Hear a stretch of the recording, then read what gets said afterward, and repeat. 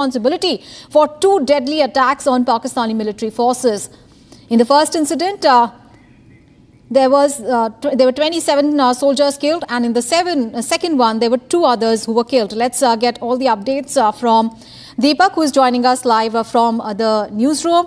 Deepak, of course, BLA, which is of course seeking an independent Baloch state, has claimed responsibility, and it has been carrying out numerous attacks on the Pakistani military and the security forces over a long period of time. What more can you tell us about these particular incidents that happened recently?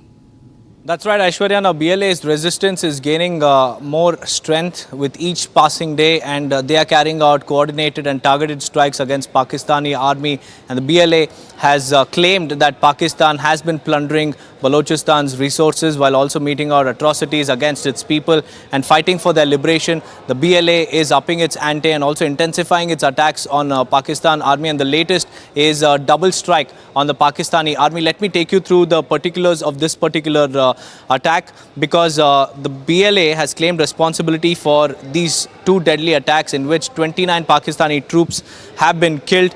And this appears to be one of the deadliest single-day blows to Pakistan security forces this year. And the first strike was a well-planned ambush by BLA's Fateh squad targeting a military convoy traveling on the Kalad-Quetta highway. And according to the group, 27 soldiers were eliminated after their bus came under sudden heavy gunfire, and the kind that is often used in guerrilla hit-and-run warfare assaults. And just hours later, there was a second coordinated attack that unfolded in Quetta's Hazariganj area, where an IED blast killed two more military personnel. And this wasn't a random attack, Aishwarya. It was targeted and timed. It was a well-planned attack, and BLA has now urged its civilians to move away from Pakistani military targets because they believe that there could be collateral damage in terms of civilian casualty, and they want to avoid that. And they have now issued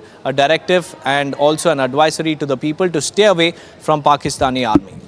Absolutely. And Deepak, all these incidents really pointing to the fact that the Pakistan government really needs to look at various issues and the security, the politics that has kind of, led to the alienation in Balochistan area.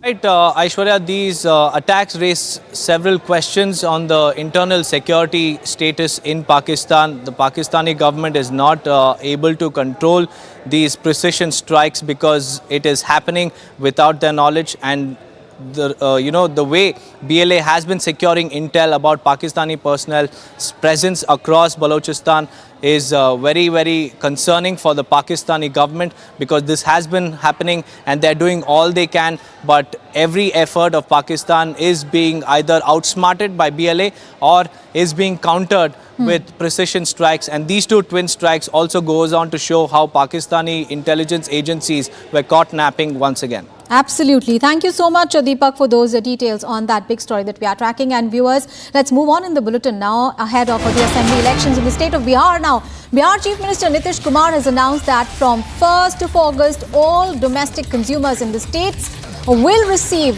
free electricity up to 125 units, benefiting 1.6 crore families. Now, this announcement comes ahead of the assembly elections in the state of Bihar. So, a key push to woo voters ahead of the state assembly elections. Let's listen in to what Nitish Kumar said. माननीय मुख्यमंत्री नीतीश कुमार जी का यह निर्णय कि घरेलू उपभोक्ताओं को किसी भी जाति और धर्म के लोग हों 125 यूनिट तक बिजली निःशुल्क, सबसे महंगी बिजली हम खरीदते हैं, सब्सिडी देते हैं, हम घोषणा नहीं अमल करते हैं, चूंकि हम निश्चय की सरकार के हैं। तो यह बड़ा बदलाव समाज के जो अति पिछड़ा तबका है, दलित है, अल्पसंख्यक है, जो जीवन की चुनौतियों से जूझते हैं, उनके घर से तो लालटेन हटा ही दिया था, अब बिजली का अधिभार उन पर पड़ रहा था, उसमें भी सरकार ने यह निर्णय लिया 125 यूनिट तक बिजली हम निःशुल्क देंगे। तो हम समझते हैं कि सामाजिक बदलाव की एक ऐसी पटकथा होगी जिसमें हमारी नई पीढ़ी के लोग, जो बच्चे हैं, वो पढ़ाई भी निर्विघ्न तरीके से करेंगे, उनके परिवार के ऊपर कोई अधिभार नहीं पड़ेगा। तो आइए इस बिहार के नव निर्माण में नीतीश कुमार जी का ये मास्टर स्ट्रोक वैसे लोगों को जो लालटेन जलाना चाहते थे उनको 33,000 वोल्ट का राजनीतिक करंट लगा और बिहार की जनता सुकून महसूस की। तेजस्वी यादव जैसा नेता प्रतिपक्ष अगर बिहार में है तो नीतीश कुमार को झुकना ही पड़ेगा। 200 यूनिट बिजली फ्री का प्रण और घोषणा नीतीश कुमार जी को तेजस्वी जी के पीछ पर नाक रगड़ने पर मजबूर किया। जिस तरह से बुजुर्गों का पेंशन, विधवा और विकलांगों का पेंशन को 1500 कहे थे तो 1100 रुपया नीतीश कुमार ने घोषणा किया। यह तेजस्वी जी के दृढ़ निश्चय और प्रण और गारंटी का प्रतिफल है। गरीब बिहार जो सबसे पिछले पैदान पर है उसको एक सहारा की आवश्यकता है। वो सहारा का रोड मैप तेजस्वी जी ने खींचा और सत्ता प्रतिष्ठान को नाक रगड़ना पड़ा। आज लाख ये कर ले, ये क्रेडिट अगर किसी को जाता है बिहार वासी जान गए हैं कि Tejashwi Yadav. And viewers, we have big breaking news coming in. The NCERT has issued a formal statement amid the growing debate over its new Class 8 history textbook. Now, the NCERT says that the book, developed under NEP 2020 and guided by NCF SE 2023, offers a broad multidisciplinary view of India's past from the 13th to the 19th century. And it emphasizes that the focus is on holistic learning, not memorization. All right, we are right now joined in by Mr. Vinod Bansal, National Spokesperson of the VHP. Sir, thank you so much for joining us here on Republic TV. Sir, how do you look at the NCERT's new statement regarding the debate over its Class 8 history book and saying that the idea is to focus on holistic learning, not memorization, and saying that a special note has also been added so that the children are able to understand certain key and sensitive topics in India's history. How do you look at that? Definitely, the people of the country must know, particularly the children must have the knowledge of our history also, because the history gives the path for the future also. The thing is that unless we know the real face of the history, then we cannot learn for the future and the present.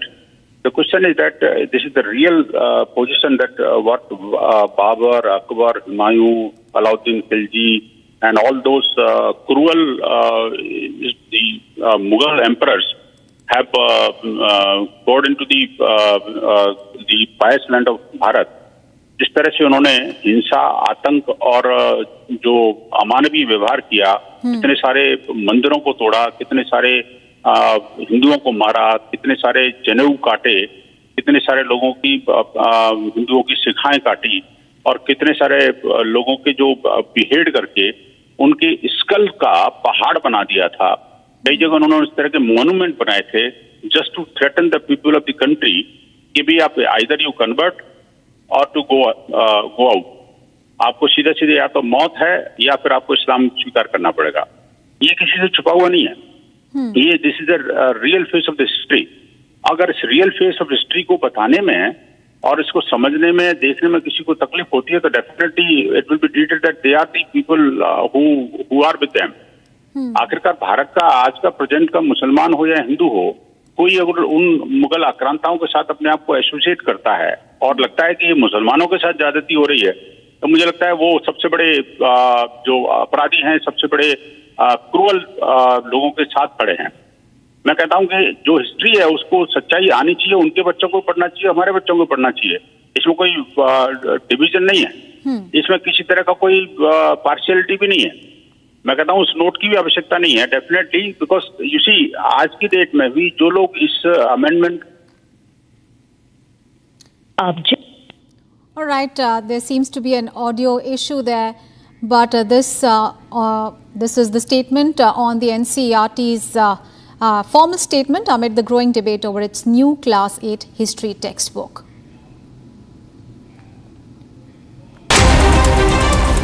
Bharat 1 Minute brought to you by Canara Bank. Together we can.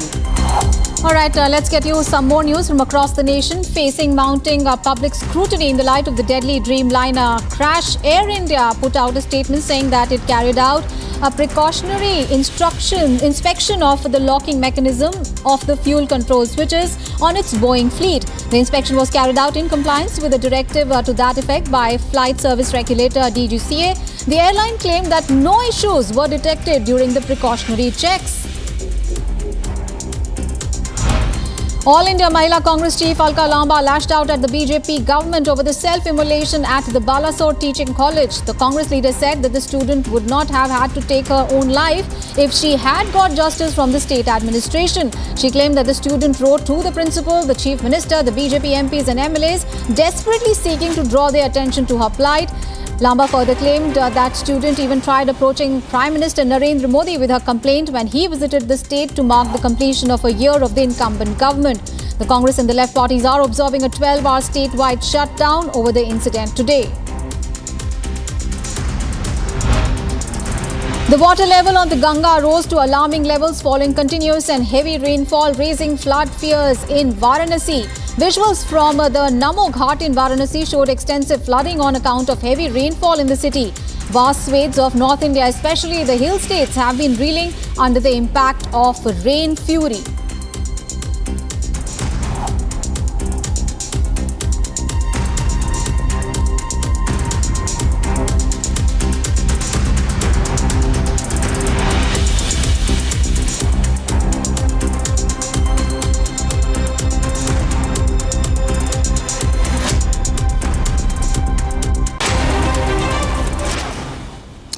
And now news from Karnataka. While arrested in the month of March, Rania Rao has been sentenced to 1 year in jail in the gold smuggling case. A prominent face in the sandalwood now forced to live behind the bars. Here's a quick report.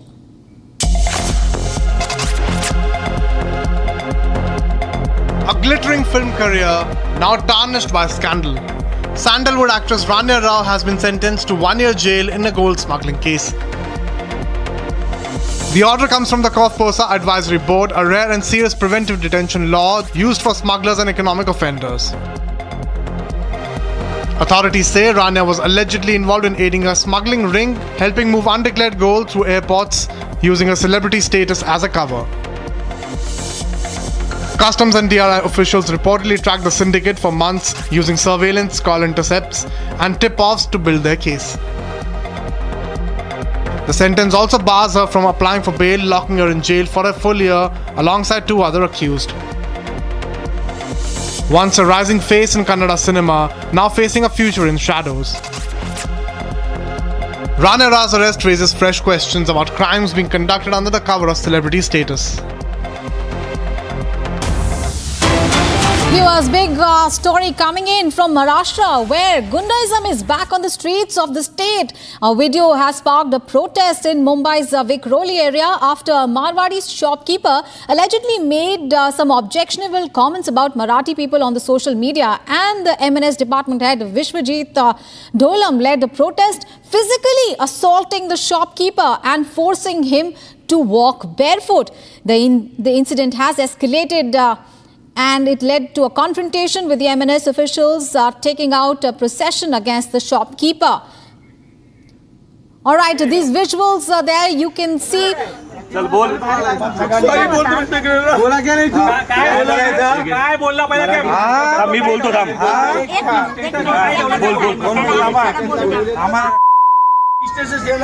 सर्वांना जय महाराष्ट्र. हा एक मारवाडी आहे, इकडे हे दुकान आहे याचं. लक्षात आलं काय? त्यांनी स्टेटस टाकला होता की मराठी महाराष्ट्रामध्ये राहू. याचं काय करायचं आम्ही? इथे सांग, इथे बोल, लहान पकडायचं, सांगायचं. चुकी झाली आहे, मी ती कधीच करणार नाही असं काय. आणि तुम्हाला सगळ्याला जाहीर सांगतो, इकडे सगळ्या लोकांना, की अशी जी लोक आहेत ना, घ्यायचं बंद करा. लोक इकडे येऊन कामवत आहेत. ऍक्टिंग करू नको. चल बोल. काय बोलला पाहिजे मी बोलतो थांब. बोल. सर्वांना जय महाराष्ट्र. हा एक मारवाडी आहे, इकडे हे दुकान आहे याचं. लक्षात आलं काय? त्यांनी स्टेटस टाकला होता की मराठी महाराष्ट्रामध्ये राहू. याचं काय करायचं आम्ही? इथे सांग. इथे बोल. लहान पकडायचं सांगायचं. चुकी झाली आहे, मी ती कधीच करणार नाही असं काय. आणि तुम्हाला सगळ्याला जाहीर सांगतो इकडे सगळ्या लोकांना की अशी जी लोक आहेत ना घ्यायचं बंद करा. ऍक्टिंग करू नको. चल बोल. काय बोलला पाहिजे मी बोलतो थांब. बोल. सर्वांना जय महाराष्ट्र. हा एक मारवाडी आहे, इकडे हे दुकान आहे याचं. लक्षात आलं काय? त्यांनी स्टेटस टाकला होता की मराठी महाराष्ट्रामध्ये राहू. याचं काय करायचं आम्ही? इथे सांग. इथे बोल. लहान पकडायचं सांगायचं. चुकी झाली आहे, मी ती कधीच करणार नाही असं काय. आणि तुम्हाला सगळ्याला जाहीर सांगतो इकडे सगळ्या लोकांना की अशी जी लोक आहेत ना घ्यायचं बंद करा. लोक इकडे येऊन कामवत आहेत. ऍक्टिंग करू नको. चल बोल. काय बोलला पाहिजे. All right, so the Vikhroli-based Marwari shopkeeper being seen there, being assaulted by the M&S workers after he alleged WhatsApp status insulting what they said was an insult to the Marathi Manos, and M&S workers physically assaulting him, forcing him to issue a public apology. Time to take a short break. Coming up ahead, ED raids premises linked to Changur Baba amid religious conversion allegations. Also coming up ahead, Kiran Rijjuju's advice to Rahul Gandhi over his foreign policy remarks reiterates Pakistani language attack.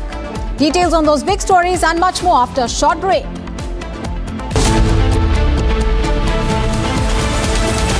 पैसा लगाना है तो century ply club prime पे लगाओ. डूबेगा नहीं, जलेगा भी नहीं, कोई खा नहीं जाएगा, धोखा नहीं देगा, ऊपर नीचे भी नहीं होगा, सेफ रहेगा, सिक्योर्ड में मिनिमम 30 साल का रिटर्न देगा. अब इससे बेटर इन्वेस्टमेंट है तो बताओ. सेंचुरी प्लाई क्लब प्राइम, रहो बेफिक्र. भारत की अपनी दुकान इंडिया सोना, अपने देश का सामान इंडिया सोना. इंडिया जोना MDH की हल्दी मिर्ची धनिया करे कमाल. ये रंग दे, ये खुशबू दे, ये तीखा, ये कम पड़े. क्या निराला MDH masala. Well, at the end of 50 days, if we don't have a deal, it's going to be too bad. Yeah, the tariffs are going to go on and other sanctions go on. Donald Trump has defended his statement giving a 50-day ultimatum to Russia to end the war with Ukraine. Trump had earlier warned Russia of 100% tariffs if a deal wasn't struck with Ukraine. And one of the reasons that you're here today is to hear that we are very unhappy, I am, with Russia. But we'll discuss that maybe a different day. But we're very, very unhappy with them, and we're going to be doing very severe tariffs if we don't have a deal in 50 days. Tariffs at about 100%. You'd call them secondary tariffs. You know what that means. Russia did not take to Trump's warning kindly. Kremlin has called Trump's statement quite serious and that Putin will respond to it only if necessary. Заявления президента США весьма серьезные. Что-то в них адресовано лично президенту Путину. Нам, безусловно, нужно время для анализа сказанного в Вашингтоне. И если и когда президент Путин посчитает необходимым, он это обязательно прокомментирует. Nevertheless, Donald Trump has defended his statement and also revealed if he plans to send long-range weapons to Ukraine. You've given Russia 50 days. What happens now? Do you talk to Vladimir Putin? Well, at the end of 50 days, if we don't have a deal, it's going to be too bad. Should Zelensky get more aggressive? Yeah, the tariffs are going to go on and other sanctions go on. Should Zelensky target Moscow?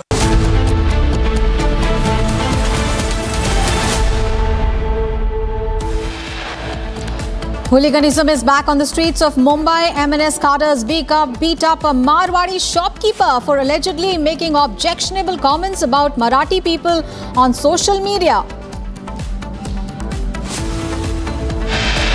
ED raids premises linked to Changur Baba amid religious conversion allegations. Kiran Rijiju's advice to Rahul Gandhi over his foreign policy remarks reiterates Pakistani language attack. Nitish Kumar announces free electricity for Bihar consumers ahead of assembly election. And the NCERT issues formal statement amid the ongoing debate over its new Class 8 history textbook, says chapter included to help students understand sensitive historical phases in the right context. Viewers, we have big breaking news coming in from Jammu and Kashmir, where LG Manoj Sinha has said that those who carried out the murders in Pahalgam have been clearly identified and their lives are not very long. Speaking at the inauguration of the Gandhi Committee Art Gallery, JNK LG Manoj Sinha said, and I quote him now, "The brutal murder of 26 innocent civilians took place on 22nd of April in Pahalgam. These ruthless murders were committed by Pakistan and its terrorists who have been clearly identified. The NIA is investigating the attack and their lives are not very long. In the last 5 years, the biggest commander of any organization has not been spared. They too will have the same fate." Let's listen in to LG Manoj Sinha. Bharat के लिए अपने सम्मान की रक्षा के लिए शस्त्र उठा लेना मैं ज़्यादा अच्छा समझूंगा। बापू के सपनों के अनुरूप आज वही पराक्रमी भारत अपने पुरुषार्थ से नित्य नई उपलब्धियां हासिल कर रहा है। बात मैं पहलगांव से ही शुरू करता हूं। 26 नागरिकों की बर्बर हत्या निर्दोष बेकसूर लोगों की 22 अप्रैल को हुई।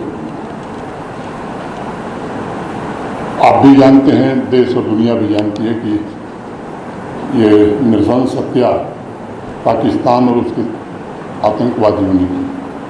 कई सवाल विजय जी ने उसके संदर्भ में पूछा है। जिन्होंने हत्या को अंजाम दिया उनकी पहचान स्पष्ट रूप से हो चुकी है, एनआईए जांच कर रही है। उनकी तस्वीरें, उनके नाम ये पब्लिक डोमेन में मीडिया के माध्यम से आ चुके हैं। ये मैं कह सकता हूँ कि इनकी ज़िंदगी बहुत लंबी नहीं होती है। आज यहाँ से ये कहना तो वो विजय जी खुशखबरी सुनेंगे, वो तिथि बताना ठीक नहीं है, लेकिन मुझे लगता है कि पिछले 5 वर्षों में मैंने देखा है कि किसी भी तंजीम का बड़ा से बड़ा कमांडर बचा नहीं है। इनका भी हसर वही होना है। All right, so that was the big statement from the Jammu and Kashmir Lieutenant Governor Manoj Sinha. Gursimran is joining me live. Gursimran, that's a very big statement that the LG of Jammu and Kashmir has given, saying that the Pahalgam terrorists have been identified. Do you have any details on where are the terrorists right now? Are they in Jammu and Kashmir? Have they fled India? What the sources and police are telling you? What we have spoken to some of the senior commanders in the Indian Army as well as the officials in the Jammu and Kashmir Police, they say that there has not been any concrete evidence that the terrorists have escaped or have exfiltrated back to the Pakistan. The terrorists are very much in Jammu and Kashmir. They are active. It is in all likelihood in the upper reaches of the Anantnag or maybe in a bid to escape to the Kishtwar side. That is why we have witnessed the intensified operations being launched in the Kishtwar as well, because these trekking routes are interconnected. 3 terrorists have been identified. All 3 are Pakistani Pakistani terrorists. Two of the associates, Parvez and Bashir, who have helped them, have already been arrested by the National Investigation Agency, and there have been some revelations that have been made. They have clearly identified these two co-accused of the terrorists. They have identified these terrorists that all three were Pakistani. They were affiliated to the Lashkar-e-Toiba, and now the investigations are underway by the National Investigation Agency, and so does is the anti-terror operations by the Jammu and Kashmir Police, Indian Army. Because yesterday also we have seen the DGP of the Jammu and Kashmir Police saying that ek karke sab mare jayenge. That means they have intensified the operations, and one by one all the terrorists will be killed. Especially the question was with regards to the Pakistani terrorists that are active in the hinterland, and now the LG of the Jammu and Kashmir coming on camera stating that the terrorists have been identified and very soon they will be neutralized. This means that the security forces are advancing towards the inputs that they are getting with regards to the movement of this terrorist, and any time with any contact there will be news that the perpetrators of the Pahalgam have been neutralized by the security forces. Absolutely, Goswami. Thank you very much for getting us those details, keeping a very close watch on that. But for now, we move on to some other stories that we are tracking, and this one is about the actress Rania Rao. Now, she was arrested in March and has been sentenced to 1 year in jail in the gold smuggling case. A prominent face in the sandalwood industry, now forced to live behind bars. Here's a quick report on all that you need to know about her.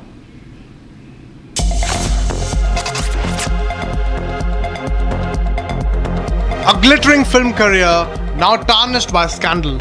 Sandalwood actress Rania Rao has been sentenced to 1 year jail in a gold smuggling case. The order comes from the Kofposa Advisory Board, a rare and serious preventive detention law used for smugglers and economic offenders. Authorities say Rania was allegedly involved in aiding a smuggling ring, helping move undeclared gold through airports, using her celebrity status as a cover. Customs and DRI officials reportedly tracked the syndicate for months using surveillance, call intercepts, and tip-offs to build their case. The sentence also bars her from applying for bail, locking her in jail for a full year alongside two other accused. Once a rising face in Kannada cinema, now facing a future in shadows. Rania Rao's arrest raises fresh questions about crimes being conducted under the cover of celebrity status. Shifting our focus to some big breaking news that's coming in. This one is from the state of Karnataka, where the power tussle is continuing. The Chief Minister Siddaramaiah and Deputy Chief Minister D.K. Shivakumar and Congress MP Randeep Surjewala, we learn, will hold a key meeting at the private hotel in Bengaluru. This is a high-level discussion that will be focused on the allocation of corporation and board positions to party workers across the state. The meeting comes amid growing pressure from party cadres seeking political appointments. Abhishek is joining us live from Bengaluru on that note. Abhishek, what are the details of the key meeting that will be held today as far as Randeep Surjewala, Siddaramaiah and D.K. Shivakumar are concerned? We learned that it is about the portfolios. However, do we have any details if the power tussle issue will also be discussed in this key meeting?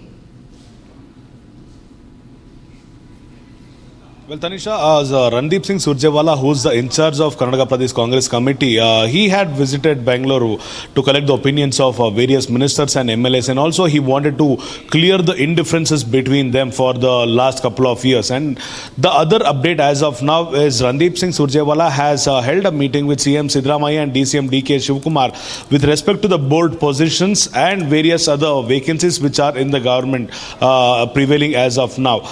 It is believed that various other Karyakartas or the workers of the Karnataka Pradesh Congress Committee were unhappy because the Congress party were supporting new people, newly entered people into the party, whereas the people who were with Congress for the last couple of decades weren't given any position, is what the internal sources clearly had mentioned earlier. So at this point of time, the Congress party, which is looking at 2028 elections, wanted to make sure that the differences in the party should be cleared starting from now, and this is the reason as to why the very basic Karyakartas will also have to be given some good positions in the party, is what Randeep Singh Surjewala has addressed both CM Siddaramaiah and DCM D.K. Shivakumar.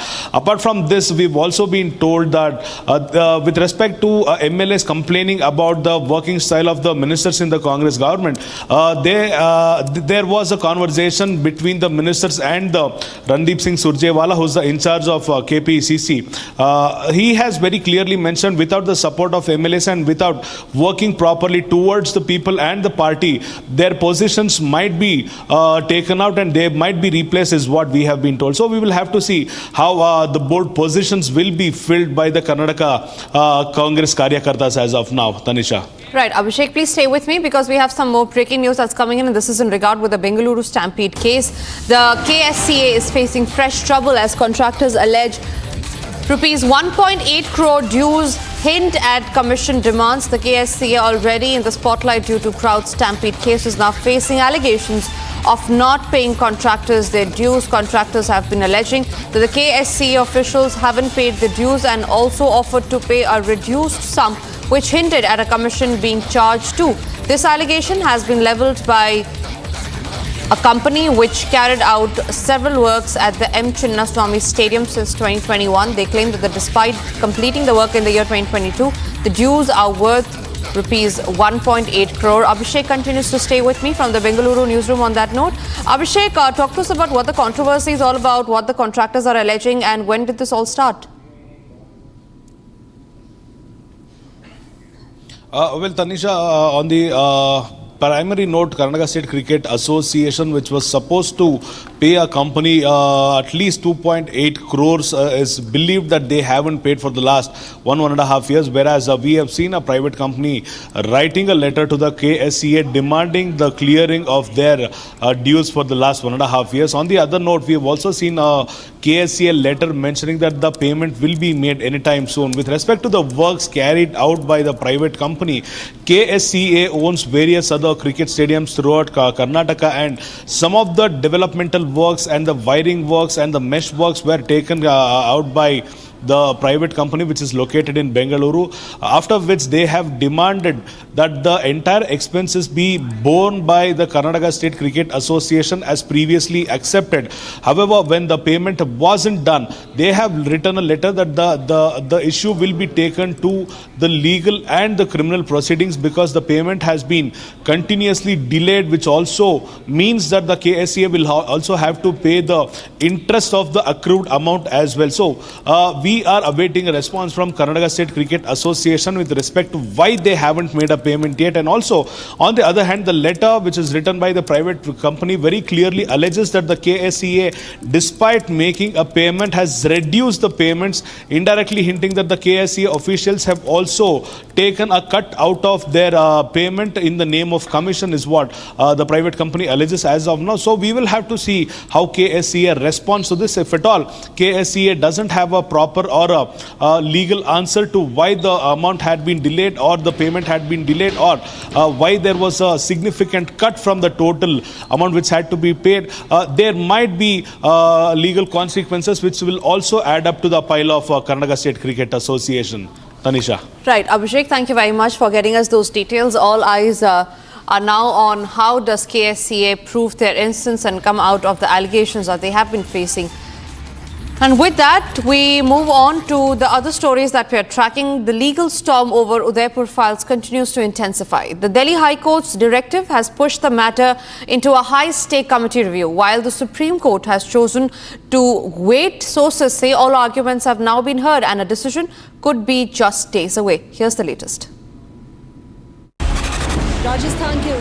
The legal storm over Udaipur files continues to brew.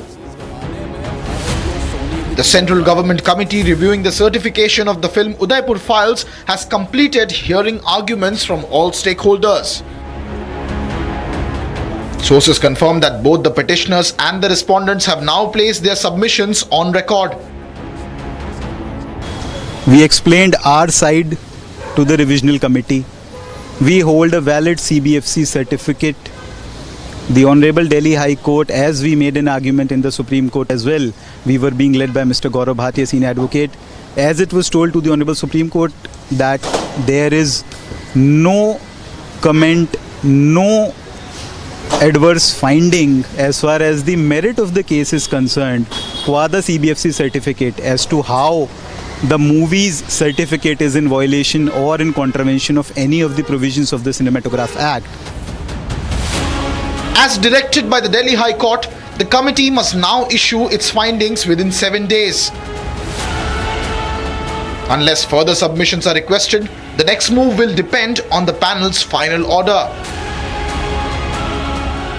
देखिए, film कब तक release हो सकती है इस पर court का कोई भी इंडिकेशन नहीं है। कोर्ट ने यही कहा कि जो हाई कोर्ट में जो इस केस में रिस्पोंडेंट हैं और उस हाई कोर्ट में जो पिटिशनर्स गए थे, मिस्टर अरशद मदनी और जावेद जो इसमें को अक्यूज्ड हैं, उनको हाई कोर्ट ने एक प्रिविलेज दिया था कि स्क्रीनिंग इसकी नहीं होगी, स्टे हो जाएगा और आप सेक्शन 6A सेंसरशिप एक्ट में जो प्रोविज़न है गवर्नमेंट ऑफ इंडिया को अपील करने का, अगर आपको कोई शिकायत है आप उसमें जाइए। तो वो गए, उन्होंने उस डायरेक्शन को फुलफिल किया और आज 2:30 बजे जो एक कमेटी का गठन हुआ था इस मूवी को एक बार देख के तय करने के लिए कि ये ठीक है या इसमें और कट्स होने चाहिए, उसकी व्यूइंग, उसकी मीटिंग आज 2:30 बजे है।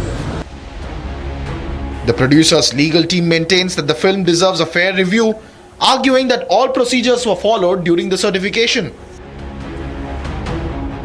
क्योंकि ऑनरेबल हाई कोर्ट एक अपना डायरेक्शन दे चुका है और उस केस में जो पिटिशनर्स थे उस डायरेक्शन को फुलफिल कर चुके हैं और गवर्नमेंट ऑफ इंडिया ने इसकी एक कमेटी गठित कर दी है, इस स्टेज पे ऑनरेबल सुप्रीम कोर्ट इस मैटर को पेंडिंग रखेगा और इस पर कोई भी अपनी तरफ से फिलहाल इंटरफेरेंस नहीं करेगा।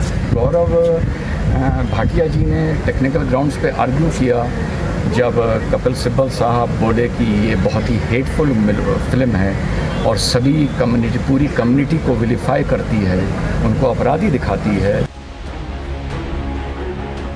The petitioners, on the other hand, have argued that the movie's content, including the trailer, could inflame communal tensions and potentially disrupt judicial proceedings in the Kanhaiya murder trial.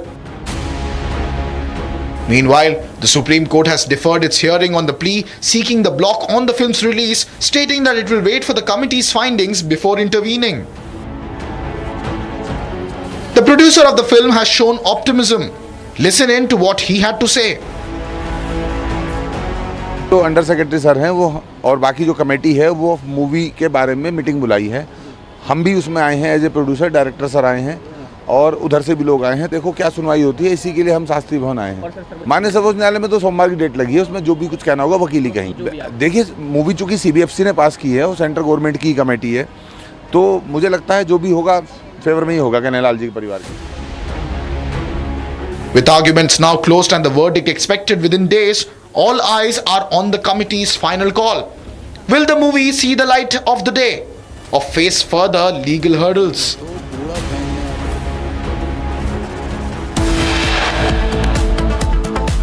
Time for us to now slip into a short break, but after the break we'll get to the details of how Gundaism and hooliganism is back on streets of Maharashtra, this time with MNS leader assaulting a shopkeeper.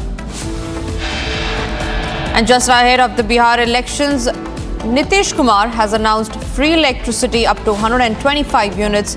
Is this a move to woo the voters?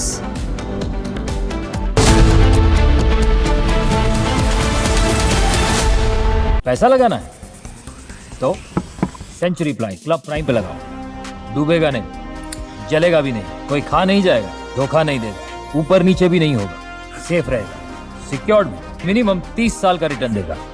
अब इससे better investment है तो बताओ, century ply club prime, रहो बेफिक्र। Amity has been ranked among the top universities globally for producing the most employable graduates by the Times Higher Education UK. Yet another testimony to Amity's excellent placement record.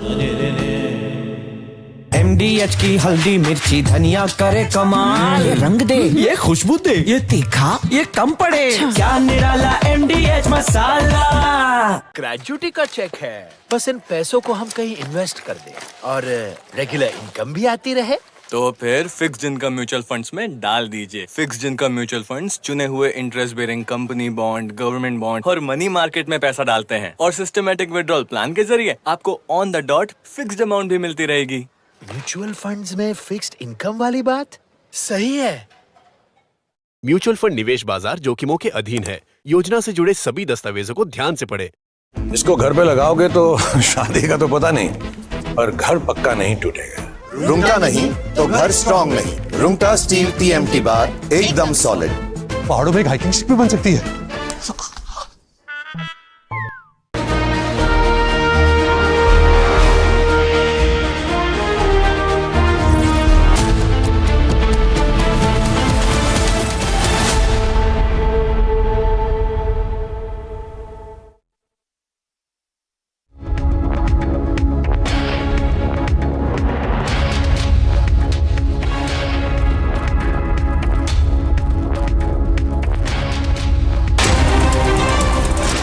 1 Minute brought to you by Canara Bank.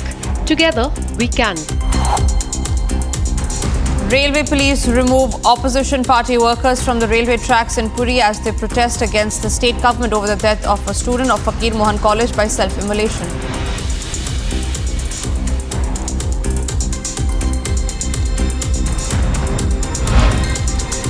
Heavy rains lashed parts of Kerala, waterlogging in several parts of Kuttiyade following heavy rainfall in the region. NDRF and SDRF teams have been deployed for rescue and relief operations.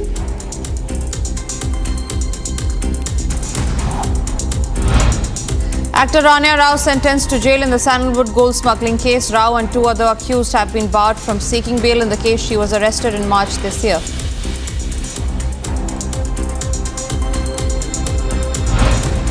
The Federation of Indian Pilots expressed concern regarding the preliminary findings and public disclosure surrounding the tragic crash of Air India flight AI-171 in Ahmedabad, expressed dissatisfaction with the exclusion of pilot representatives from the report.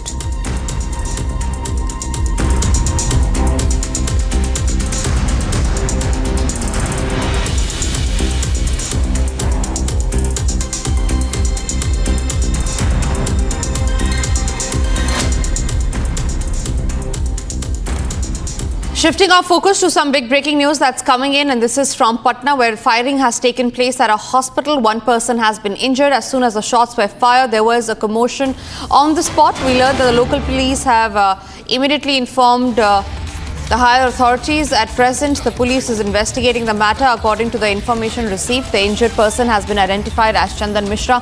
Chandan Mishra was earlier lodged in Berur jail for shooting in Buxar. He was released on parole after his health were deteriorated. He was shot by criminals in the hospital early this morning.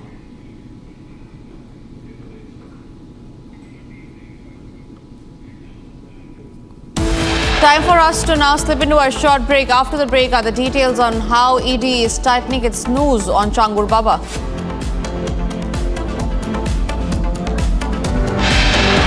Also after the break, it's Rijiju versus Rahul Gandhi over the foreign policy statement.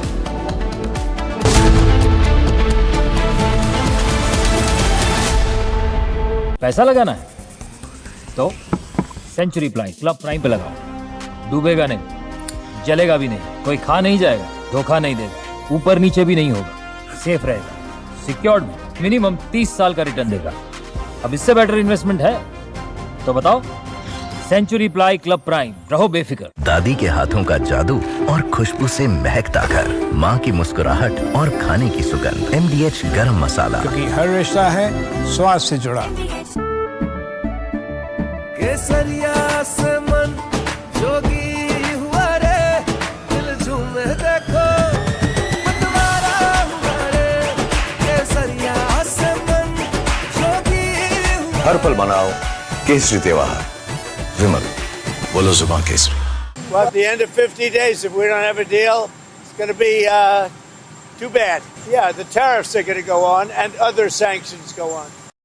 Donald Trump has defended his statement giving a 50-day ultimatum to Russia to end the war with Ukraine. Trump had earlier warned Russia of 100% tariffs if a deal wasn't struck with Ukraine. And one of the reasons that you're here today is to hear that we are very unhappy, I am, with Russia. But we'll discuss that maybe a different day. But we're very, very unhappy with them, and we're going to be doing very severe tariff.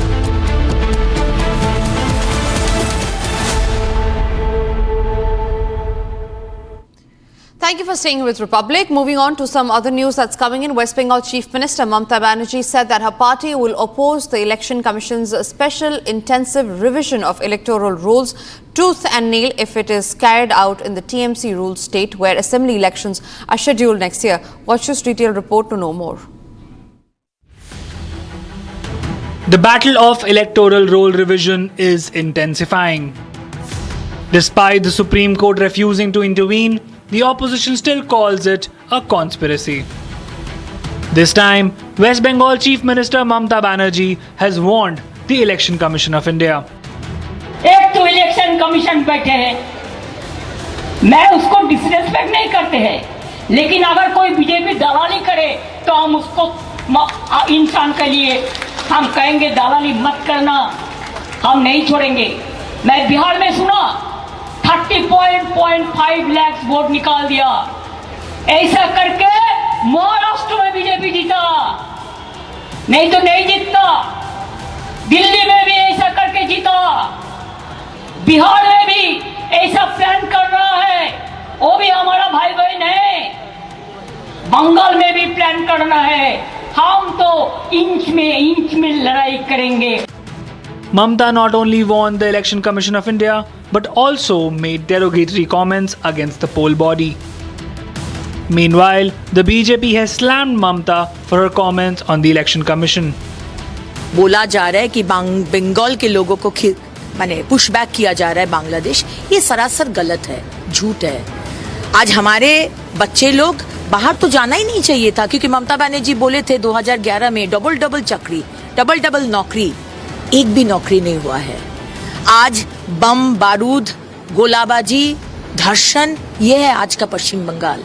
और उसमें 540 kilometre बार जमीन मांगे थे BSF, आप जमीन नहीं दिए। क्यों नहीं दिए? ताकि आपको रोहिंगा घुसाना था, अनुप्रवेशकारी घुसाना था, सिर्फ वोट बैंक के लिए। देखिए, ममता बनर्जी पेटी पॉलिटिक्स कर रही है, क्योंकि इलेक्शन आ रहा है, पूरा बंगाल खपा है ममता बनर्जी से। स्पेशली बंगाली हिंदूज जो है, मुर्शिदाबाद की घटना के बाद सब एक होकर ममता बनर्जी को हटाना चाहती है, इसलिए हिंदू वोट में डेंट लाने के लिए ममता बनर्जी बंगाली वाला पॉइंट उठा रही है। The stage is set for electoral season and the politics is intensifying. The only question remains, how can we allow names of illegal immigrants on India's electoral rolls?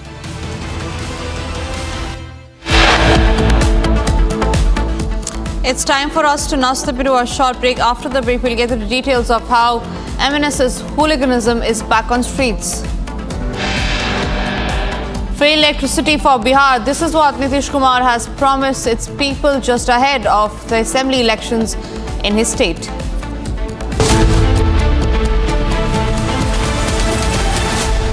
आधे bowl दही में 4 चम्मच MDH चटनी पुदीना मसाला डाला, stir करो, पुदीना चटनी तैयार। MDH चटनी पुदीना मसाला। Well, at the end of 50 days, if we don't have a deal, it's going to be too bad. Yeah, the tariffs are going to go on and other sanctions go on. Donald Trump has defended his statement giving a 50-day ultimatum to Russia to end the war with Ukraine. Trump had earlier warned Russia of 100% tariffs if a deal wasn't struck with Ukraine. And one of the reasons that you're here today is to hear that we are very unhappy, I am, with Russia. But we'll discuss that maybe a different day. But we're very, very unhappy with them, and we're going to be doing very severe tariffs if we don't have a deal in 50 days. Tariffs at about 100%. You'd call them secondary tariffs. You know what that means. Russia did not take to Trump's warning kindly. Kremlin has called Trump's statement quite serious and that Putin will respond to it only if necessary. Заявления президента США весьма серьезные. Что-то в них адресовано лично президенту Путину. Нам, безусловно, нужно время для анализа сказанного в Вашингтоне. И если и когда президент Путин посчитает необходимым, он это обязательно прокомментирует. Nevertheless, Donald Trump has defended his statement and also revealed if he plans to send long-range weapons to Ukraine. You've given Russia 50 days. What happens now? Do you talk to Vladimir Putin? Well, at the end of 50 days, if we don't have a deal, it's going to be too bad. Well, what happens should Zelensky get more aggressive? The tariffs are going to go on and other sanctions go on. Should Zelensky target Moscow? Should Zelensky target Moscow, sir? Should Zelensky target Moscow or deeper into Russia? No, he shouldn't target Moscow. Is that why you gave him more weapons, though? Long range missiles to Ukraine as well, and that you had some other things today. No, we're not looking to do that. Mr. President, why are you giving this sort of additional days to not just use it for against Oh, I don't think 50 days is very long, and it could be sooner than that. I don't think 50 days is very long. You should have asked that same question to Biden. Why did he get us into this war? You should ask that question. Yeah, and what did he tell you? Why did he get us into this war? You know why he got us in? Because he's a dummy, that's why. Trump has taken potshots at Putin since his phone call with him earlier in the month yielded no progress. Trump has also promised. The reason we've launched the Nationalist Collective is because we believe it is time now for a group of ideologically driven Indians to drive the destiny of our country. For far too long, people who have had interests inimical to national interest have held sway. We need to put nationalism first, nation first. The Nationalist Collective is a very clear and sharp movement, presents the spirit of a new India, which stands by what is right, does what is right, and raises its voice for what is right. Remember, this country is safe only if it is in the hands of nationalists. This country will grow only if nation first becomes our principal motto, where the only ism that matters is nationalism. Join the Nationalist Collective. It is going to be the largest non-political movement in this country.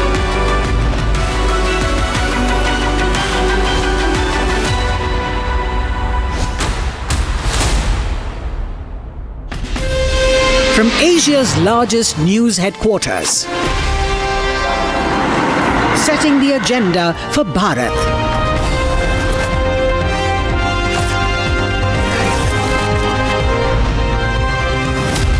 You're watching Republic.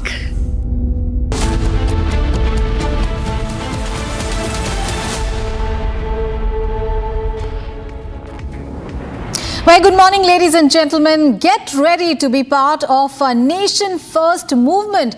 Republic's Nationalist Collective is hosting a dynamic conclave on 19th of July, and we are inviting passionate nationalists like you to join the conversation. So meet Arnab Goswami and engage with like-minded individuals who believe in putting the nation first. So don't miss this opportunity to be part of a daily-long discussion on shaping the future of our great nation. So secure your spot now and be part of the movement that matters. So write to us at nationalistcollective@republicworld.com to reserve your seat. And now a look at the headlines that we are tracking at this hour. Hooliganism is back on the streets of Mumbai. M&S cadres beat up a Marwadi shopkeeper for allegedly making objectionable comments about Marathi people on social media.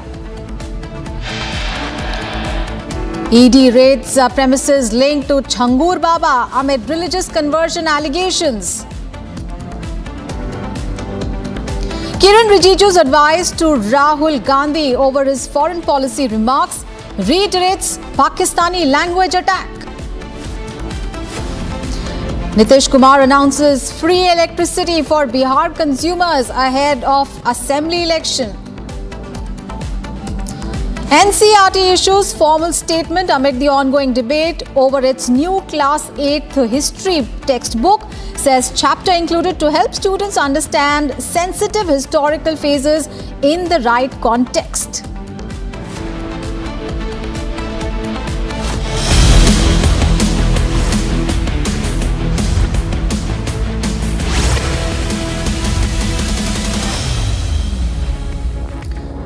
And viewers, we have big breaking news coming in from Tamil Nadu, where a shocking story has come to light. A CCTV footage shows a 10-year-old girl kidnapped and raped in Tamil Nadu's Thiruvallur district.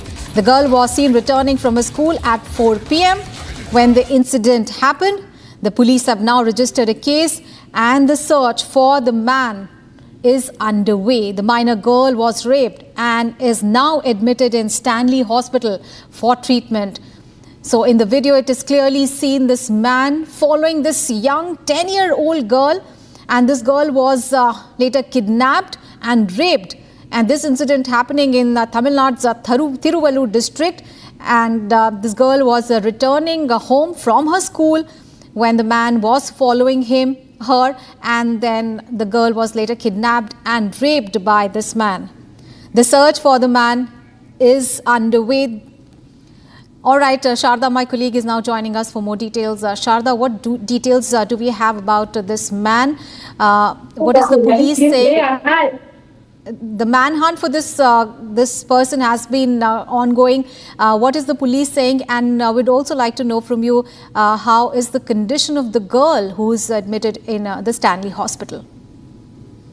Ashwara, this event happened last evening in Tiruvallur. We can see the CCTV footage where the girl is being kidnapped by the man on the screen that we see. It stated that the police have now investigating the case and are looking into other CCTV footages in that area and whatever is available, trying to nab the accused, because they still haven't found out who has done this particular incident, and footage saying that it is a man between 20 to 25 years old, and that's all the information they have, and they do not have any other information to find the culprit, and the search is the area of Tiruvallur.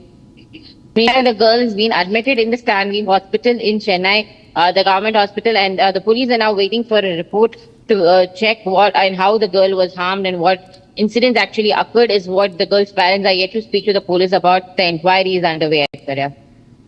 All right. Thank you so much, Sharda, for those details there. You keep tracking those developments. And viewers, let's move on to the bulletin now. We have big breaking news coming in from Maharashtra, where Gundaism is back on the streets of the state because a video has sparked protest in Mumbai's Virkholi area after a Marwari shopkeeper allegedly made objectionable comments about Marathi people on social media, and then MNS led a protest and physically assaulted the shopkeeper, forcing him to walk barefoot. The incident escalated into a confrontation, with the MNS officials taking out a procession against the shopkeeper, and he was seen asked to apologize. A police complaint has been filed regarding the altercation there. So, the Vikhroli-based Marwari shopkeeper assaulted by the local Maharashtra Nav Nirman Sena workers, and this after he allegedly posted a WhatsApp status.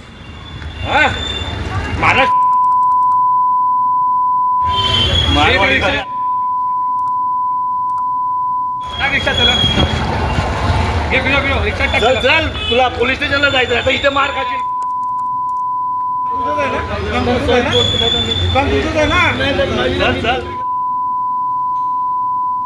तुझी ती दुकान कोणाची आहे ती पण बघणार आहे. चल गुन्हा माफ नाही, हा गुन्हा माफ नाही.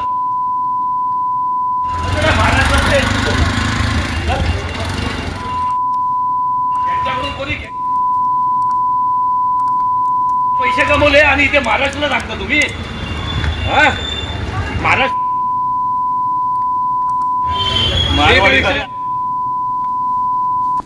हा गुन्हा माफ न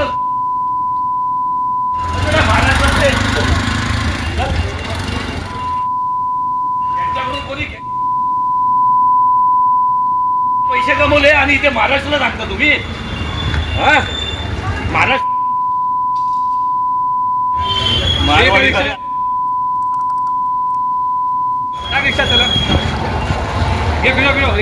चल तुला पोलीस स्टेशनला जायचं आता इथे मार खाशील.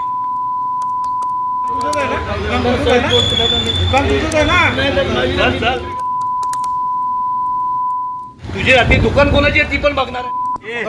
ऍक्टिंग करू नको. चल बोल काय बोलला पाहिजे मी बोलतो थांब. बोल सर्वांना जय महाराष्ट्र. हा एक मारवाडी आहे, इकडे हे दुकान आहे याचं. लक्षात आलं काय? त्यांनी स्टेटस टाकला होता की मराठी महाराष्ट्रामध्ये राहू. याचं काय करायचं आम्ही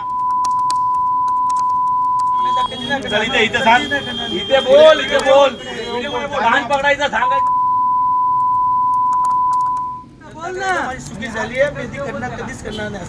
आणि तुम्हाला सगळ्यांना जाहीर सांगतो इकडे सगळ्या लोकांना की अशी जी लोक आहेत ना घ्यायचं बंद करा. लोक इकडे येऊन कमवत आहेत, इथे बाहेरच्या देशातून बाहेरच्या जिल्ह्यातून येऊन इकडे कमवतात, महाराष्ट्रामध्ये कमवतात आणि महाराष्ट्रामध्ये. All right, our colleague Satyaprakash is now joining us live from Mumbai. Satyaprakash, we understand that a police complaint has been filed in the case. What more do we know? Have any arrests been made? देखिए, Mumbai police ने मामला दर्ज कर लिया, लेकिन जिस तरह से घटना हुई, बिकरौली का ये मारवाड़ी दुकानदार है और दुकानदार ने जो मारने का वजह है कि जो पोस्ट लगाया था, सोशल मीडिया पोस्ट लगाया था कि जो मीरा रोड में घटना हुई थी, एक मारवाड़ी दुकानदार को मारा गया था। इसके बाद मारवाड़ी लोगों ने वहाँ पे प्रोटेस्ट किया था और मोर्चा निकाला था कहीं कहीं। उसके बाद वही पोस्ट किया था और कहा था कि हमने दिखा दिया कि मारवाड़ी में कितना एकता है। इसके बाद मन से कार्यकर्ता पहुँचते हैं और दुकानदार को बाहर बुलाते हैं, मारवाड़ी जो दुकानदार है उसको बाहर बुलाते हैं, उसको पहले मारते हैं, फिर सड़क पे घुमाते हैं और काफ़ी देर तक ये हंगामा चलता रहा। तो कहीं कहीं जिस तरह से महाराष्ट्र में हिंदी बना मराठी का मुद्दा है और जिस तरह से राज ठाकरे के पार्टी मन से कार्यकर्ता लगातार कहीं कहीं हिंदी भाषी जो राजस्थानी के लोग हैं उनको टारगेट कर रहे हैं, अगर मराठी नहीं आ रहा तो उनको टारगेट किया जा रहा। और ये जो मारवाड़ी दुकानदार है, जिस तरह से उसने एक सोशल मीडिया पर पोस्ट किया था कि हम मारवाड़ी लोगों ने दिखा दिया, उसके बाद मन से कार्यकर्ताओं ने पहुँचे और पिटाई किए और इसके बाद उसको सड़क पर घुमाए। फिलहाल पुलिस का कहना कि हमने मामला दर्ज कर लिया, मामले की जाँच कर रहे हैं। जी। All right, any reactions there coming in from the shopkeepers there?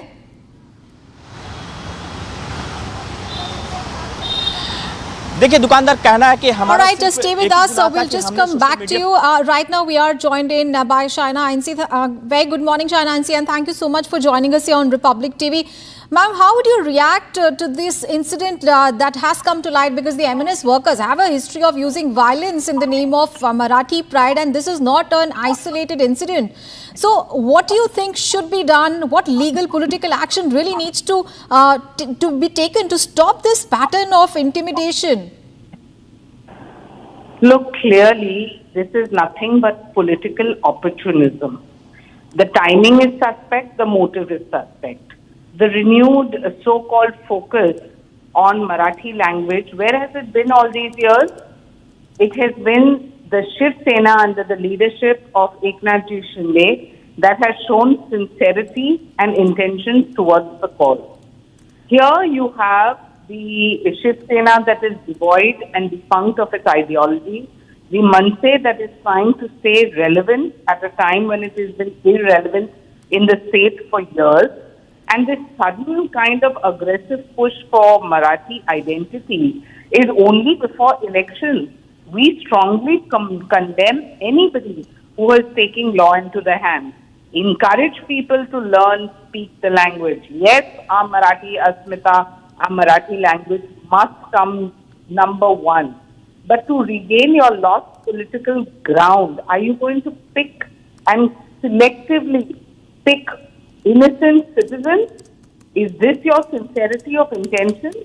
And please don't forget, Adarnya Hindu Hriday Samrat Balasaheb Thackeray was known for his stand on Hindutva and Marathi pride. But when you choose to align with the Congress and other parties, what are you suggesting? There is an ideological shift. The alliance that one is seeing in recent times of the Mahavinash Agadi has not only moved away from Balasaheb Thackeray's original ideology, but the questions are that of authenticity and commitment. Is this the way to reclaim lost relevance? And let me please say in conclusion that the Thackeray's may talk about the surname, but people have moved beyond voting for Thackeray's and Gandhi's. People are interested in genuine cultural concern, especially given the context of, the current scenario where innocent people have been just picked randomly and beaten up. And I'm glad that Devendra Fadnavis and Eknathji Shinde have announced their cancellation of the DR, because that shows you genuine commitment. The implementation of a Marathi-centric committee, which is being led by Dr. Narendra Jadhav, is a step to take all stakeholders in the right direction. This is proactiveness, not what you are doing to innocent shopkeepers, assaulting them, making them walk barefoot, humiliating them in public. And please understand that our decision was to withdraw the Hindi mandate, reflecting not just our commitment to the Marathi interest, but also that in a state such as ours, where people have given you so much, you must take a balanced approach. And then that can happen through expert consultation with all stakeholders. Right. So just this kind of gardi does not work. This is the time for politics of performance. Otherwise, we will perish. Absolutely. Thank you so much for joining us for more on this story. All right, Krishna Egre is also now joining us on the phone line. Very good morning, sir, and thank you so much for joining us here on Republic TV. Sir, how do you look at these repeated incidents that are, that the MNS workers are carrying out? And the worst part is there seems to be no leadership, there's just leniency towards these MNS workers. Do you think the top leadership is actually emboldening such behavior? Don't think so. The MNS workers have been even directed by the MNS chief Raj Thackeray ji not to indulge in such activities unless it is, someone is reacting back to you. But this seems to be an unprovoked reaction on part of the MNS workers again. And like Devendra Fadnavis ji said that the people who have done this, they have already been identified on video. And I'm sure that the police will take charge of the situation and cases will be registered against the workers. Sir, but this is not the first incident that has happened in Maharashtra. Time and again, there have been multiple incidents like this. So what does it really show? What is the message really going out to the people there? Even the MNS has to realize that Mumbai is a cosmopolitan city. We are very clear that Marathi is the priority. Everyone should speak Marathi. Everyone should know Marathi. Everyone should learn Marathi. But to hit helpless people and thrash them around and taking law into their own hands is creating a bad picture for the MNS itself. And I think that even the non-Marathi voters which they have are looking at this, and also people from other states are looking at this. And therefore I think that like the Chief Minister said, these workers who have been identified, cases will be lodged against them. All right, sir. Thank you so much for joining us here on Republic TV, sir. And viewers, we have big breaking news coming in from Odisha, where at least 8 opposition parties have called for a statewide bandh today to protest against the state government and demanding justice for a 20-year-old college student who died earlier this week after attempting a self-immolation over alleged inaction on her sexual harassment complaint. And this incident happened in Odisha's Balasore. And at the moment, the statewide bandh is going on. All shops are closed. Public vehicles are off roads right now as opposition parties are carrying out protests. So those visuals are there from Odisha, where statewide bandh and the protest is happening. Remember, the Congress and the other opposition parties are taking part in this bandh. There are 8 opposition parties that have come together to protest. The Congress has also demanded the resignation of the state's chief minister. Opposition leaders are also calling for a strict judicial investigation of the incident. Remember, the 20-year-old student of the Fakir Mohan College in Balasore self-immolated last week. This after she was facing sexual harassment by her college's head of the department. And despite lodging a formal complaint and seeking help, her pleas were ignored. Let's get all the updates. Right now we are joined in by our colleague Chandrakant. All right, Chandrakant, what details do we have about the bandh that is going on? We understand that the protests are going on the roads and there are no vehicles. What is the update?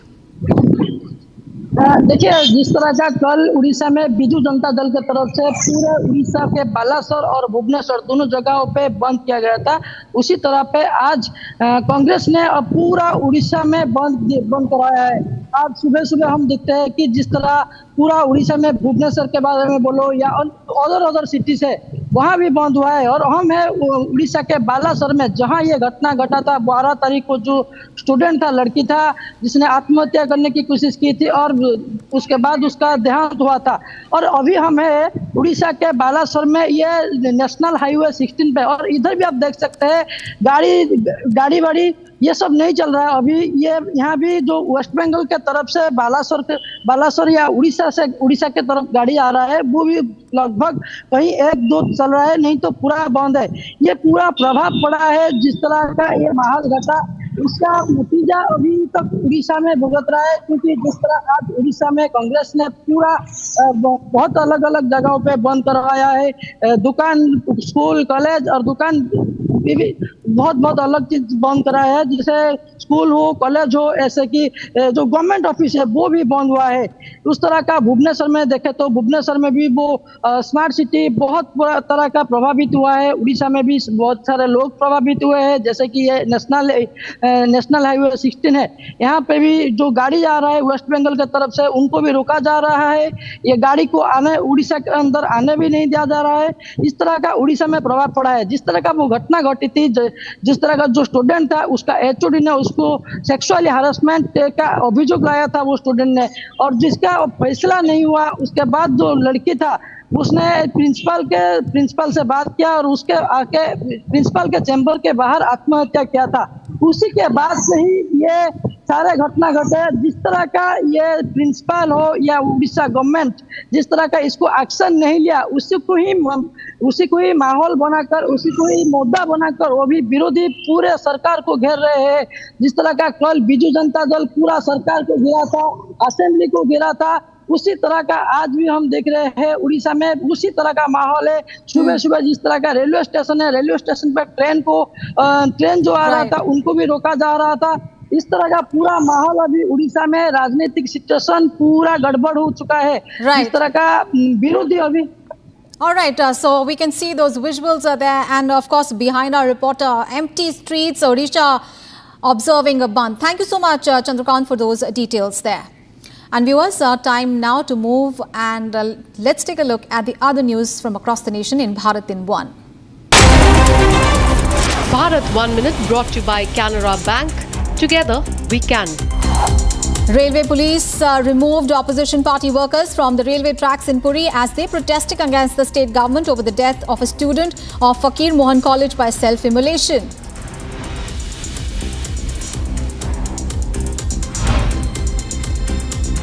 Heavy rains have lashed parts of Kerala. Water logging is seen in several parts of Kuttiyedi following heavy rainfall.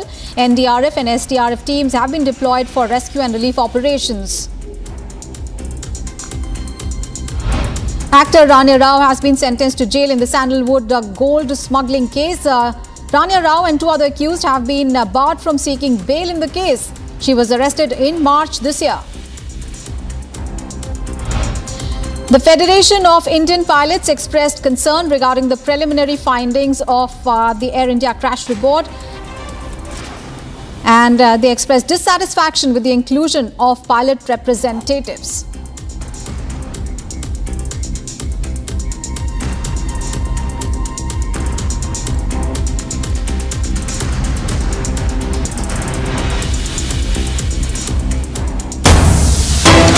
Big breaking news coming in from Tamil Nadu, where AIADMK General Secretary E.P. Palaniswamy has ruled out any possibility of a coalition government in Tamil Nadu. Now, EPS also took a direct swipe at Chief Minister M.K. Stalin, calling the Stalin's outreach campaign nothing but a political gimmick. Now, his remarks come ahead of the 2026 state polls, sharpening the political tone in the state. So, EPS ruling out any possibility of a coalition government in the state. Remember, the state is going to poll the next year, and ahead of that, there are the political heat really increasing in the state. And this after Amit Shah had said that our alliance will win. And he was talking about an alliance with the AIADMK, but AIADMK General Secretary is saying that there will be no coalition government in Tamil Nadu, and the party has been insisting that it will get the majority on its own. All right, let's get an update from Sharda, who's joining us live from Chennai. Sharda, ahead of the assembly elections, we can see the two partners, BJP and the AIADMK, speaking in different tones, because Amit Shah had earlier said that our alliance will win, but this is a different story as far as AIADMK General Secretary is concerned. month when the BJP and AIDMK came into alliance, the Home Minister Amit Shah stated that it would be a coalition government under the head of Edappadi K. Palaniswamy, who is the AIDMK General Secretary. But over time, when the BJP leader continued to state that Tamil Nadu will be having a coalition government if they win in the 2026 elections, the AIDMK factor is not taking it well, and at every single meeting possible, the General Secretary Edappadi K. Palaniswamy has been constantly telling that it would be a government formed under the AIADMK, and BJP would be an ally with it. However, now Edappadi K. Palaniswamy campaign mostly have what the DMK has been doing wrong in the last 4 years, and how the AIADMK along with the BJP under the India alliance would be coming to power in 2026. Right, so Amit Shah saying about the coalition government in Tamil Nadu, but AIDMK saying something else. So time to take a break, and coming up ahead, Nitish Kumar announces free electricity for Bihar consumers ahead of the assembly election. Also coming up ahead, NCERT issues formal statement amid the ongoing debate over its Class 8th history textbook. Says chapter included to help students understand sensitive historical phases in the right context. Details on those big stories and much more after a short break.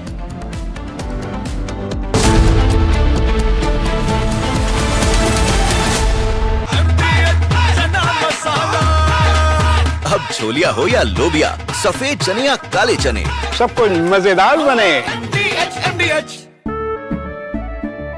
केसरिया से मन जोगी हुआ रे, दिल झूमे देखो मतवारा हुआ रे, केसरिया से मन जोगी हुआ। हर पल मनाओ केसरी त्योहार। विमल, बोलो जुबान केसरी।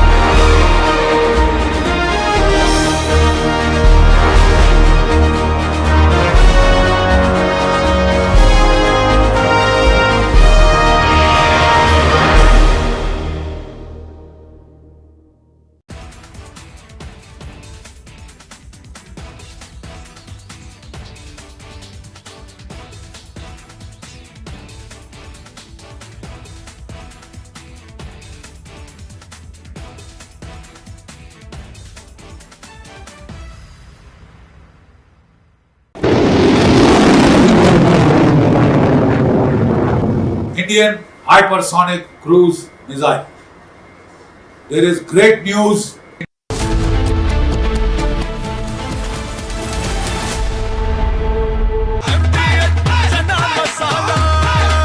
अब छोलिया हो या लोबिया, सफेद चने या काले चने, सब कुछ मजेदार बने। Well, at the end of 50 days, if we don't have a deal, it's going to be too bad. Yeah, the tariffs are going to go on and other sanctions go on. Donald Trump has defended his statement giving a 50-day ultimatum to Russia to end the war with Ukraine. Trump had earlier warned Russia of 100% tariffs if a deal wasn't struck with Ukraine. And one of the reasons that you're here today is to hear that we are very unhappy, I am, with Russia. But we'll discuss that maybe a different day. But we're very, very unhappy with them, and we're going to be doing very severe tariffs if we don't have a deal in 50 days. Tariffs at about 100%. You'd call them secondary tariffs. You know what that means. Russia did not take to Trump's warning kindly. Kremlin has called Trump's statement quite serious, and that Putin will respond to it only if necessary. Заявления президента США весьма серьезные. Что-то в них адресовано лично президенту Путину. Нам, безусловно, нужно время для анализа сказанного в Вашингтоне. И если и когда президент Путин посчитает необходимым, он это обязательно прокомментирует. Nevertheless, Donald Trump has defended his statement and also revealed if he plans to send long-range weapons to Ukraine. You've given Russia 50 days. What happens now? Do you talk to Vladimir Putin? Well, at the end of 50 days, if we don't have a deal, it's going to be too bad. Well, what happens Should Zelensky get more aggressive? Yeah, the tariffs are going to go on and other sanctions go on. Should Zelensky target Moscow? Should Zelensky target Moscow, sir? Should Zelensky target Moscow or deeper into Russia? No, he shouldn't target Moscow. Is that why you gave him more weapons, though? Long-range missiles to Ukraine as well, and that you had to about 50 days. No, we're not looking to do that. Mr. President, why are you giving Mr. Putin 50 additional days and not just using for against? Oh, I don't think 50 days is...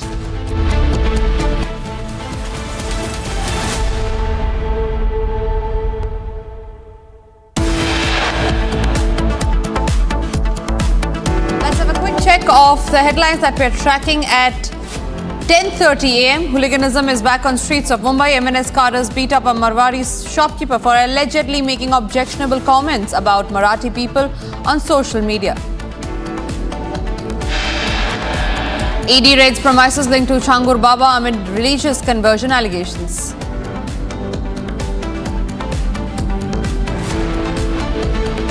Kiran Rijij's advice to Rahul Gandhi over his foreign policy remarks reiterates Pakistan language attack. Nitish Kumar announces free electricity for Bihar consumers ahead of the assembly elections.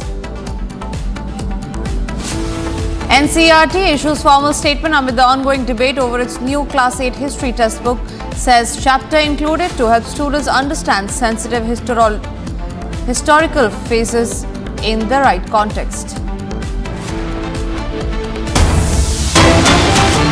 Starting this edition with some breaking news coming in a major boost to India's air defense capabilities. The Indian Army has successfully tested the indigenous Akash Prime system at an altitude of over 15,000 feet in Ladakh. The high altitude trials were conducted by Army air defense units along with the DRDO officials. The surface-to-air missiles scored 2 direct hits on fast-moving aerial targets in rare-field high-altitude conditions. Akash Prime will now be the 3rd and the 4th regiments of the Akash system in Army. The defense officials say that the system also proved its effectiveness during Operation Sindoor, countering Pakistani attacks using Chinese jets and Turkish drones. All right, Deepak, my colleague, is joining me live from the newsroom on that. Deepak, talk to us about how these missile systems are going to be a major boost to the air defense system in India. That's right, Tanisha. Like you clearly mentioned, this is a major boost to our air defense arsenal. And let me talk about the features of the Akash Prime surface-to-air missile system. It has supersonic missiles, and what we understand is that the warhead of this particular arsenal can carry about 60 kilograms of high explosive pre-fragmented warhead, and the launch platform is from a mobile platform, which is a surface platform, and the target type that it can engage is aircraft, drones, cruise missiles, and the technology, as far as this system is concerned, it is equipped with a Rajendra radar for target tracking, and this is an indigenously made radar for this particular system. And the special features of Akash Prime is that it has a new seeker technology for more accurate homing, and it has improved performance in low temperature and high altitude environments. It has upgraded control systems for precision in complex terrains like in Ladakh, and that's why they use Ladakh as the testing ground to test it in such complex terrains. And what we understand more is that it is developed by the Defense Research and Development Organization, which is DRDO, and it is being operated by the Indian Army and Air Force. And what we also should know is that this high stakes trial, Tanisha, saw 2 direct hits, smashing fast-moving target aircraft in the tough Himalayan atmosphere, and the message is loud and clear. Whether it's icy terrain, high altitude or incoming threats, India is ready and Akash Prime is the latest in its arsenal. Absolutely, Deepa. Thank you very much for getting us those details. We quickly move across to some other stories that we're tracking. The annual Amarnath Yatra was suspended today from both Pahalgam and the Baltal base camps following continuous rainfall. Here's the latest on the resumption of the Yatra and what the situation is like on ground.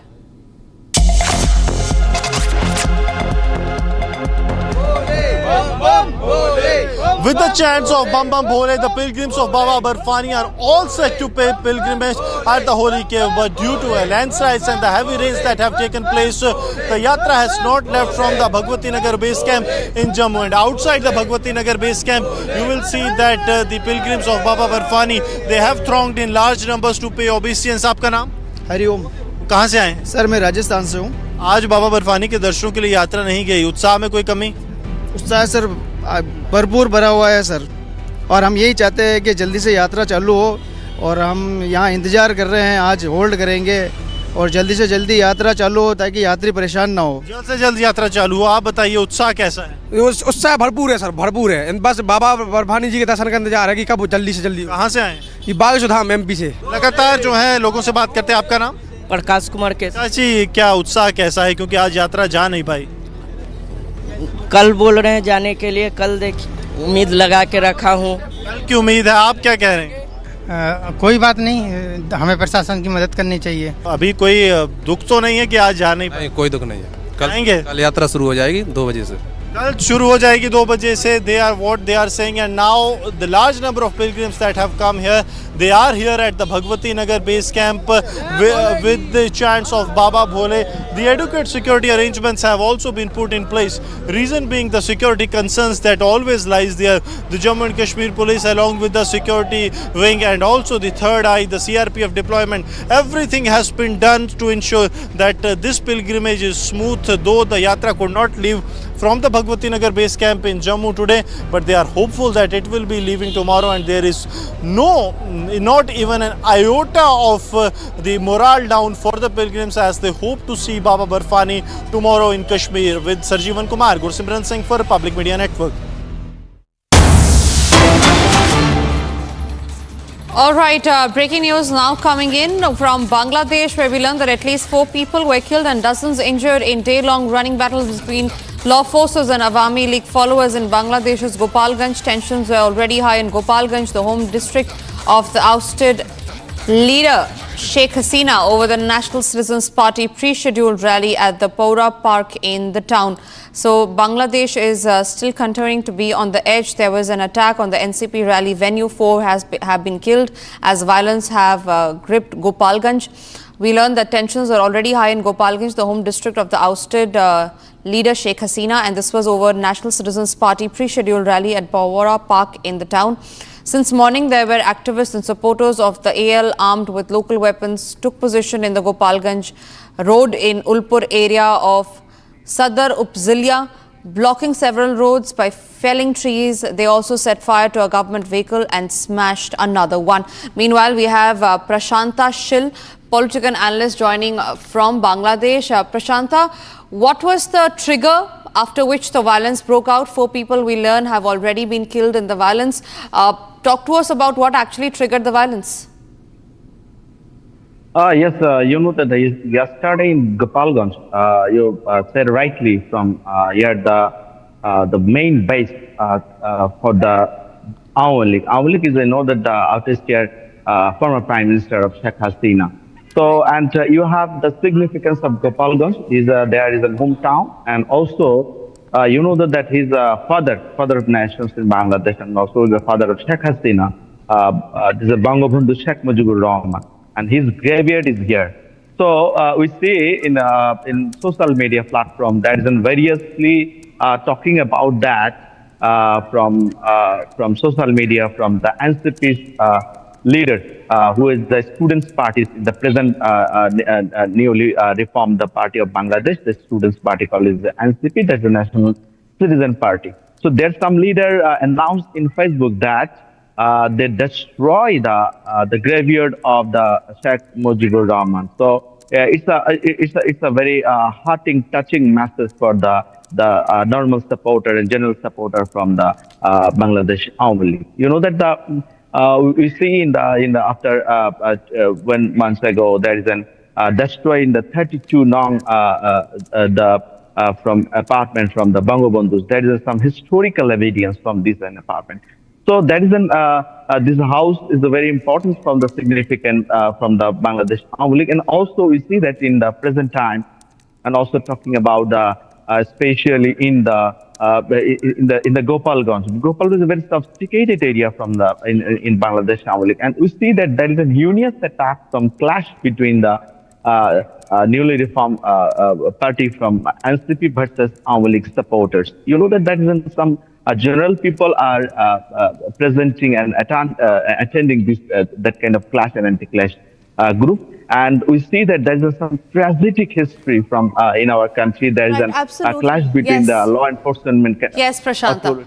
Prashanta, thank you very much for getting us those details. I'm sorry, I'll have to cut you short on that note because we're getting in a breaking news that's coming in, and this is about how the Wall Street Journal has targeted the pilots. A cockpit recording of the dialogue between two pilots of the Air India flight that crashed last month indicates the captain cut the flow of the fuel to plane's engines. The Wall Street Journal has reported this. The newspaper also cited that people familiar with the United States officials' early assessment of the evidence uncovered in the investigation into the June 12th crash in Ahmedabad, India, that killed 260 people. So the Wall Street Journal essentially going out, Western media speculating on the focuses on the pilot error despite government asking to desist. It is the Wall Street Journal who has blamed the pilot. The Western media going ahead blaming the Indian pilots. AI-171 crash probe gets murkier, where speculation or a hit job is what Western media is at it again. The new Wall Street Journal report has targeted the pilot. They have said, and I quote, a cockpit recording of dialogue between the two pilots of Air India flight that crashed last month indicates the captain cut the flow of the fuel to the plane's engines. Abhishek Kapoor, senior executive editor, is joining us on the phone line on that. Abhishek, what is the Western media really trying to do after targeting the Indian pilots? Well, you see, this is a classic case of Rashomon effect, as it is called, where a sliver of information is used to varying interpretations or your motivated interpretations. The latter most likely in the case of Western media, because the reason why I say this is more likely a case of motivated reporting is because even before the report was out, an insinuation had begun that this was due to pilot error, that this was because of the fuel control switch not in its right place, or that it was moved. Now, how could a Western media platform put a conjecture that the switch was not at the right place? In fact, the switch was at the right place, only that the report says that from run, it had gone to shut off, and then from shut off, the pilot had moved it back to run. Now, all these details obviously were not available beforehand, and yet media speculation began first in Air Current magazine, which I believe is a focused aviation magazine, and then, of course, the Wall Street Journal, which has followed it up with this report now, which has come out, which sort of even more vocally tries to put onus on pilot error. And in fact, it actually says that the captain perhaps changed the levers of the fuel control switch from run to shut off. Now, the AAIB report does not mention which pilot said what. It only says pilot A said to pilot B, are the switches, did you shut down the lever, fuel control switch, to which the other pilot says no. Now, despite the fact that the report is not identifying any pilot, the Wall Street Journal pushes the envelope. Now, remember, the initial probe report is just that, initial probe report. And for this kind of interpretation spin to be given, I think, as I said, this is a classic case of Rashomon effect, with most likely a motivated campaign being the objective to tarnish the pilot and to get the airline and, of course, the company of the aircraft, Boeing, completely off the hook even before the final probe report is out, because that's going to take time. And so coloring of the investigation, the probe has already begun, is something which we can sense from this series of reports that are really emerging in the Western media, which are sort of preempting the probe. They preempted the probe, the initial probe report, and now they seem to be trying to influence the investigation going forward. Absolutely, Abhishek. One more question before I let you go. The prejudice that the Western media is forming about the Indian pilots, the speculation that they are giving out that it was the pilot's fault because of which AI-171 crashed. Do you think this matter will be taken up by the Indian government, keeping in mind how the Western media is casting doubts on our pilots? Well, ideally, the government should, in the sense that the government has come out with the Minister of Civil Aviation, his deputy, and others, making it clear that no speculation should be indulged in, that no conclusions should be drawn, because this is absolutely initial primary report to meet the mandate of global standards of civil aviation. And so this kind of conjecture and, giving a slant or suggestion to what is absolutely preliminary finding is absolutely uncalled for. So I think in that sense, the government can really, they cannot pull up, because it's after all media freedom, they cannot pull up anyone, but at least make a statement that these reports are speculative and they do not help the cause of truth, and they do not help the cause of an honest, transparent and efficient investigation. Absolutely, Abhishek. Thank you very much for getting us those details. Remains to be seen on what action will the government of India take as far as the propaganda of the Western media is concerned. We move on to the other stories that we are tracking. The Baloch Liberation Army, the BLA, has claimed responsibility for 2 deadly attacks on Pakistani military forces, killing 29 personnel in Kalat and Quetta. In the first incident, the BLA's Fateh squad ambushed a military bus on Kalat-Quetta highway, eliminating 27 army people. The second attack involved an IED blast in Quetta's Hazarganji area, killing 2 more. The BLA stated that the attacks were part of their ongoing armed resistance against what they call the occupying Pakistan army, and urged civilians to maintain distance from military personnel to avoid any collateral damage. Latest visuals on your screen show how the Baloch Liberation Army has claimed responsibility for the 2 deadly attacks that they carried out, and this was on a military bus which carried Pakistani army people. There are heavy damages that have already been inflicted.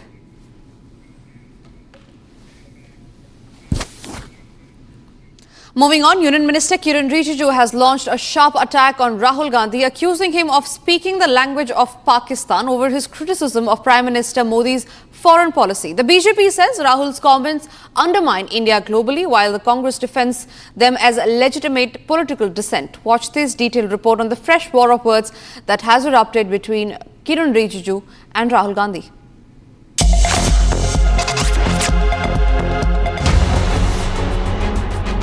A major political flashpoint erupts yet again, this time over foreign policy. Union Minister Kiran Rijiju has accused Congress leader Rahul Gandhi of echoing Pakistan's narrative while criticizing Prime Minister Modi's global diplomacy. Rijiju claims that Rahul's recent remarks not only target the government but also question India's international standing. He says such criticism, especially on foreign soil, helps India's adversaries and mirrors Pakistan's tone.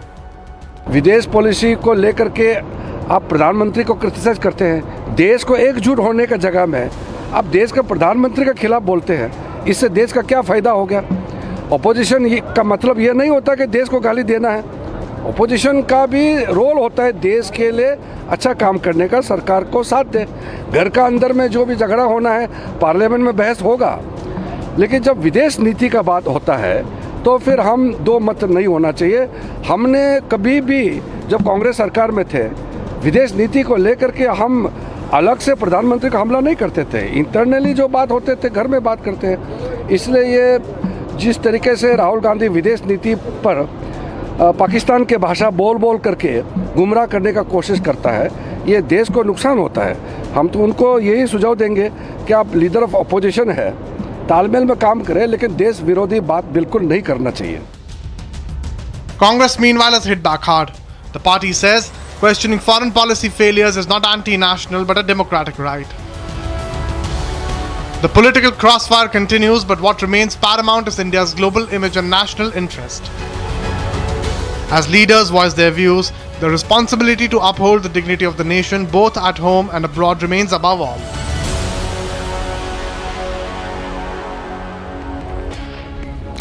Moving on to some other stories that are making international headlines. Israel has launched a fresh military attack on the Syrian capital Damascus, thereby issuing a fresh escalation. Remember, 3 people have already been dead, 4 have been injured. A military headquarters in Syria have been hit. And we learn that Netanyahu has also issued a statement in this regard. Let's listen into what he had to say.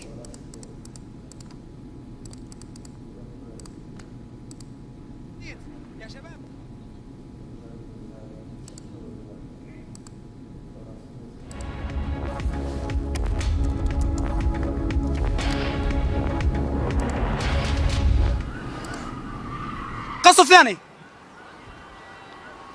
دمروه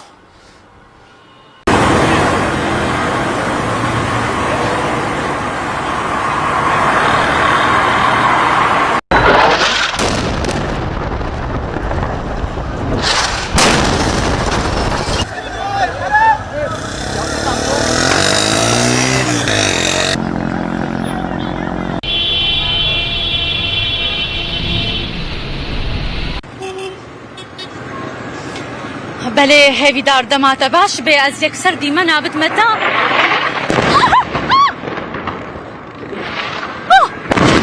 مهاجمة قوات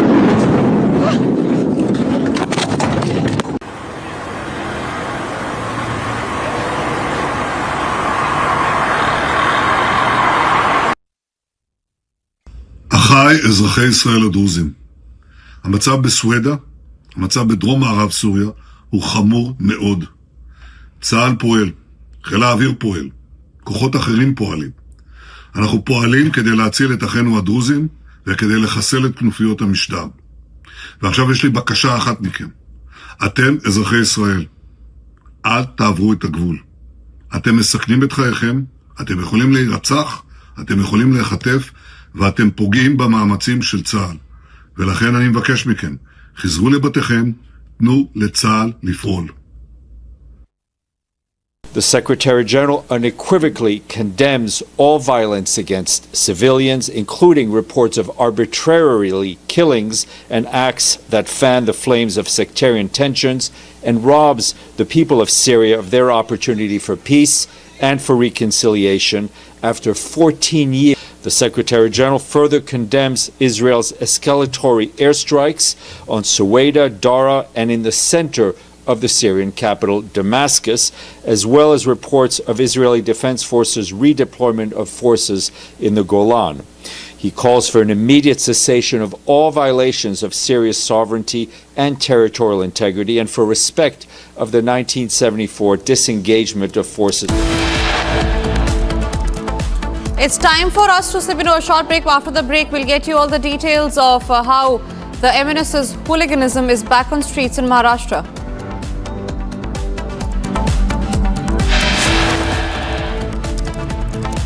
And also after the break is NCRT's fresh statement that they have issued on their new chapter that has created a huge controversy.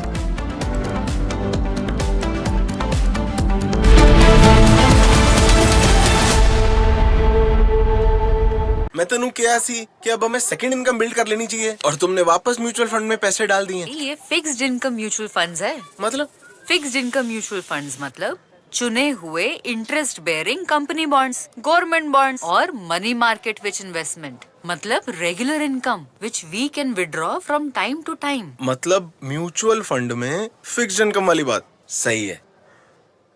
Mutual fund निवेश बाजार जोखिमों के अधीन है। योजना से जुड़े सभी दस्तावेजों को ध्यान से पढ़ें। इसको घर पे लगाओगे तो शादी का तो पता नहीं, पर घर पक्का नहीं टूटेगा। रुंगटा नहीं तो घर स्ट्रॉन्ग नहीं। रुंगटा स्टील TMT बार एकदम सॉलिड। पहाड़ों में हाइकिंग शिप भी बन सकती है। आधे बाउल दही में 4 चम्मच MDH चटनी पुदीना मसाला डाला, स्टर करो, पुदीना चटनी तैयार। MDH चटनी पुदीना मसाला। केसरिया से मन जोगी हुआ रे, दिल झूमे देखो मतवारा हुआ रे। केसरिया से मन जोगी हुआ। हर पल मनाओ केसरी त्योहार। विमल, बोलो जुबान Kesari. Well, at the end of 50 days, if we don't have a deal, it's going to be Too bad. Yeah, the tariffs are going to go on and other sanctions go on. Donald Trump has defended his statement giving a 50-day ultimatum to Russia to end the war with Ukraine. Trump had earlier warned Russia of 100% tariffs if a deal wasn't struck with Ukraine. And one of the reasons that you're here today is to hear that we are very unhappy, I am, with Russia. But we'll discuss that maybe a different day. But we're very, very unhappy with them, and we're going to be doing very severe tariffs if we don't have a deal in 50 days. Tariffs at about 100%. You'd call them secondary tariffs. You know.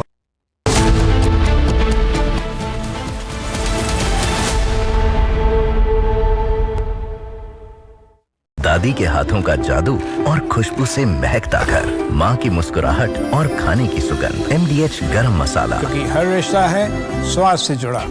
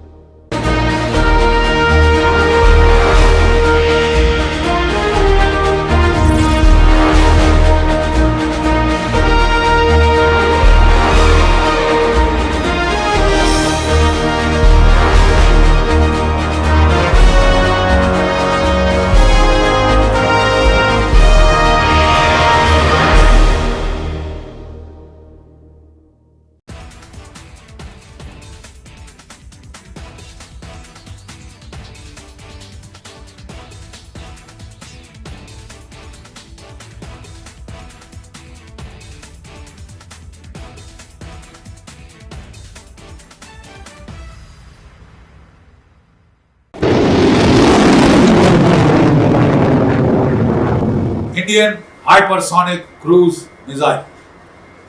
There is great news for the Indian people. India's DRDO has just perfected, has just made an extended technology, long duration hypersonic cruise missile. Quite a mouthful, but it is going to be a fistful for our enemies, the enemies of this country. It is the ET LDHCM missile, okay, extended technology, long duration, hypersonic cruise missile. Everybody knows about the BrahMos now. In Operation Sindoor, the supersonic. BrahMos is supersonic. This new missile is hypersonic. And with this, India has entered a select league of countries like Russia, China, America, India. Even America is yet to perfect its cruise missile. India, even Iran, it is said, has these hypersonic cruise missiles, right? And they are unstoppable. In Ukraine, Russia, whenever Russia has fired the hypersonic cruise missile, no defense system, not the Patriot, nor the third American Patriot systems, Israeli very high level defense system have been able to stop hypersonic missiles. They are unstoppable. And therefore, India has entered a very select league. These missiles are, going to be very, very accurate. Why? We have demonstrated that. We have the Navik, the Indian constellation of 12 satellites which are up there. Low Earth orbit satellites, polar orbit satellites, geosynchronous orbit satellites which cover the area 3,000 kilometers all around India's land and sea frontiers. And with the help of them, India has got 1 meter level of accuracy. In fact, in Operation Sindoor, the BrahMos cruise missiles had hit and blasted the Pakistani air base at Noor Khan between Rawalpindi and Islamabad. There was a command and control deeply buried, deeply hardened target bunker where all the C4I computers of Pakistan, their computer consoles for monitoring the air battle and their entire staff who were running the air battle for Pakistan were located there. It had a 5 to 6 feet, layer of concrete, cement, etc. on top and all around. Even a nuclear bomb could not have taken it down. India's BrahMos cruise missile took it out. How? It had a vent, air conditioning vent, 45 centimeters. Our satellites located that vent. And then our BrahMos cruise missile hit through that vent and went inside the bunker and blew up. That is the accuracy of the BrahMos. This is going to be replicated by the hypersonic cruise missile, which has 1,500 kilometer range. The BrahMos presently has 400 kilometer range. The next generation BrahMos NG will have 800 kilometers range, but this hypersonic cruise missile has 1,500 kilometer range to start with. It has a speed of 8 Mach, 8 times the speed of sound, or 11. From Asia's largest news headquarters, setting the agenda for Bharat.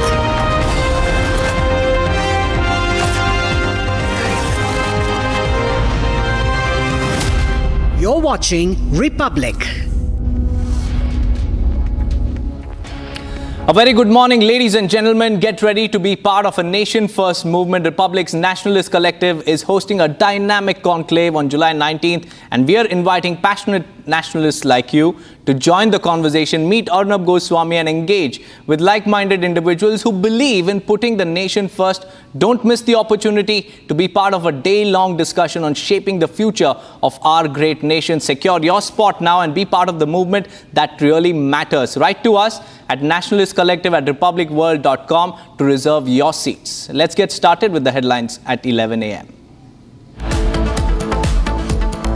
Report published in Wall Street Journal targets pilot for Ahmedabad plane crash.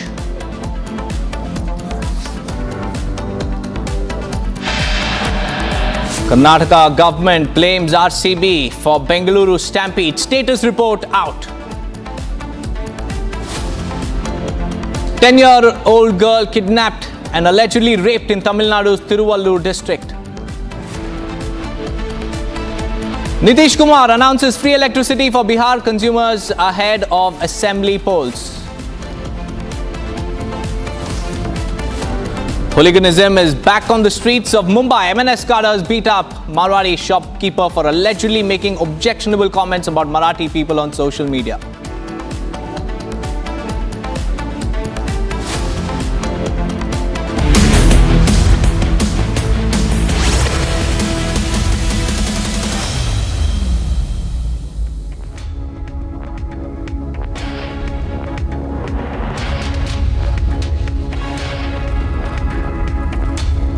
First up, viewers, we have some big breaking news coming in. Republic has accessed the stampede status report. The Karnataka government's report to the High Court on Bengaluru stampede squarely blames organizers, DNA and RCB for multiple murderous lapses, and the report says no proper police permission was sought for the June 4th parade. Still, RCB went ahead, even posting on social media, inviting lakhs of fans. Over 3 lakh people turned up, leading to massive crowding and chaos. A last-minute announcement about entry passes caused a lot of panic.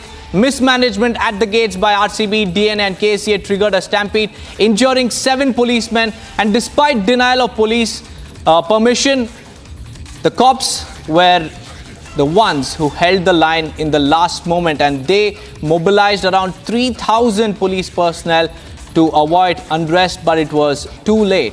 And the magisterial probe has now detailed the FIRs, the police action, and also the compensation for victims that were announced. And what we understand, viewers, is that this report has highlighted several lapses on the part of RCB. RCB broke every single rule in the book.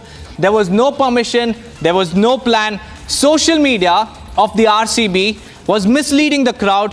The gates of the stadium stayed shut because the capacity of the stadium was only 35,000, but the turnout of crowd was around 3 lakh individuals right outside the Chinnaswamy Stadium. The passes The announcement came very late because earlier in the day, RCB had announced free entry for all RCB fans for the victory parade, for the victory celebrations. But it was only at 3:14 p.m. on that fateful day that RCB put out a post saying, grab your passes before it's too late. But guess what, RCB? It's too late, and fans were made to pay the price for the kind of love they showed for the team that secured a historic victory. But this victory has also been marred by the deadly stampede.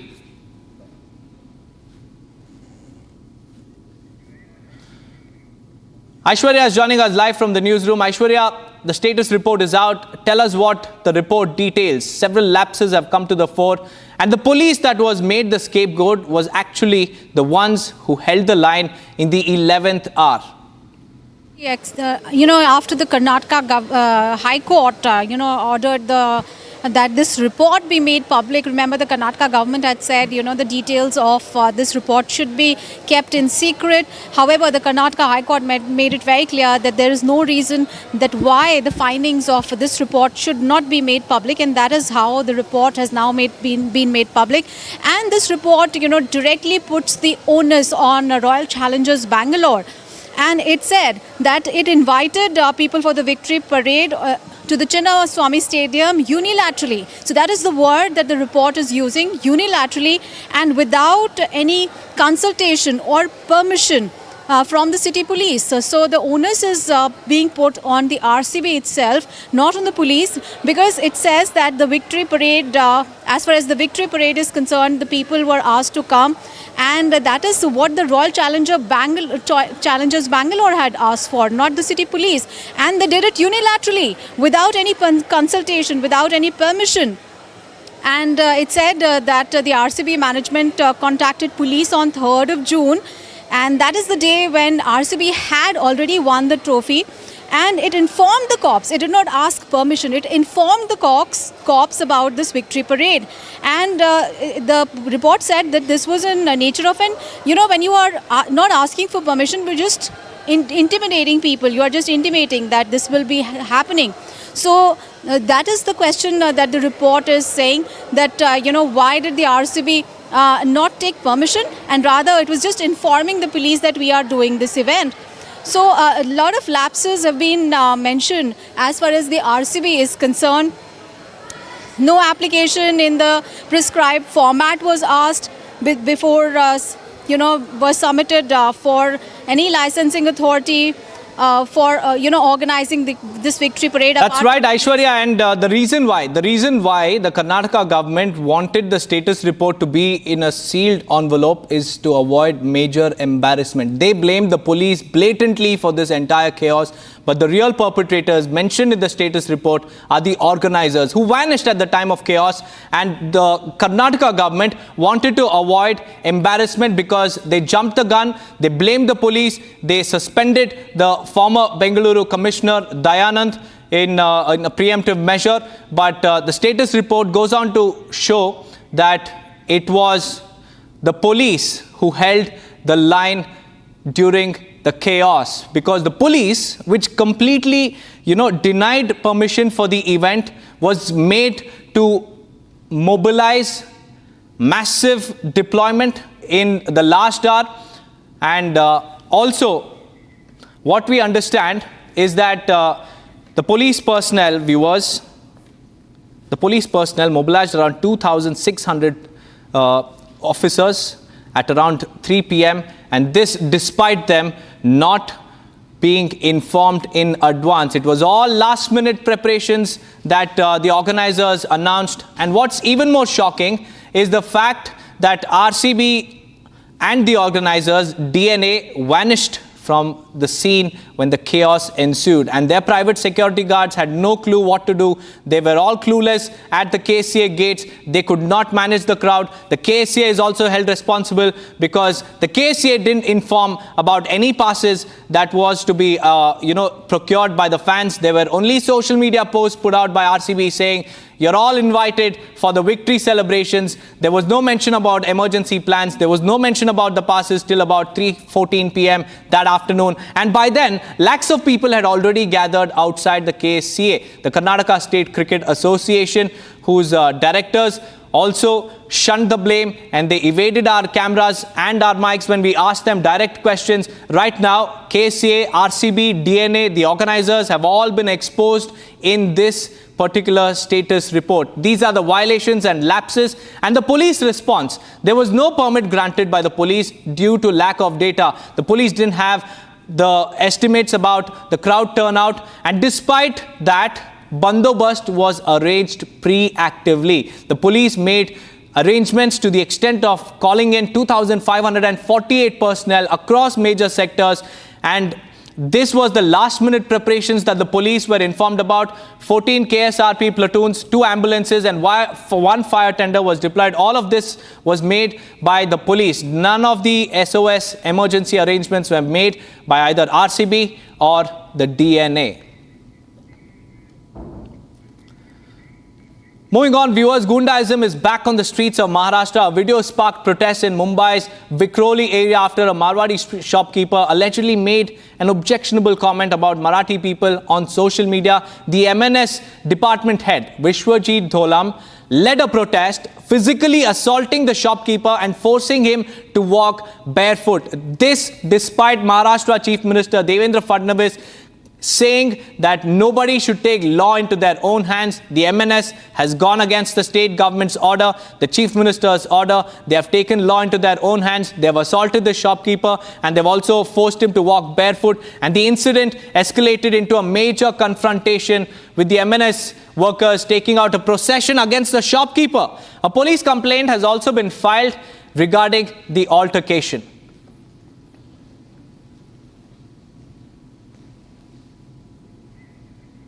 We have Satya Prakash joining us live. Satya Prakash, Devendra Fadnavis, the Maharashtra Chief Minister, had clearly said and also warned against those taking law into their own hands, but MNS workers have gone rogue once again. They've targeted a shopkeeper, they've taken law into their own hands, they've assaulted him, and look at that, they've paraded him on barefoot. Tell us more, Satya Prakash. Deepak ji, देखिए जिस तरह से महाराष्ट्र में हिंदी बना मराठी का मुद्दा है, जिस तरह से मनसे कार्यकर्ता लगातार कहीं कहीं हिंदी भाषी लोगों को टारगेट कर रहे हैं, जिस तरह से मीरा रोड में घटना हुई थी उसको लेकर जो ये मारवाड़ी दुकानदार जो विक्रोली में रहता है, दुकानदार ने सिर्फ सोशल मीडिया पोस्ट किया था कि मारवाड़ी लोगों ने अपना दिखा दिया। कहीं कहीं जो बातें कहा था कि जिस तरह से मीरा रोड में प्रोटेस्ट हुआ था और जिस तरह से मारवाड़ी लोग इकट्ठा हुए थे उसी को लेकर उसने सोशल मीडिया पोस्ट किया था, जिसके बाद मनसे कार्यकर्ताओं ने सोशल मीडिया पोस्ट देखा। इसके बाद मनसे कार्यकर्ता पहुँचे और इस जो विक्रोली का जो मारवाड़ी दुकानदार है उसको बाहर निकाला, दुकान से कान पकड़वाया और मारा। इसके बाद जो सड़क है सड़क पर घुमाया।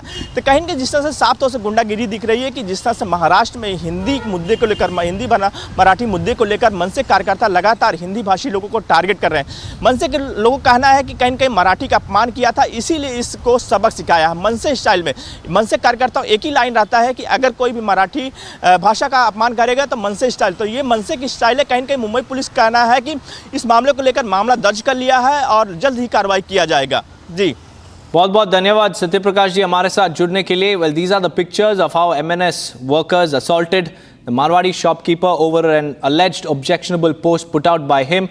In fact, the verbal altercation was also seen turning violent.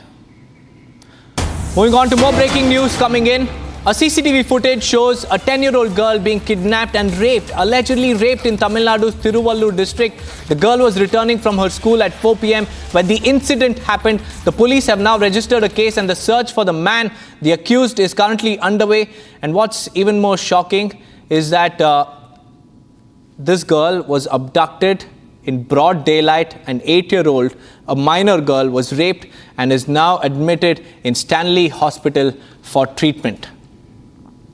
This is that video captured on CCTV. There you can see how a man is seen following an 8-year-old, and as soon as he approaches the minor, he kidnaps her, he takes her away, and then according to the details that have emerged, the minor was allegedly raped and she is now hospitalized.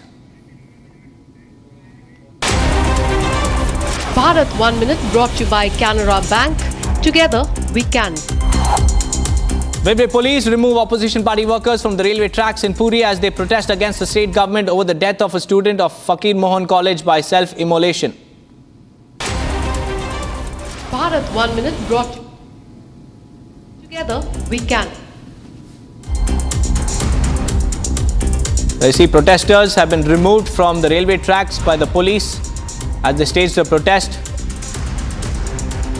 Meanwhile, heavy rains triggered waterlogging in parts of Kerala, and Kutiyadi was the worst hit. Following heavy rainfall, NDRF and SDRF teams have been deployed for rescue and relief operations.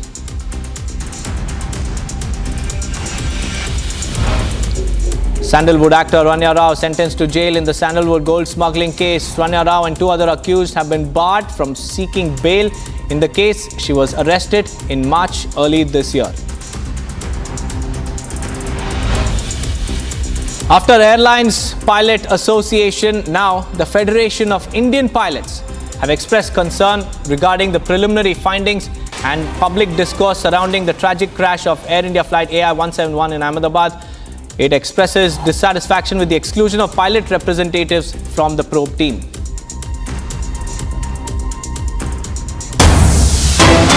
Moving on to more breaking news, the Enforcement Directorate has carried out raids across 14 locations in 2 states, Maharashtra and Uttar Pradesh.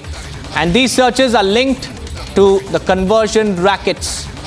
The Enforcement Directorate in Uttar Pradesh raided Balrampur. The agency has raided at least 14 locations, including premises that are linked to Changur Baba. Raids are being conducted in Maharashtra as well, and it began at the crack of dawn at around 5 a.m. this morning and are still underway across several districts, including Balrampur. And the focus and the Enforcement Directorate's lens is on Hawala transactions, how money exchanged hands through illegal means, and also conversion rackets spanning different states.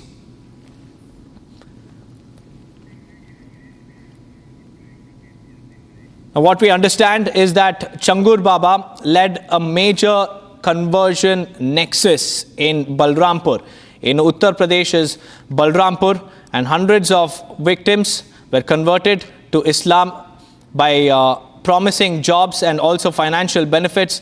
And the most shocking aspect of this conversion nexus was the fact that Changur Baba used women to lure men, honey trapped them, filed false rape cases against them with the help of the state machinery. Remember, yesterday we told you about those government officials who were also involved, including Tehsildars and also the ADM.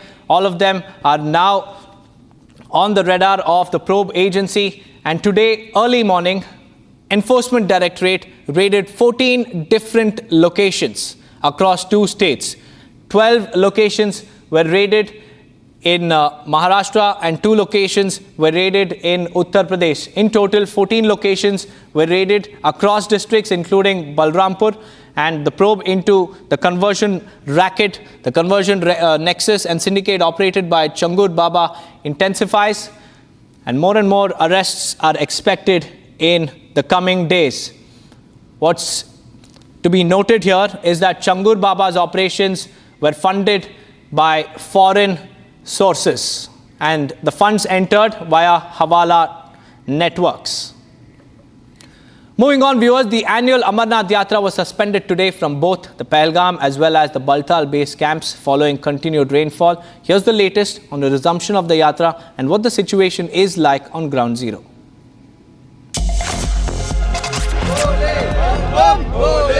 With the chants of Bam Bam Bhole, the pilgrims of Baba Barfani are all set to pay pilgrimage at the holy cave. But due to landslides and the heavy rains that have taken place, the Yatra has not left from the Bhagwati Nagar base camp in Jammu. And outside the Bhagwati Nagar base camp, you will see that the pilgrims of Baba Barfani, they have thronged in large numbers to pay obeisance. आपका नाम?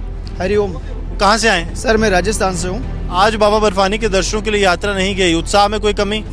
उत्साह sir भरपूर भरा हुआ है sir, और हम यही चाहते हैं कि जल्दी से यात्रा चालू हो, और हम यहाँ इंतज़ार कर रहे हैं. आज होल्ड करेंगे और जल्दी से जल्दी यात्रा चालू हो ताकि यात्री परेशान ना हो। जल्द से जल्द यात्रा चालू हो। आप बताइए उत्साह कैसा है? उत्साह भरपूर है सर, भरपूर है। बस बाबा बर्फानी जी के दर्शन का इंतजार है कि कब जल्दी से जल्दी। कहाँ से आए? ये बागेश्वर MP से। लगातार जो है लोगों से बात करते हैं। आपका नाम? प्रकाश कुमार के। चाची, क्या उत्साह कैसा है, क्योंकि आज यात्रा जा नहीं पाई? कल बोल रहे हैं जाने के लिए, कल देखिए उम्मीद लगा के रखा हूँ। कल की उम्मीद है। आप क्या कह रहे हैं? कोई बात नहीं, हमें प्रशासन की मदद करनी चाहिए। अभी कोई दुख तो नहीं है कि आज जा नहीं पाए? कोई दुख नहीं है। कल आएंगे? कल यात्रा शुरू हो जाएगी 2 बजे से। कल शुरू हो जाएगी 2 बजे से। They are what they are saying, and now the large number of pilgrims that have come here, they are here at the Bhagwati Nagar base camp with the chants of Baba Bhole. The adequate security arrangements have also been put in place. Reason being the security concerns that always lies there. The Jammu and Kashmir police along with the security wing and also the third eye, the CRPF deployment, everything has been done to ensure that this pilgrimage is smooth, though the yatra could not leave from the Bhagwati Nagar base camp in Jammu today, but they are hopeful that it will be leaving tomorrow, and there is not even an iota of the morale down for the pilgrims as they hope to see Baba Barfani tomorrow in Kashmir. With Sarjeevan Kumar, Gursimran Singh for Public Media Network.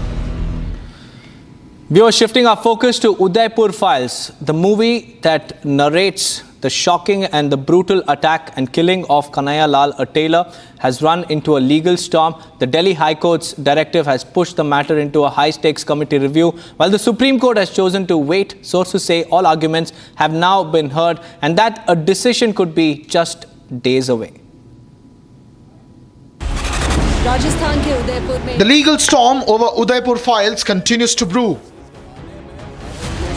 The Central Government Committee reviewing the certification of the film Udaipur Files has completed hearing arguments from all stakeholders. Sources confirm that both the petitioners and the respondents have now placed their submissions on record. We explained our side to the revisional committee. We hold a valid CBFC certificate. The Honorable Delhi High Court, as we made an argument in the Supreme Court as well, we were being led by Mr. Gaurav Bhatia, senior advocate, as it was told to the Honorable Supreme Court that there is no comment, no adverse finding as far as the merit of the case is concerned qua the CBFC certificate as to how the movie's certificate is in violation or in contravention of any of the provisions of the Cinematograph Act. As directed by the Delhi High Court, the committee must now issue its findings within 7 days.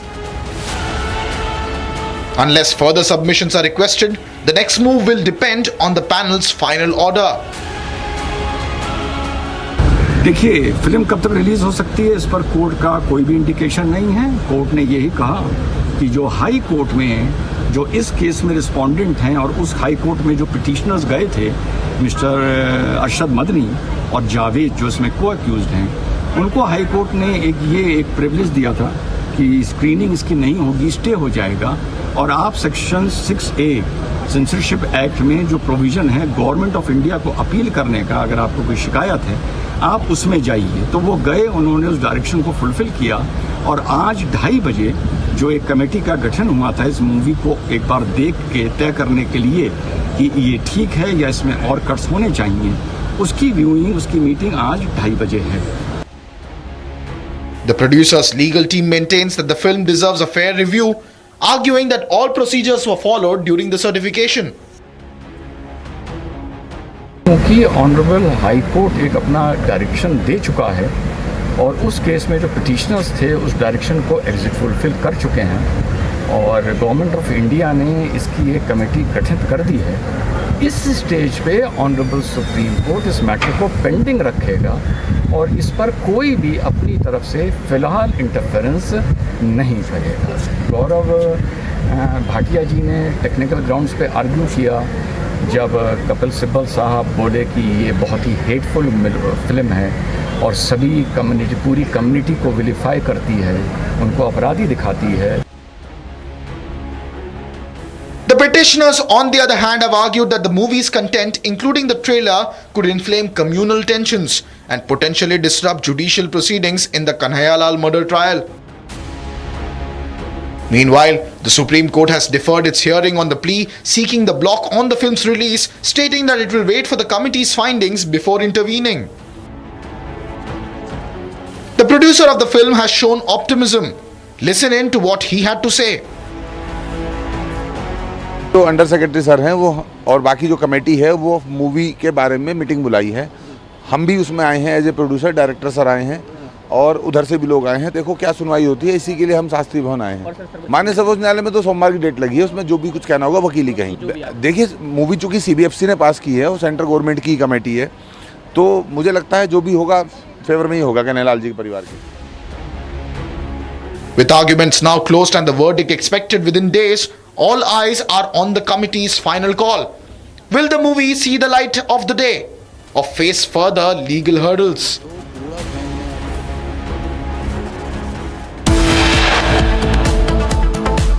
With that, viewers, it's time for a quick break. On the other side, we'll tell you about the Western media report published.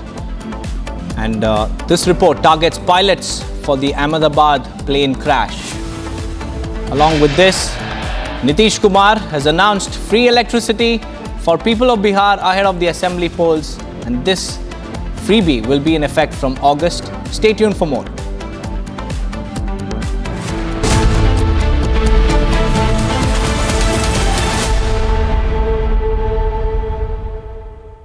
MDH की हल्दी मिर्ची धनिया करे कमाल, ये रंग दे, ये खुशबू दे, ये तीखा, ये कम पड़े, क्या निराला MDH मसाला।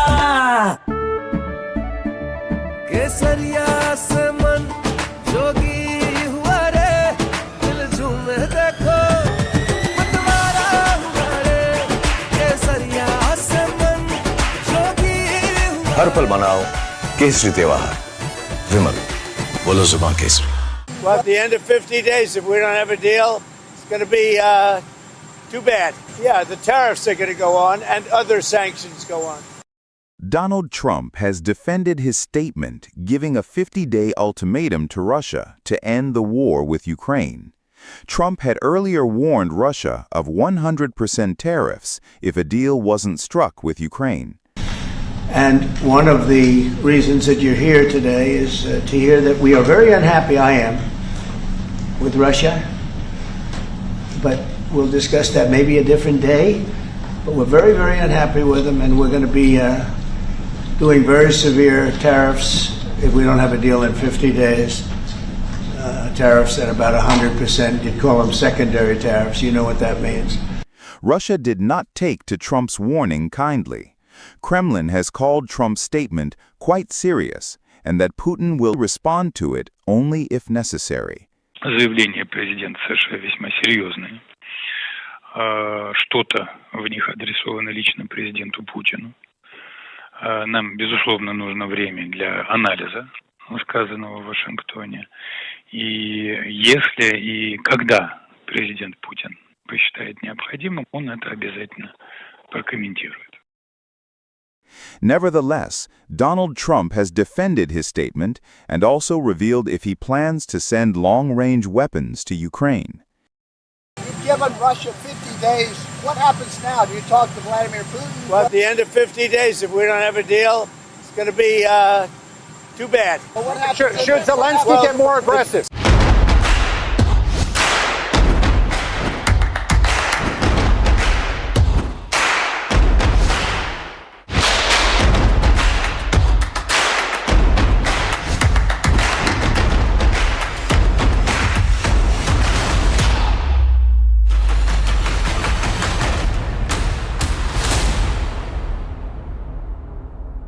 सीक्रेट रेसिपी MDH का जीरा सिप जल जीरा मसाला। सिप सिप जीरा सिप MDH का जल जीरा सिप MDH का जल जीरा SIP. Well, at the end of 50 days, if we don't have a deal, it's going to be too bad. Yeah, the tariffs are going to go on and other sanctions go on.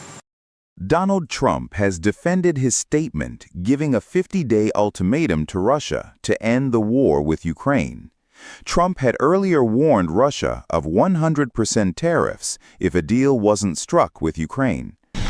And one of the reasons that you're here today is to hear that we are very unhappy, I am, with Russia. But we'll discuss that maybe a different day. But we're very, very unhappy with them, and we're going to be doing very severe tariffs if we don't have a deal in 50 days. Tariffs at about 100%. You'd call them secondary tariffs. You know what that means. Russia did not take to Trump's warning kindly. Kremlin has called Trump's statement quite serious, and that Putin will respond to it only if necessary. Заявления президента США весьма серьезные. Что-то в них адресовано лично президенту Путину. Нам, безусловно, нужно время для анализа сказанного в Вашингтоне. И если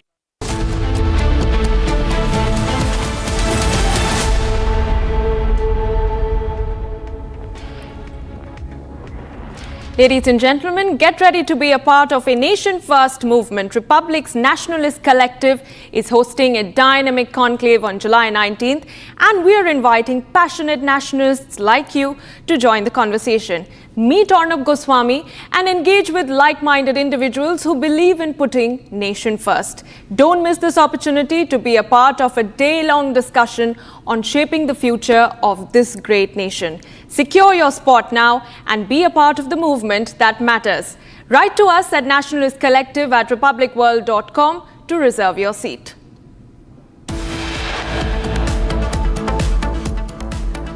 Report published in Wall Street Journal targets pilots for Ahmedabad air crash.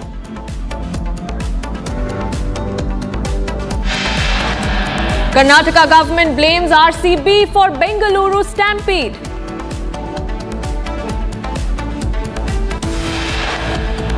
Ten-year-old girl kidnapped and allegedly raped in Tamil Nadu's Thiruvallur district.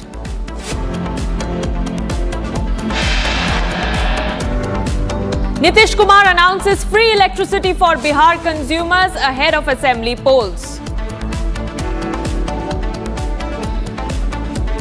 And hooliganism is back on the streets of Mumbai. M&S cadres beat up Marwari shopkeeper for allegedly making objectionable comments about Marathi people on social media.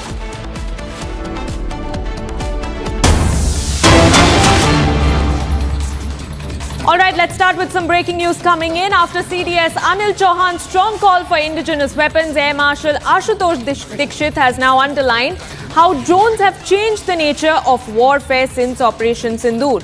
He has gone on to say that India must reduce dependence on imported drone components and urge the defense ecosystem, including scientific bodies, the academia and industry, to contribute more actively to indigenous capability.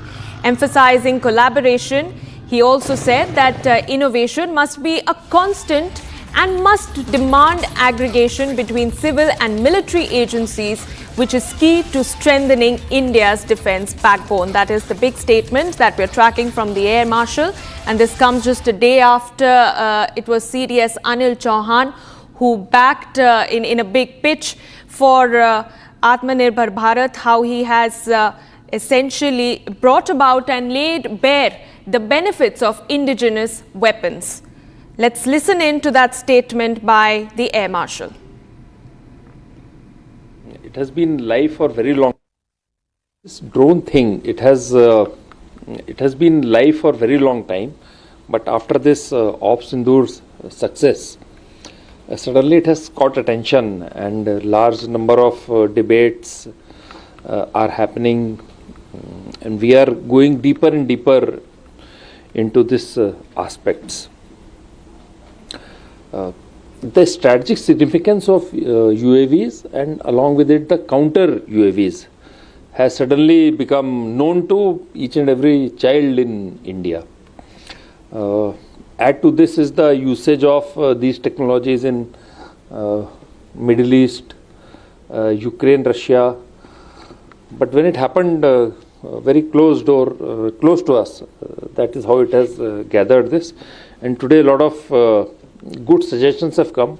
We have to really improve. In my opinion, this UAVs, drones, and you can call it by any other name, loitering munition, that is the attritable version, and that is the one which is to be treated as maybe ammunition. It has been added a new dimension in warfare. or domain in warfare. So this unmanned is a new domain. All of us are trying to understand it and trying to do our best to achieve superiority in this domain also.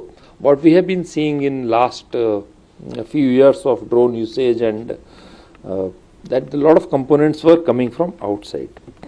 So military and civil authorities have to give their requirement. Industry has to do innovation and innovation and innovation, and certainly your pain points which have been brought out, please submit and we'll see what best we can do. All right, well, that was a statement from Air Marshal Ashutosh Dikshit. But meanwhile, let's also listen in to that very, very important statement by Chief of Defence Staff Anil Chauhan that he gave yesterday, wherein he said that Operation Sindoor has precisely shown why indigenously developed unmanned aerial systems and CUAS built for our terrain and our needs are extremely crucial. The need of the hour is to develop capabilities to harness this lower airspace gainfully through utilization of force multipliers like US systems, and at the same time dissuade the adversary from doing so by developing a robust counter US systems. During Operation Sindoor on 10th of May, Pakistan had used unarmed drones and loiter ammunitions. None of them actually could inflict any damage to Indian military or civilian infrastructure. Most of them were utilized through a combination of kinetic and non-kinetic means, and some of them in fact could be recovered in almost intact conditions. We need to focus on combat in future in this particular lower airspace. The ability to use LEO satellites for control of USS, enhance communication and navigation services, and increase the range and functionality of drones manifold. Conventional drones that work on principles of line of sight data link are limited in range and capabilities. Counter US operations are extremely complicated. Detecting, identifying, tracking and neutralizing drones involves creation of a counter US grid that must be capable of integrating and networking multiple technologies such as radars, sensors, jammers, as well as directed energy weapons.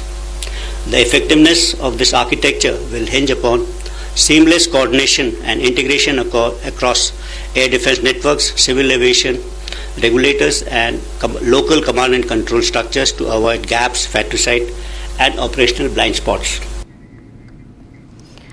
All right, that was the statement from Chief of Defence Staff, who has underscored the extreme importance of indigenous weapons in today's warfare. In fact, the one statement that has absolutely made the headlines, viewers, is that yesterday's wars cannot, today's wars cannot be won with yesterday's weapons. And this he said in connection to how India has given a very harsh response to terror state Pakistan in Operation Sindoor using our own indigenous weapons.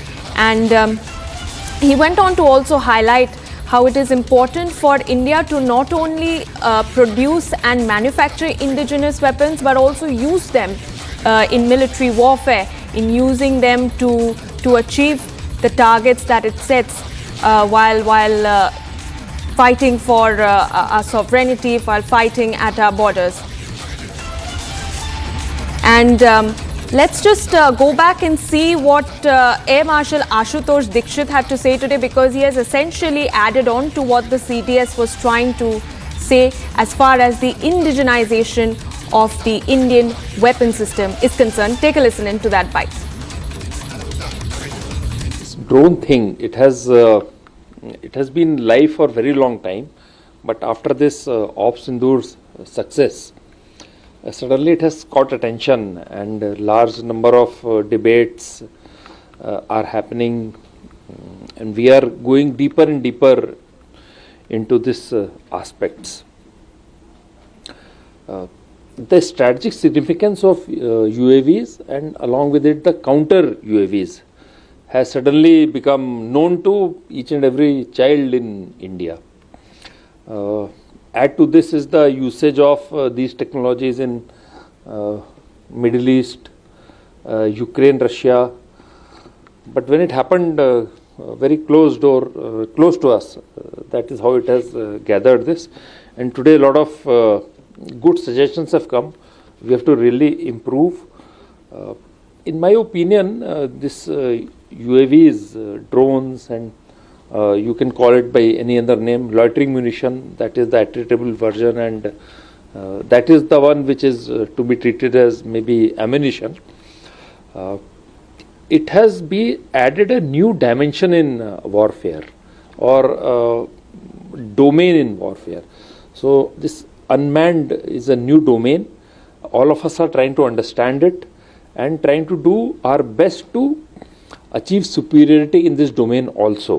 What we have been seeing in last a few years of drone usage, and that a lot of components were coming from outside. So military and civil authorities have to give their requirement. Industry has to do innovation and innovation and innovation, and certainly your pain points which have been brought out, please submit and we'll see what best we can do. All right, let's go across to Major Samar Paltur. He joins me on the phone line this morning. Sir, very good morning to you. How do you view this statement by the Air Marshal, and especially at a time when India has redefined how it chooses to act on the status quo with Pakistan, and after the massive success of Operation Sindoor? You see, as far as technology is concerned, it's mainly software which is the criticality. And as far as software programming and language is concerned and AI is concerned, the Indians are one of the most leading professionals in this field, be it the American Silicon Valley, or be it Bangalore, or be it any other place in Canada or Europe. You will definitely see a mark of Indian origin employees doing fairly well. And now that we know that we have this very rich human resource, so it is time for us to tap this resource and invest all our efforts, energy and fund, including R&D, into AI and the creation of drones. And this is only going to be done once you have a very strong foundation of a software and a software language which is encrypted, which is secure, safe, and which is actually being provided a bandwidth, a satellite bandwidth by the Indian government, so that, we can work hand in glove. In fact, Op Sindoor was one of the first operations ever in the history of Indian Army where veterans who are working in the defense tech sector were actively involved in the operations for launching of drones and acquiring targets. So you see, the whole paradigm shift is taking place. Everything is having a more modernized, the upgraded approach. It is having a more preemptive approach rather than anything to be on the defensive. And priority definitely Make in India. Why? To secure the secrecy and, the innovation and idea aspect of these drones, which are not available anywhere in the world. The world is witness to it in Op Sindoor regarding the accuracy and the acquisition of targets was so accurate that barely any Pakistani civilian was killed.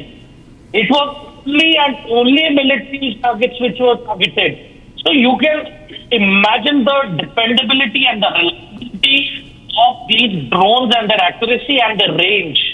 And there is a lot of research going on right now in terms of the fuel cell technology. We want to get away from the battery-operated drones. We want to use different type of fuel systems, different type of propellants, and different type of rocket technology which is going to be used. And there are going to be different type of engines, right from supersonic, hypersonic, and they are going to be direct energy weapon systems, right from laser to plasma, which are already being manufactured and are in use through DRDO. So there is a very big domain. Yes, the need of the hour is secrecy, which is being maintained. Yes. And we are working towards the best of our ability to provide the forces the best we can. Yep. All right, Major Samar Paltur, thank you so much for your perspective on the matter. Let's quickly move on to more breaking news coming in, and this one is from Maharashtra, where hooliganism is now back on the streets of the state. Now, a video has sparked protests in Mumbai's Vikhroli area after a Marwadi shopkeeper allegedly made objectionable comments about Marathi people on social media. MNS department head Vishwajit Dolam led the protest, physically assaulting the shopkeeper and forcing him to walk barefoot. The incident has escalated into a confrontation, with MNS officials taking out a procession against the shopkeeper. Now, we are also learning that a police complaint has been filed regarding the altercation. The visuals are on your screen, viewers. You can see that MNS workers over there harassing the shopkeeper. And why? Because he put up a social media post allegedly against the Marathi language. And this altercation that you see on your screens is just the latest in a series of incidents that we have seen over the last few weeks, wherein MNS workers have been on a rampage. They've led protests, they've assaulted the common man, they've assaulted anybody who has a different opinion on the language row, on the prevailing much raging debate of the language issue. And the latest victim of the MNS assault and confrontation is this shopkeeper from Vikhroli, who after he allegedly posted a WhatsApp status insulting the Marathi speaking people, was confronted by a local MNS Neta and his workers, and he was assaulted. And we're also learning that this MNS Neta in fact led a protest against the shopkeeper, essentially harassing him. You can see them on your screens. The shopkeeper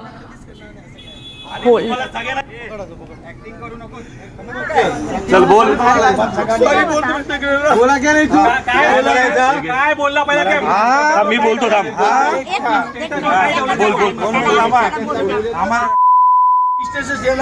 सर्वांना जय महाराष्ट्र. हा एक मारवाडी आहे, इकडे हे दुकान आहे याचं. लक्षात आलं काय? त्यांनी स्टेटस टाकला होता की मराठी महाराष्ट्रामध्ये राहू. याचं काय करायचं आम्ही इथे सांग, इथे बोल, इथे बोल. कान पकडायचं, सांगायचं. चुकी झाली आहे, ती करणार कधीच करणार नाही असं काय. आणि तुम्हाला सगळ्यांना जाहीर सांगतो, इकडे सगळ्या लोकांना, की अशी जी लोक आहेत ना, घ्यायचं बंद करा. लोक इकडे येऊन कामवत आहेत, इथे बाहेरच्या देशातून बाहेरच्या जिल्ह्यातून येऊन इकडे कमवतात, महाराष्ट्रामध्ये कमवतात. आणि महाराष्ट्रामध्ये सांगतात काय, तर Marathi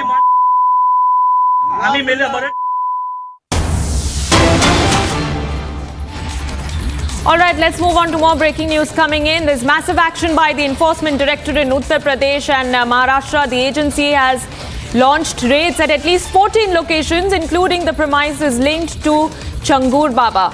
Now, raids began at the crack of dawn and are still underway across several districts, including Balrampur. So we see that there's hard ED action against Changur Baba and his aides. And we're also coming to know that a team of UP ATS, and we're also learning that a team of the Uttar Pradesh ATS is currently conducting raids in Pune and Nagpur as well. And the specific focus of the central agency is on an individual called Eidul Islam, who we are learning is an aide of the fraud self-styled godman, who has been named as the prime accused in a 100 crore conversion racket in Uttar Pradesh. And this man, viewers, Eidul Islam, we are learning, he calls himself the National General Secretary of the Bharat Pratikart Seva Sangh. And he often uses pictures of big political personalities in the banner and posters of his organization. And now we are learning that raids are underway, and Changur Baba is now facing the heat of the ED. All right, let's go across to our colleagues who join me live from the ground. We have Raghavendra joining me live from Balrampur and Satyaprakash live from Mumbai. Satyaprakash, I'd first like to come to you. Raids are underway at several locations across Mumbai. What is it that the ED is really looking at as far as this nexus of Changur Baba is concerned? देखिए 5 घंटे से ज़्यादा बीत चुके हैं। छंगूर बाबा के जो करीबी है शहजाद के घर पर ईडी ने रेड किया। मैं तस्वीरें दिखा रहा हूं कि इसी बिल्डिंग के 20वें फ्लोर पर जो शहजाद उसका घर है, माहिम माहिम इलाके में भी जो शहजाद है उसका घर है, वहाँ पर भी ईडी ने रेड किया है। सुबह सुबह 5 बजे ईडी की टीम पहुंची और ईडी की टीम ने दोनों घरों पर छापेमारी किया है और लगातार जो शहजाद है उससे पूछताछ किया जा रहा है। ये तस्वीरें जो देख रहे हैं, इसी बिल्डिंग के 20वें फ्लोर पर शहजाद का घर है और शहजाद से लगातार ईडी की टीम लगातार पूछताछ कर रही है। माहिम वाला जो घर है वहाँ पर भी ईडी की टीम है और वहाँ पर भी ईडी की टीम सर्च कर रही है। मुंबई ही नहीं, पुणे, नागपुर के अलावा कई जगह पे महाराष्ट्र में ईडी ने रेड किया है और जहाँ जहाँ जानकारी मिल रही है, जहाँ जहाँ लिंक मिल रहा है, वहाँ पे ईडी ने रेड किया। फिलहाल जो जांच पे पता चल पाया है कि जो अभी तक जो 2 करोड़ का मामला है कि 2 करोड़ जो रुपये का जो ट्रांजैक्शन हुआ है, कहाँ से आया है और कहाँ खर्च किया गया है, इन सारी चीज़ों को लेकर तफ्तीश कर रही है ईडी की टीम। सामने देख सकते हैं कि किस तरह से मुंबई पुलिस की टीम है और यहाँ पे कोई गड़बड़ी ना हो सुरक्षा को लेकर, इसको देखते हुए यहाँ पे मुंबई पुलिस की टीम सुबह से पहुंची हुई है और अंदर जो है ईडी की टीम मौजूद है। लगातार शहजाद से पूछताछ किया जा रहा है। जो 2 करोड़ रुपया आया है नवीन के बैंक अकाउंट से, जो ट्रांजेक्शन हुआ है, कहाँ से आया, सारी चीज़ें जानकारी ले रही है और कहाँ खर्च हुआ है। 2 करोड़ से ज़्यादा साथ साथ जो अलग अलग लोग से मुलाकात हुई है और जो ट्रांजेक्शन हुआ है बैंक खातों का, उसको भी देख रही है। फिलहाल पूरे महाराष्ट्र में अलग अलग जगहों पर ईडी ने रेड किया है। पुणे, नागपुर और मुंबई में ईडी के रेड चालू है। जी right. Satyaprakash, stay on with me. Let's quickly go across to Raghavendra, who joins me live from Balrampur. Raghavendra, we are also learning that these foreign accounts that this fraud godman was running is also under the ED scanner. They are trying to find a linkage to the channel of funds that were coming into his account. Tell us the latest that you have picked up on that, because we are talking about crores of rupees over here that he was using to run this conversion racket. बिल्कुल, देखिए 100 करोड़ से लेकर 500 करोड़ के बीच में पूरा हवाला racket Changur का जो अवैध साम्राज्य था, इसकी जांच हो रही है। कल अभी जेल में फिर से गया है, एटीएस की रिमांड पूरी हुई, ईडी अब इसमें इन्वॉल्व हो गई है। ईडी ने आज सुबह 5 बजे 14 ठिकानों पर देश के कई हिस्सों में छापेमारी की। उसमें से एक उतरौला बलरामपुर, यानी बलरामपुर जहां पर छांगुर का अवैध साम्राज्य है, जहां पर छांगुर की मार्केट है, जहां पर छांगुर का आलीशान महल है, घर है, वहां पर ईडी की लगातार छापेमारी चल रही है। सुबह 5 बजे लगी 11 बज चुके हैं, यानी कि 6 घंटे से लगातार छापेमारी चल रही है।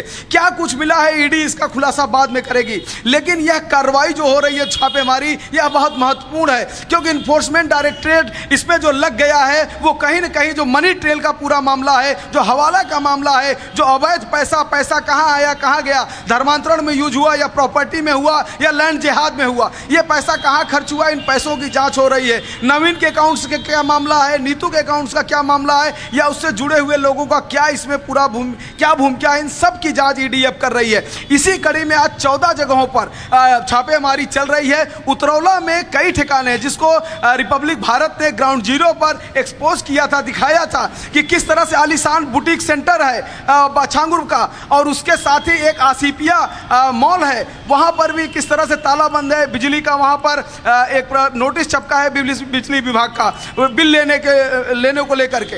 ऐसे में जो छांगुर का साम्राज्य था, जहां बुलडोजर चला है, वहां पर भी एक टीम पहुंची है। तो उतरौला में ही कई स्थानों पे अलग अलग छापेमारी चल रही है। तो ये ईडी ने पहले तो ईडी ने हफ्ते भर डॉक्यूमेंट्स इकट्ठा किए, अकाउंट्स को खंगाला, सारी बातों को जब पुख्ता कर लिया, तब उसने 14 टीमें बनाई और 14 टीमें बना के रात में मूवमेंट किया और सुबह 5 बजे से 14 अलग अलग स्थानों पर ईडी ने रेड मारी है। यह बहुत बड़ी कार्रवाई है। देखिए कब तक ये रेड चलती है और आपको जो भी अपडेट होगा ग्राउंड जीरो से मैं आपको दिखाने का पूरा प्रयास करूंगा। जी, all right, thank you Satyaprakash and Raghavendra for giving us those updates as we track the story very, very closely, viewers. And now let's move on to more breaking news coming in. This one from Andhra Pradesh, where YS Jagan Mohan Reddy has now expressed support for Hindi as a national language, following similar comments by TDP General Secretary Nara Lokesh. And Reddy's stance comes amid ongoing debates about the language row and cultural identity in the state. In fact, just to give you more context about what he has said, he has gone on to say that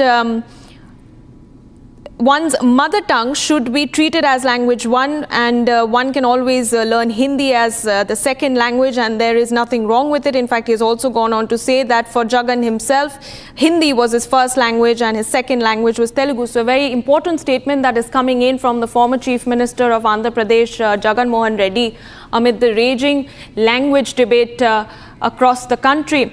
And of course, this comes as similar statements have been made by Chandrababu Naidu and Pawan Kalyan just a few days ago. Let's go across to my colleague Aneri, who joins me live from Hyderabad. Aneri, at a time when there's a raging debate across the country, and we've time and again maintained that India is a diverse country, there should not be any divide over language. Is this being seen as a welcome statement from the former Chief Minister? Well, what we see is that earlier it was Pawan Kalyan, then Chandrababu Naidu, and also Nara Lokesh has batted for Hindi as the national language. And now we see that the former Chief Minister and YSRCP Chief Jagan Mohan Reddy has also now come in force for the Hindi language, where he says that yes, one should definitely learn Hindi language, but then if we talk about the students, then they should also know the global language, that is English, for the students to pursue. But yes, he also said that he also had learnt Hindi when he was in his schooling, and so Jagan Mohan Reddy also batting for the Hindi language. But amid the language row which we have been seeing all across the country, now Andhra Pradesh says it comes in favor of Hindi language, and earlier it was Chandrababu Naidu who had also batted for Hindi. Nara Lokesh was also seen saying that yes, Hindi is a national language, and also now we see Jagan Mohan Reddy batting for Hindi amid the ongoing language roar which we have been seeing, that how states like Tamil Nadu, Maharashtra have been talking about their mother tongue Tamil or Maharashtra, but when we talk about Hindi language roar, we have been Andhra Pradesh coming in favor of Hindi language. Yes. All right, Aneri, thank you for giving us those inputs on the former Chief Minister's statement. In fact, we have that full comment that he made in public domain yesterday. Let's quickly listen in to Jagan Reddy's take. The change what should be brought about is not Hindi. Hindi can also be a language, what can be learned.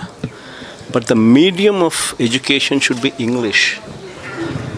See, this is the biggest change that should be brought about throughout the country. If this country were to move forward and leap forward. See, today English is the global language.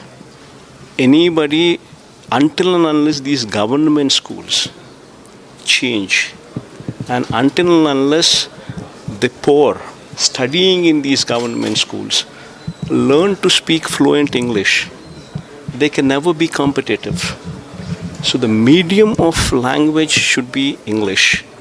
Yes, once the medium is established as English, you can have language 1, language 2, language 3, depending on the choice of the children, whatsoever they want to learn, as long as the mother tongue in those particular states being compulsory subject as a language.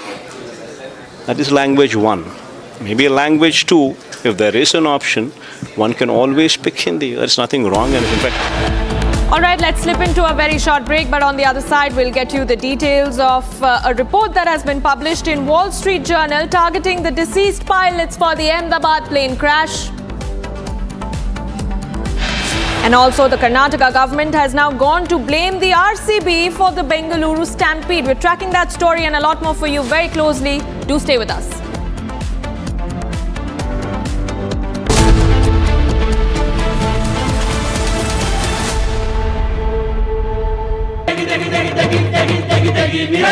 MDH की देगी मिर्च, देगी मिर्च का तड़का, अंग अंग फड़का। MDH की देगी मिर्च,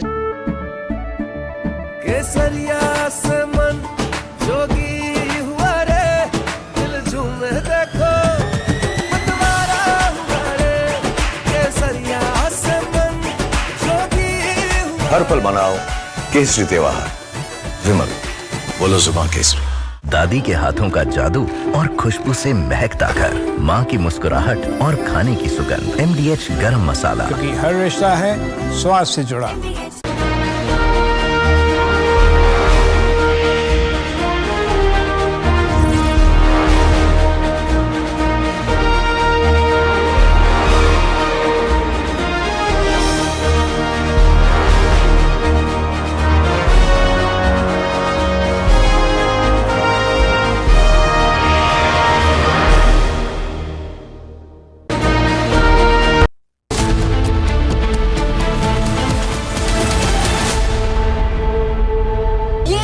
सीक्रेट रेसिपी MDH का जीरा सिप जल जीरा मसाला सिप सिप जीरा सिप MDH का जल जीरा सिप MDH का जल जीरा SIP. Well, at the end of 50 days, if we don't have a deal, it's going to be too bad. Yeah, the tariffs are going to go on and other sanctions go on.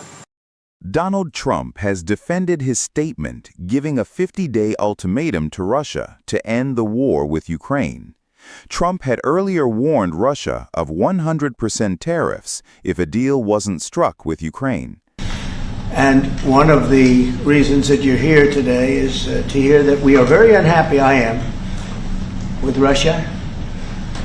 But we'll discuss that maybe a different day. But we're very, very unhappy with them, and we're going to be doing very severe tariffs if we don't have a deal in 50 days. Tariffs at about 100%. You'd call them secondary tariffs. You know what that means. Russia did not take to Trump's warning kindly. Kremlin has called Trump's statement quite serious and that Putin will respond to it only if necessary. Заявления президента США весьма серьезные. Что-то в них адресовано лично президенту Путину.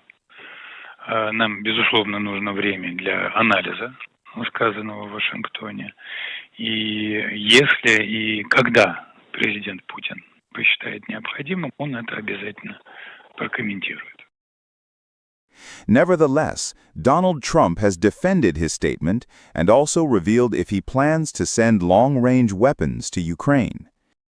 You've given Russia 50 days. What happens now? Do you talk to Vladimir Putin? Well, at the end of 50 days, if we don't have a deal, it's going to be too bad. Well, what happens Should Zelensky get more aggressive? Yeah, the tariffs are going to go on and other sanctions go on. Should Zelensky target Moscow? Should Zelensky target Moscow, sir? Should Zelensky target Moscow or deeper into Russia? No, he shouldn't target Moscow. Is that why you gave him more weapons, though? Long range missiles to Ukraine as well, and that you have to about 50 days. No, we're not looking to do that. Mr. President, why are you giving Mr. Putin 50 additional days to prosecute? From Asia's largest news headquarters, setting the agenda for Bharat.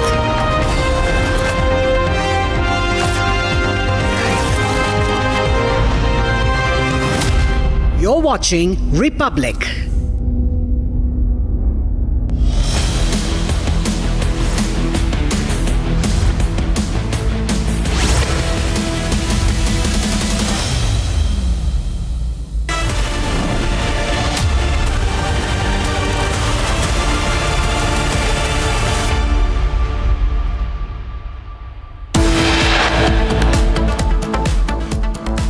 A quick check of the headlines that we're tracking at 12 noon today. After CDS Anil Chauhan, it is Air Marshal Ashutosh Dikshit who has backed the indigenous weapons.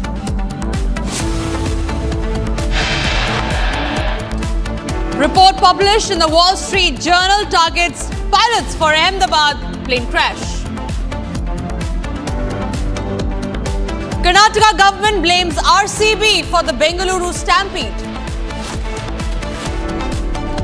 A middle language row, Andhra Pradesh. YS Jagan Mohan Reddy expresses support for Hindi as a national language.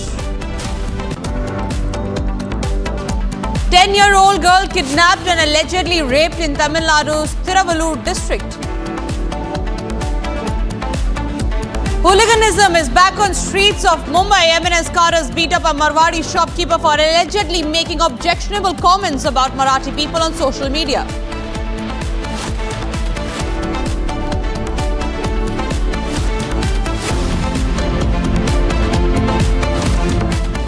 And we start this edition with some breaking news coming in, and this is in regard with the violence that's taken place in Bangladesh. At least 4 people were killed and dozens were injured in a day-long running battle between law enforcers and Awami League followers in Bangladesh's Gopalganj. Tensions were already high in Gopalganj, the home district of the ousted leader Sheikh Hasina, over the National Citizen Party's scheduled rally at Pora Park in the town.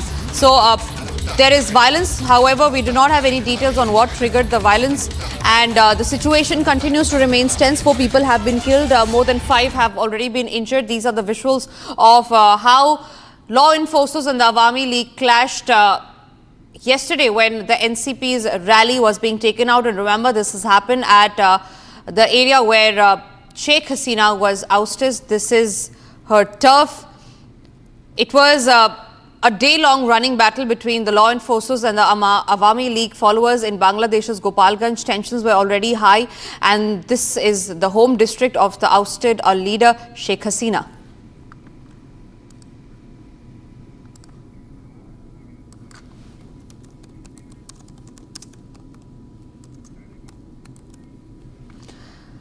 So this news has now made international headlines, with 4 people being already killed in the violent clashes that took place. This was the NCP rally. At least 4 people were killed and dozens were injured in the violent clashes that broke out between the law enforcement personnel and Awami League supporters in Gopalganj.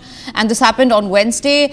The violence broke out in the wake of a pre-scheduled NCP rally at Paura Park in Gopalganj town, which was opposed by the AL supporters despite a recent government ban on all political activities of the Awami League. According to reports, hundreds of AL activists blocked the Gopalganj Tehrat road in Ulpur area on Wednesday by felling trees. Protesters also said to fire a government vehicle and vandalize another before storming the NCP rally venue. We learned that the clashes intensified after NCP leaders left the rally and were reportedly attacked by AL supporters near that area. At least 4 people, remember, have already been killed and several others have sustained injuries as confrontations spread across parts of the district. In response, the government has imposed a curfew starting from 8 p.m. that was yesterday to 6 p.m. today. And this is to bring the situation under control. Authorities also postponed the ongoing HSC and other exams in Gopalganj with notices that have been issued by respective education boards around 10:30 p.m.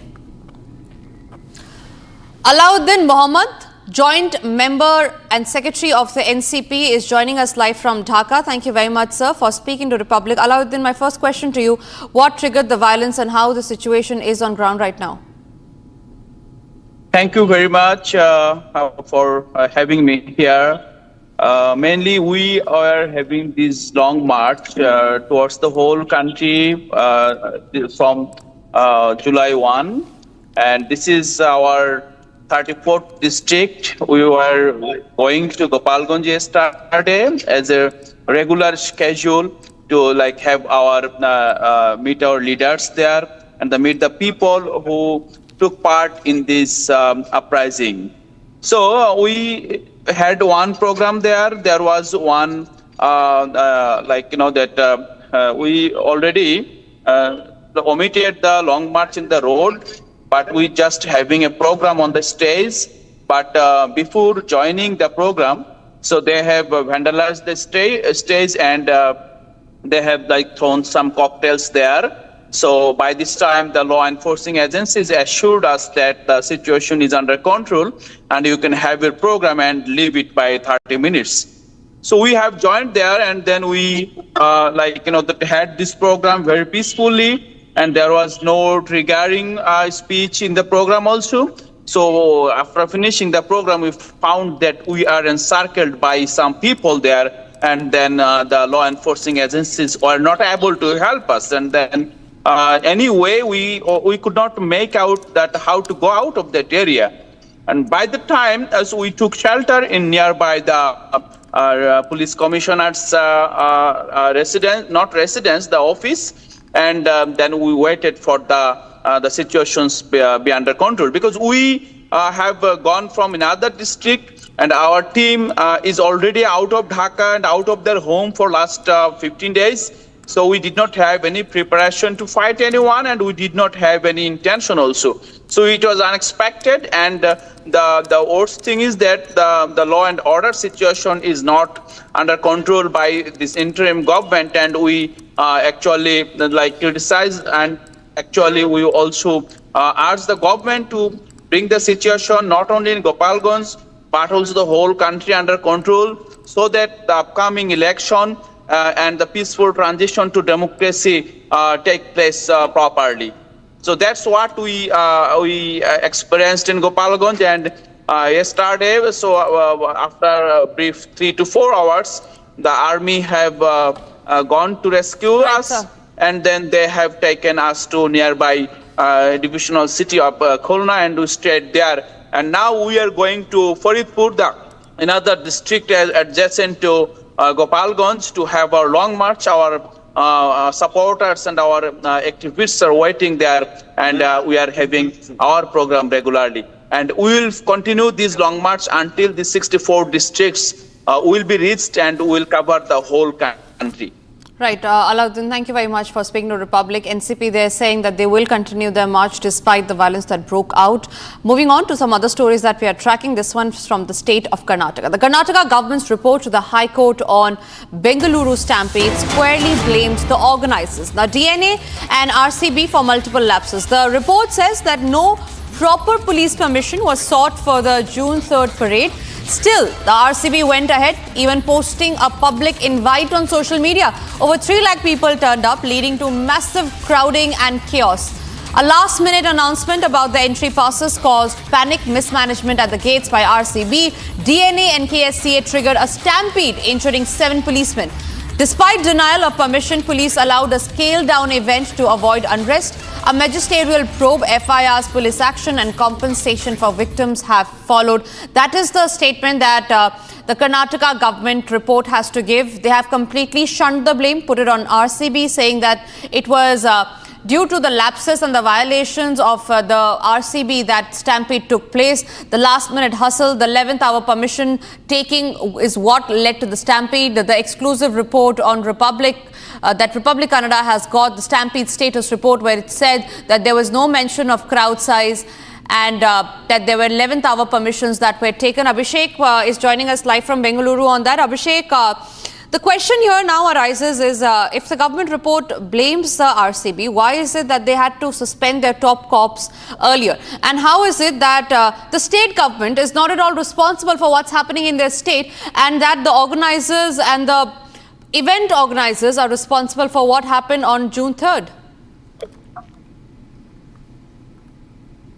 Yeah, well, it is actually answer that the government should actually answer the people of Karnataka and also the High Court. That the department of the police department, 3 senior officials from the police department were suspended and sacked from their duties, mentioning it was due to their negligence that these 11 innocent people had to die. On the contrary note, the government has submitted a report to the Karnataka State High Court saying that the entire blame which has to be shifted is RCB, the DNA and the Karnataka State Cricket Association, because the report clearly mentions that the RCB and the DNA and KSCA hadn't sought prior permission from the Karnataka State Police and the government to conduct the celebratory event or the victory march in and around Bengaluru. On 331 pages of the RCB, the DNA and the Karnataka State Cricket Association, wherein the government of Karnataka has clearly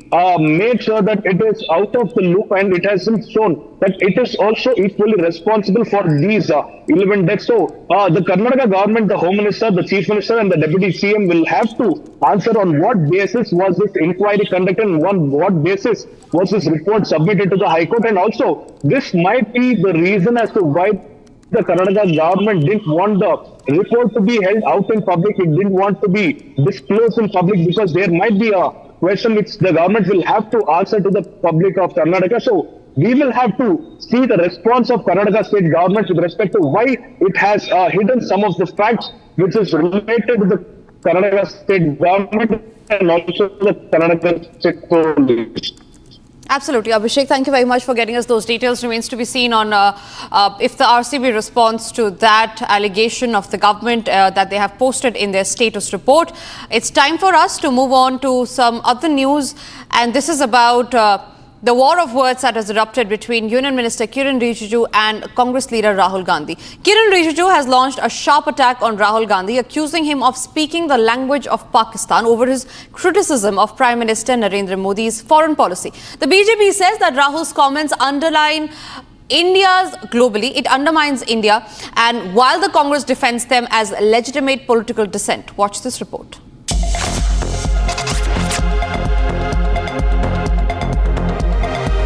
A major political flashpoint erupts yet again, this time over foreign policy.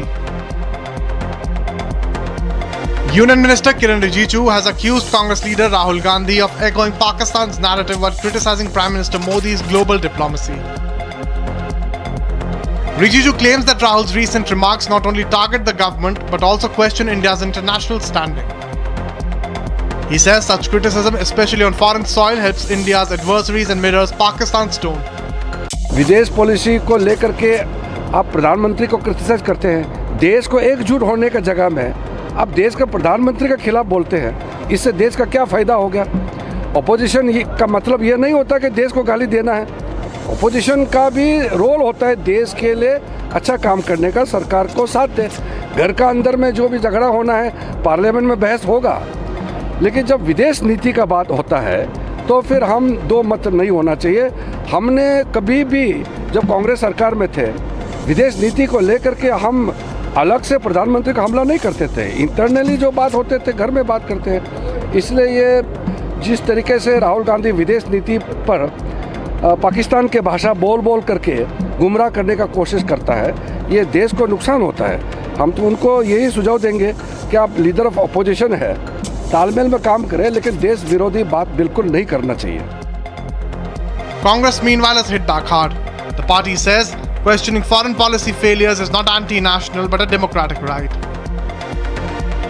The political crossfire continues, but what remains paramount is India's global image and national interest. As leaders voice their views, the responsibility to uphold the dignity of the nation both at home and abroad remains above all.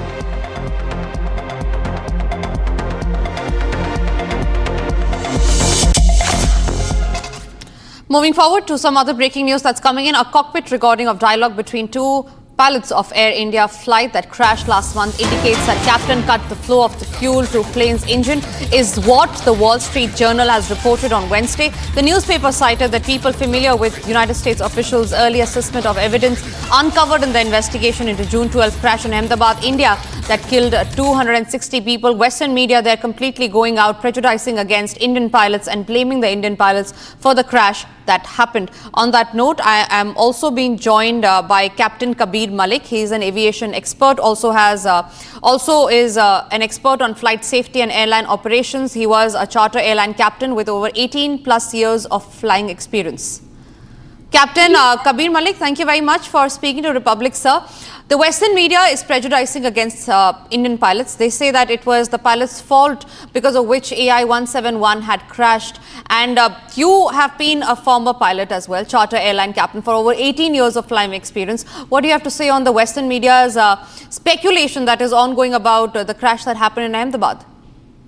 See, the Western media is completely saving the Boeing company because if somebody is just alleged to our pilot, I will not accept it, and completely, strongly condemn this statement of Western media and rest of other, whatever the experts are outside of India, people, they are just talking against our pilot community. It is not completely right, and whatever in my opinion, I said it in many interviews also, that it is this fault is with the machinery only, and if they were talking on the preliminary report, on the first preliminary report, that the pilot was asking to the co-pilot that you cut off the switch. He said that I did not. That meant he was making he was made the confirmation from the co-pilot that how it did happen. That's why he asked it. If we will go on that preliminary report completely that and we allegate to our pilot and we'll just conclude on this is not fair. Absolutely. Absolutely. Captain Kabir, do you also feel that the government of India should take this up, keeping in mind how the Western media has been targeting our pilots? Definitely, our foreign ministry have to interfere in this, and they have to be issued a notice or something, combined press conference or some dialogue delivery have to be delayed through our foreign ministry towards of this Western media. They will not spoil our captain image or the aviation industry of India. It is a big question of our nation. If somebody is raising the some allegations on us, definitely we have to be we will not be accepted, and this foreign ministry and the aviation ministry have to be make a combined press conference, and they have to be intimate or issued a notice against this Western media. Right, Captain Kabir, thank you very much. Appreciate your views and you joining us here on the broadcast. It's time for us to move on to some other breaking news that's coming in. Moga in Punjab, a car rammed into his own brother. Due to property dispute, the younger brother tried to kill the elder brother's family by running car over them. Extremely dramatic visuals that has been captured on camera. The CCTV shows how a car rams into their own family members, and this over a land dispute. Property dispute in a village took dangerous turn when the younger brother Dilbagh Singh tried to kill his elder brother Balwinder Singh, his wife and daughter, by running car over them. This entire incident has now been captured in the CCTV cameras installed at the spot. According to the information, we learned that Surjit Singh, a resident of the village, was there with 3 sons who lived separately. Now, Surjit Singh lived with his youngest son Dilbagh Singh along with his wife. About a month ago, due to property dispute, Dilbagh Singh threw his parents Surjit Singh out of the house. After this, the main accused started living with his wife and elder son Balwinder Singh, due to which there were certain property disputes that had erupted, after which the younger son of the family decided to ram the car into the elder son of the family. It shows how a car rams into 3 people, completely pinning them to the wall. 1 person also comes under the wheels of the car. Lalit, my colleague, is joining me on the broadcast on that as we stay with the videos. Lalit, extremely shocking incident that has come on camera. Very dramatic visuals. What do we know about the incident that has happened? Has the police taken cognizance of the same? Very dramatic, and the visuals which have come into light, the visuals are said to be of 14th July, when the younger brother Dilbagh Singh tried to run his elder brother Balwinder Singh over a property dispute. So in this CCTV footage, it has been clearly seen how a speeding car rammed the elder brother Balwinder, his wife and daughter. They were seriously injured, and after that they were being shifted into a private hospital where their condition is said to be stable. But police have already registered a case on the complaint of Balwinder Singh, the elder brother who has been injured, and Surjit Singh, the father of Dilbagh and Balwinder. It has been said that around a month before, Surjit Singh and his wife used to live with his younger son Dilbagh Singh, and they had a property dispute.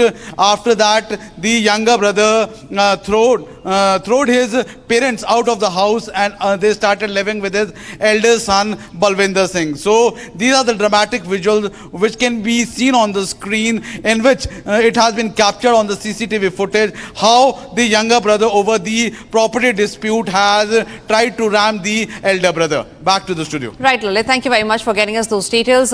Moving on to some other stories that we are tracking.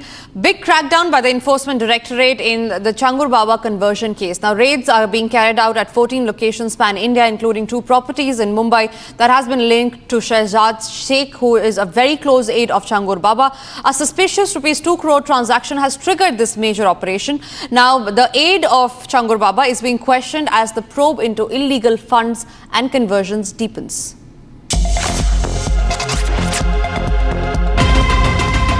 In a major crackdown on suspected illegal religious conversions, the Enforcement Directorate launched coordinated raids early Thursday morning across 14 locations, 12 in Uttar Pradesh's Balrampur and 2 in Mumbai. The operation is part of an ongoing probe into the Changur Baba religious conversion case. ED officials began searches at 5 a.m. today, targeting individuals linked to the questionable financial dealings possibly tied to the alleged conversion racket. In Mumbai, the focus is on Shehzad Sheikh. The raids are underway at 2 of his properties, one in Bandra and another in Rizvi Heights in Mumbai. Sheikh is currently being interrogated at his Bandra residence. Officials are investigating a suspicious ₹2 crore transfer from the account of accused Naveen to Sheikh's account, a transaction believed to be routed through Hawala channels to finance unlawful conversions.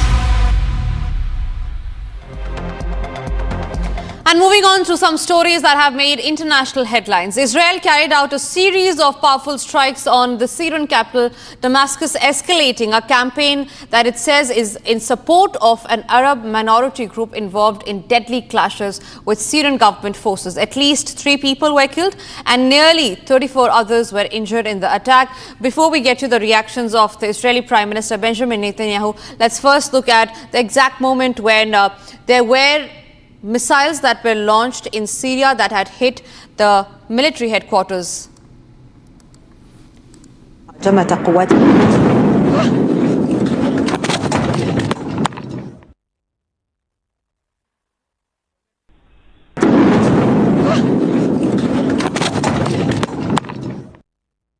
مهاجمة قوات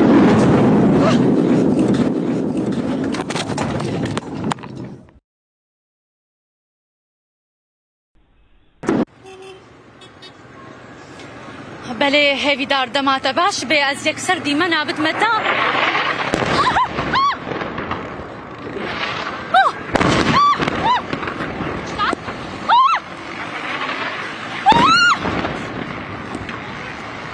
ميار تعال هون ميار خليك على الارض خليك على الارض ميار خليك على الارض ميار بله هیوی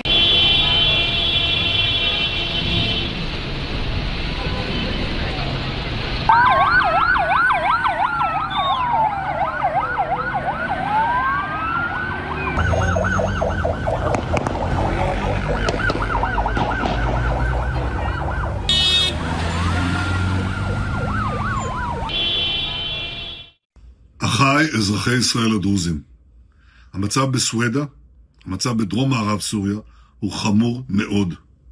צה"ל פועל, חיל האוויר פועל, כוחות אחרים פועלים. אנחנו פועלים כדי להציל את אחינו הדרוזים וכדי לחסל את כנופיות המשטר. ועכשיו יש לי בקשה אחת מכם. אתם אזרחי ישראל, אל תעברו את הגבול. אתם מסכנים את חייכם, אתם יכולים להירצח, אתם יכולים להיחטף, ואתם פוגעים במאמצים של צה"ל. ולכן אני מבקש מכם, חזרו לבתיכם, תנו לצה"ל לפעול. The Secretary General unequivocally condemns all violence against civilians, including reports of arbitrarily killings and acts that fan the flames of sectarian tensions and robs the people of Syria of their opportunity for peace and for reconciliation after 14 years. The Secretary General further condemns Israel's escalatory airstrikes on Suwaida, Dara, and in the center of the Syrian capital, Damascus, as well as reports of Israeli Defense Forces' redeployment of forces in the Golan. He calls for an immediate cessation of all violations of Syria's sovereignty and territorial integrity and for respect of the 1974 Disengagement of Forces Agreement. Time for us to slip into a short break, but after the break are the details of what the Wall Street Journal has reported targeting Indian pilots regarding the Ahmedabad crash. Also coming up after the break are the details of how the Karnataka government has completely pushed the blame on RCB for the stampede that took place on June 3rd.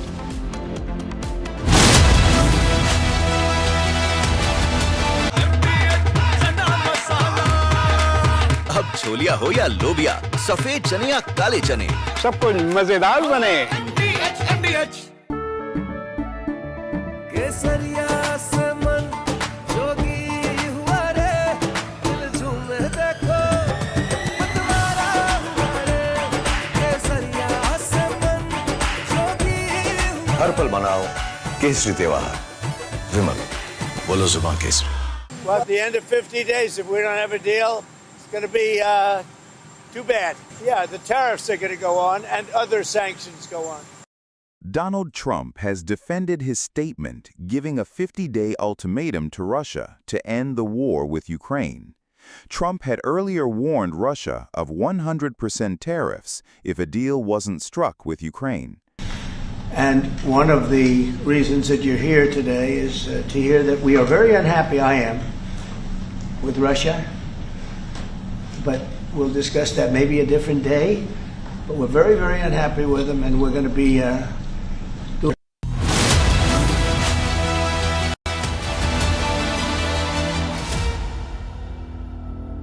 आधे bowl दही में 4 चम्मच MDH चटनी पुदीना मसाला डाला, stir करो, पुदीना चटनी तैयार। MDH चटनी पुदीना मसाला। MDH।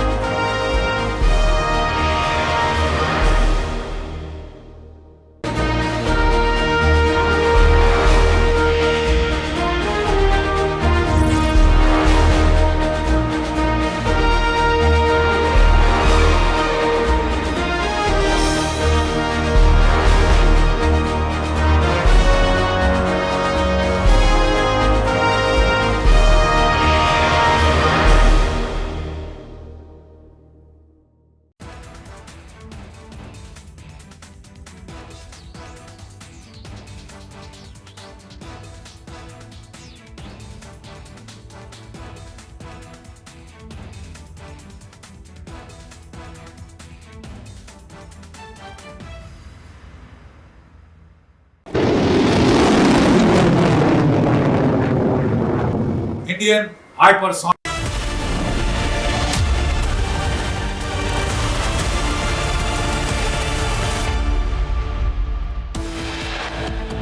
Drone thing, it has been live for a very long time, but after this Op Sindhur's success, suddenly it has caught attention, and a large number of debates are happening, and we are going deeper and deeper into this aspects. After Chief of Defence Staff Anil Chauhan, Chief of Integrated Defence Staff Air Marshal Ashutosh Dikshit backs indigenous weapons. Report published in the Wall Street Journal targets pilots for Ahmedabad plane crash yet again.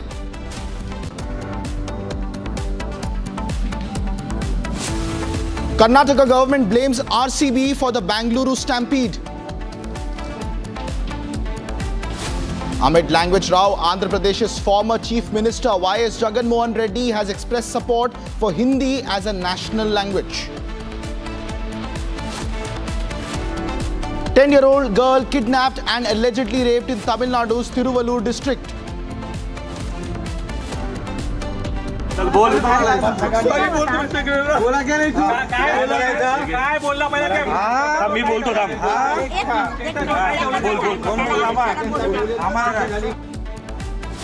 Hooliganism is back on the streets of Mumbai. MNS cadres beat up a Marwadi shopkeeper for allegedly making objectionable comments about Marathi people on social media.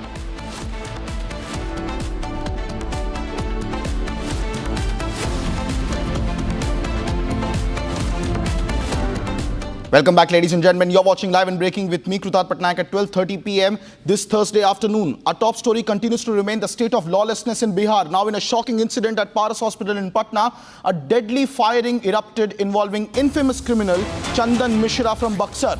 Currently on parole for medical treatment, Mishra sustained multiple gunshot wounds and is fighting for his life. Meanwhile, police officials, including IG Jitendra Rana, have confirmed that the attack appears to be the work of a rival gang. Authorities have launched a full-scale investigation, probing not only the attack but also potential involvement of on-duty hospital security staff in this case of shooting. This is one of the most recent cases now of firing, murder and robbery incidences which have erupted in back-to-back sequence in the last few days in a complete state of lawlessness. Let's listen into what the administration had to say about this recent incident of firing at now a hospital in Patna. देखिए, ये निश्चित रूप से एक अपराधी, बड़ा दुर्दांत अपराधी था और गैंग वॉर इनके बीच में आपस में किस कारण से गैंग वॉर हुआ है, क्या इनके गैंग से मूल मामले रहे हैं, जो अपराधी हैं उनको जो है चिन्हित किया जा रहा है। बक्सर जिला के साथ में हम लोग संपर्क में हैं वहाँ से किस प्रकार से कौन अपराधी हैं, क्या कौन लोग रहे नहीं, निश्चित रूप से जो इसको यहाँ पे अस्पताल प्रबंधन की तरफ से जो भी व्यक्ति अंदर में जाते हैं सबकी फ्रिस्किंग करी जाती है। तो इसमें इनकार नहीं किया जा सकता कि कोई यहाँ का सुरक्षा कर्मी की मिलीभगत हो सकती है। तो जो सुरक्षा कर्मी इस समय यहाँ पर ड्यूटी पे थे तो उनकी भी हम लोग भी पूछताछ करेंगे और पता लगाएंगे कि किस प्रकार से जो अपराधी अंदर में जाते हैं। पटना के पारस हॉस्पिटल में आज एक गैंग वॉर में एक दुर्दांत अपराधी चंदन मिश्रा, जो कि पेरोल पर बेउर जेल से बाहर निकला हुआ था और इसका इलाज चल रहा था, यहाँ पर अपराधियों के एक गिरोह ने गोली मार दी और उसकी मौत हो गई। चश्मदीद बता रहे हैं कि 4 अपराधी थे हथियारबंद, जो पारस हॉस्पिटल के इस गेट से घुसे अंदर, और अभी जो है यहाँ पर गेट पर किसी को घुसने नहीं दिया जा रहा है अंदर, और 209 नंबर कमरे में उसका इलाज चल रहा था चंदन मिश्रा का। चंदन मिश्रा जो कि 2 दर्जन से ऊपर आपराधिक मामले, जिसमें हत्या के संगीन अपराध भी थे, उस पे मामला दर्ज था। बेउर जेल से निकला था पेरोल पर इलाज के लिए। 14 साल से लगभग इलाज बेउर जेल में बंद था और विभिन्न जेलों में भी बंद रहा है, और उसको मौत के घाट उतार दिया गया। अब ये हथियारबंद अपराधी कौन थे, किस गैंग के थे, अदावत थी उनकी, जिसके चलते चंदन मिश्रा को मौत के घाट उतारा गया। चश्मदीद बता रहे हैं कि 4 अपराधी हथियार लहराते हुए बाहर निकले। पहले चश्मदीद को यह लगा कि ये कहीं हॉस्पिटल के सुरक्षा के जिम्मेवार लोग तो नहीं हैं, लेकिन करीब 7:30 बजे जब हथियार लहराते हुए लोगों को देखा और बाद में पता चला किसी को मौत के घाट उतार दिया गया, तब पता चला कि ये अपराधी थे। ये भले ही गैंगवार हो, लेकिन कोई भी अपराधी हॉस्पिटल में कैसे हथियार लहराते हुए घुस सकता है और हॉस्पिटल में गोलीबारी की घटना को अंजाम दिया जा सकता है। और यहाँ पर व्यस्तम सड़क है, ये पटना का प्रतिष्ठित अस्पताल है, और इस हॉस्पिटल में भी जब जो मरीज हैं वो सेफ नहीं रहेंगे तो पटना पुलिस पर सवाल उठना लाजमी है, बिहार पुलिस पर सवाल उठना लाजमी है, और शासन व्यवस्था पर भी सवाल उठना लाजमी है। क्या सरकार का इकबाल बच गया है? Well, that's the report coming in from Patna. Meanwhile, ladies and gentlemen, high tensions are also gripping Pekan in Assam's Golpura district after a violent crash broke out during an anti-encroachment operation. A group of evicted illegal settlers reportedly attacked the police personnel and administrative vehicles on Saturday, pelting stones and targeting bulldozers involved in the drive. Now, the situation has escalated further today when the police tried to access the evicted village again and were met with renewed aggression. In response, police were forced to open fire to control the mob. One encroacher has died reportedly due to a stray bullet, while 2 others have been injured. Additional forces have now been deployed and the situation remains tense as authorities work to restore order in this part of Assam, which is the Pekan in Assam's Golpara district. High tensions now continuing, 1 dead, 2 others injured after illegal settlers there prevented authorities from entering a village. I have my colleague Anirudh joining us live on the broadcast with more details on this story. Anirudh, what's the latest in terms of the tensions that have erupted in the Golpara district? Yes, the situation remains tense in Golpara, in Paikan area, particularly where eviction was carried out last Saturday. And after the eviction also, the encroachers, the illegal settlers were adamant they were not vacating the land. They were in makeshift camps nearby the evicted area. And today when the police and the administration went to cut off the road that connects to the village from where the eviction drive was carried out. That village was supposed to be cut off with the road connectivity as it was a forest land. But when the bulldozers of the administration along with security personnel went to the spot, at that point in time, a mob of more than 100 people stormed in. They pelted stone on the police force which was accompanying the bulldozer. They also tried to damage the bulldozer. You can see in these visuals how the mob was chasing the police. And in retaliation, the police had to fire several rounds in order to disperse the mob. And it was at that point in time that 3 stray bullets had hit 3 protesters. One of them had been confirmed that so far, and 2 are left injured. The situation continues to remain remain tense, and additional security forces have been deployed. These are people who have shifted to Gwalpara from the nearby districts of Dhubri, from Barpeta, as well as from places like South Salmana on the other side of the Brahmaputra, and they had occupied this land that actually belonged to the forest department. They have destroyed the forest cover, they have cut off the trees. There was many salt trees in this area. All those trees were cleared off and made agricultural land. They built more than 1,000 houses in this area, approximately measuring around 1,000 bighas of land. And they had been in rampant deforestation drive in this area. And the government evicted these encroachers on Saturday. They were in fact given several notice by the state government, and as per the directives issued by the High Court and the guidelines provided by the Supreme Court, the entire eviction drive was carried out on Saturday. However, the encroachers, as I have already said, encroachers were adamant they were not vacating this land. They had been reiterating that they will continue to live on this land. But the administration had repeatedly given them assurances. The government had also given them assurance that those who have land in their place of origin, that is in districts like Dhubri, Barpeta and South Salmana, from where they have shifted, they will be getting land in their respective district if they are truly landless. But these people were adamant they were not moving back to their places of origin, and the district administration had went there today to disconnect the road connectivity in the area. However, they were met with violent forces by the mob, and in retaliation again police had to fire. You can see on these visuals very clearly how people were throwing, how the mob were Indeed, Anirudh, and these are very concerning visuals that we are also tracking here, and we'll be closely monitoring the situation as it continues to remain high in Golpara. Meanwhile, ladies and gentlemen, more breaking news updates coming in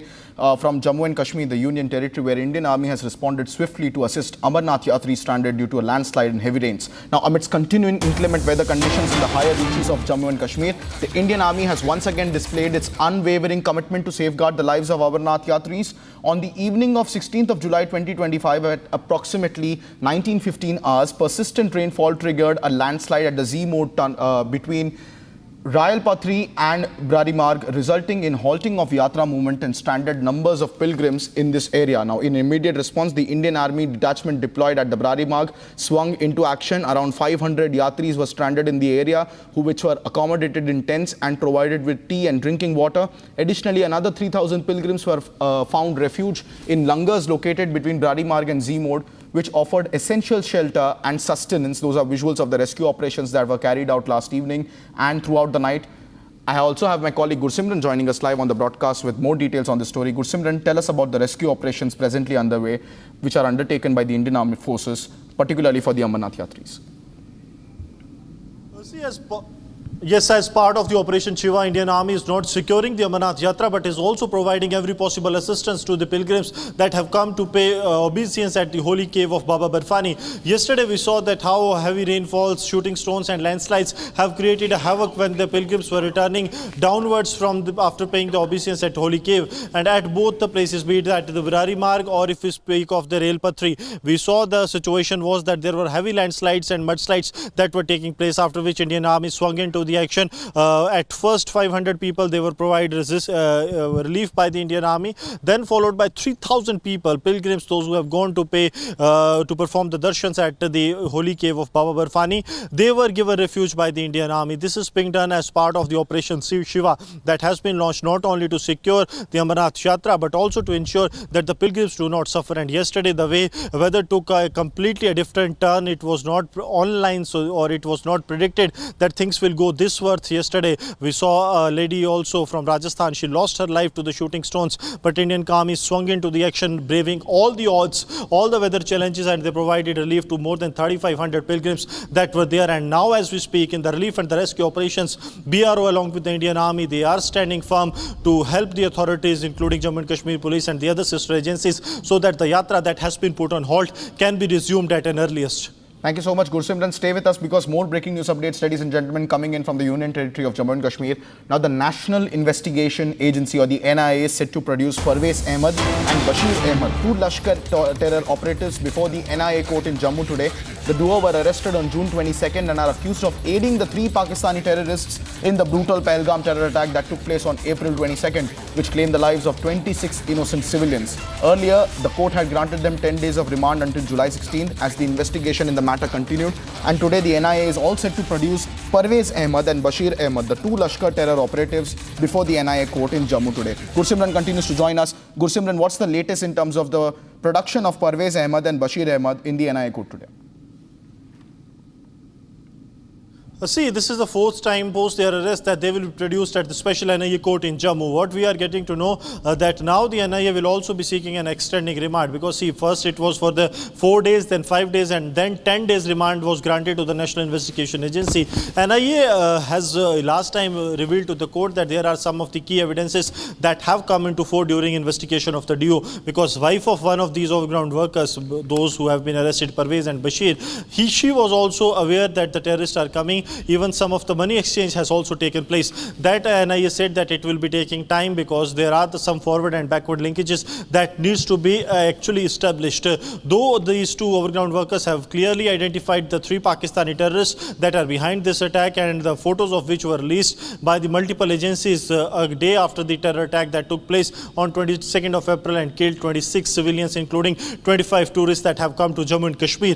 Now the NIA will be once again pressing for the NIA custody of these accused so that some more details can be taken out, because what is happening is that once they are at one place they are being questioned, at second side some of the intelligence inputs are also being worked upon, and then the things are being corroborated that are giving some major breakthroughs to the agencies, but agency want to be doubly sure on multiple things, and that's why it is taking time, because it's been roughly a month that they have been arrested, but agencies want to have some more investigation so that they can get into this deep-rooted conspiracy, that how it was hashed and how Lashkar got this overground workers, what was their entire plan, whether they were planning something post that also, that Pahalgam terror attack. All is being worked upon by the National Investigating Agency, and today at the NIA court in Jammu, both these accused, Parvez and Bashir, will be produced.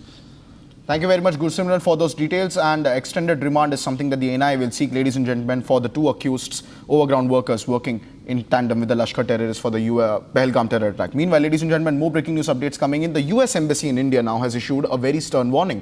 Visa revocations, future ineligibility looms over criminal acts in the United States.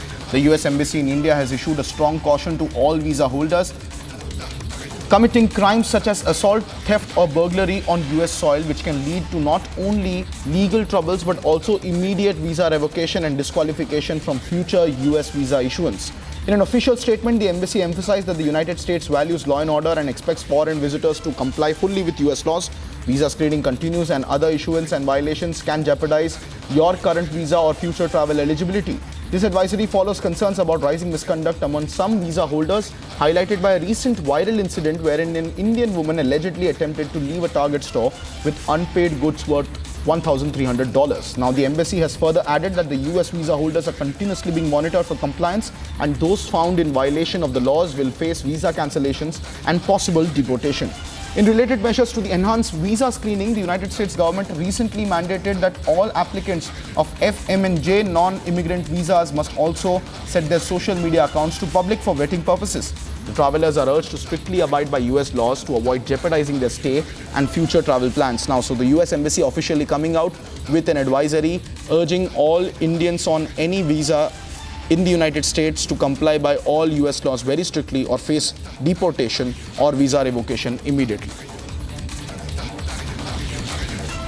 Meanwhile, ladies and gentlemen, India's mission to help the Global South countries continues. In a strong gesture of solidarity with the Global South, India has now dispatched a consignment of 300,000 doses of measles and rubella vaccines along with essential medical supplies to support Bolivia in the fight against a growing disease concern and outbreak. The Ministry of External Affairs spokesperson Randhir Jaiswal has stated that India stands by its friends in the Global South, highlighting New Delhi's commitment to global health cooperation. That's the latest consignment of 300,000 vaccine doses of rubella and other critical outbreaks that have broken out in Bolivia, for which the MEA is now sending vaccines to Bolivia in its commitment shared to help the nations of the Global South.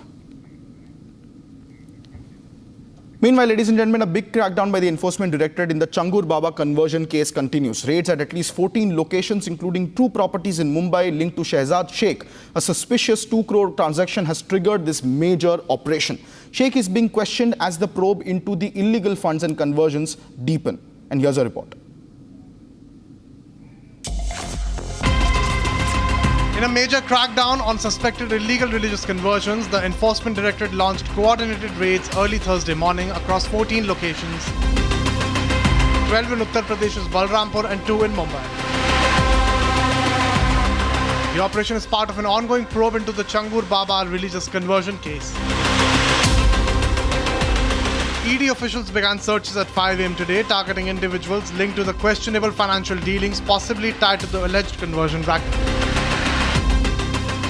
In Mumbai, the focus is on Shehzad Sheikh. The raids are underway at 2 of his properties, one in Bandra and another in Rizvi Heights in Mumbai. Sheikh is currently being interrogated at his Bandra residence. Officials are investigating a suspicious ₹2 crore transfer from the account of accused Naveen to Sheikh's account, a transaction believed to be routed through Hawala channels to finance unlawful conversions. Meanwhile, ladies and gentlemen, Gundaism is back on the streets of Maharashtra. A video has now sparked protests in Mumbai's Vikhroli area after a Marwadi shopkeeper allegedly made some objectionable comments about Marathi people on a social media platform. MNS department head Vishwajit Dolam led a protest and physically assaulted the shopkeeper and forced him to walk barefoot. Now, the incident has escalated into a full-blown confrontation with the MNS officials taking out a procession against the shopkeeper. A police complaint has been filed regarding the altercation. However, another very serious incident of hooliganism, vigilantism and Gundaism on the streets of Mumbai, this time in Vikhroli, has emerged with MNS workers being defiant and taking matters of law in their own hand. The visuals are on your screen, ladies and gentlemen, where a shopkeeper was made and targeted specifically by MNS party workers there for allegedly posting a social media post which allegedly disrespected the Marathi sentiment. Those are visuals coming in. We cannot show you the entire visual in its entirety due to the expletives in that video, but it was a very violent altercation. The man was made to walk barefoot on the entire street. There was also allegations of physical assault by the MNS workers there. He was a Marwadi shopkeeper, and once again a very shocking incident of MNS, Gundaism and vigilantism from the streets of Vikhroli in Mumbai this time has appeared on social media platforms. This is also coming just 2 weeks after Raj Thackeray, the party chief, also said that you can go out and take matters into your own hand if the Marathi sentiment is hurt, but do not record these instances. And despite of that, you can see MNS Gundas there on the screens. The allegations being made by the shopkeepers. Just weeks ago, we saw in Meera Road, where a similar incident had happened, and now MNS party workers there in another alleged case of Gundaism.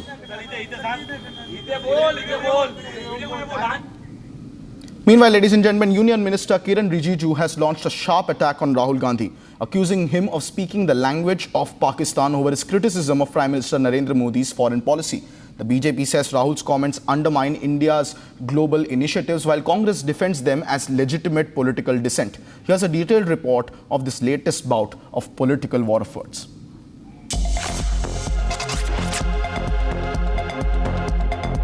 A major political flashpoint erupts yet again, this time over foreign policy. Union Minister Kiran Rijiju has accused Congress leader Rahul Gandhi of echoing Pakistan's narrative while criticizing Prime Minister Modi's global diplomacy. Rijiju claims that Rahul's recent remarks not only target the government but also question India's international standing. He says such criticism, especially on foreign soil, helps India's adversaries and mirrors Pakistan's tone.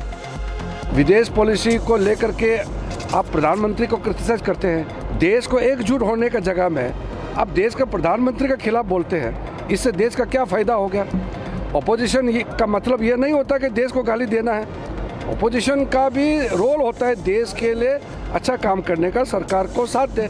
घर का अंदर में जो भी झगड़ा होना है parliament में बहस होगा, लेकिन जब विदेश नीति का बात होता है तो फिर हम दो मत नहीं होना चाहिए।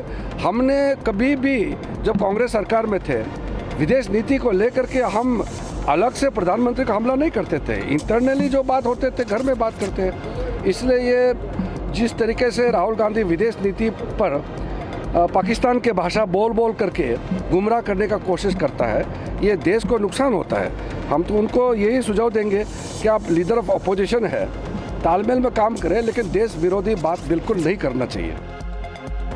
Congress meanwhile has hit back hard. The party says questioning foreign policy failures is not anti-national but a democratic right. The political crossfire continues, but what remains paramount is India's global image and national interest. As leaders voice their views, the responsibility to uphold the dignity of the nation both at home and abroad remains above all.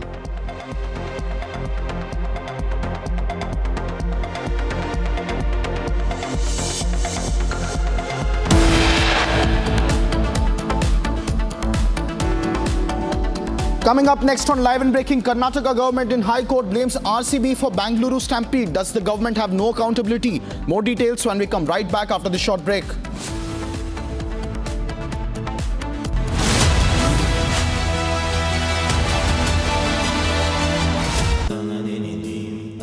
Amity has been ranked among the top universities globally for producing the most employable graduates by the Times Higher Education UK. Yet another testimony to Amity's excellent placement record. दादी के हाथों का जादू और खुशबू से महकता घर, माँ की मुस्कुराहट और खाने की सुगंध। MDH गरम मसाला, क्योंकि हर रिश्ता है स्वाद से जुड़ा। केसरिया से मन जोगी हुआ रे, दिल झूमे देखो मतवारा हुआ रे। केसरिया से मन जोगी हुआ। हर पल मनाओ केसरी त्योहार। विमल, बोलो जुबान Kesari. Well, at the end of 50 days, if we don't have a deal, it's going to be too bad. Yeah, the tariffs are going to go on and other sanctions go on. Donald Trump has defended his statement giving a 50-day ultimatum to Russia to end the war with Ukraine. Trump had earlier warned Russia of 100% tariffs if a deal wasn't struck with Ukraine. And one of the reasons that Coming up next on Live and Breaking, report published in Wall Street Journal targets pilots once again for the Ahmedabad plane crash. Who is making these leaks in the international media? More details when we come right back after the short break.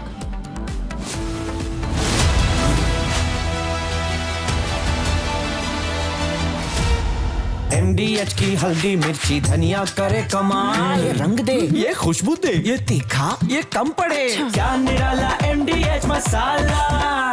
Well, at the end of 50 days, if we don't have a deal, it's going to be too bad. Yeah, the tariffs are going to go on and other sanctions go on.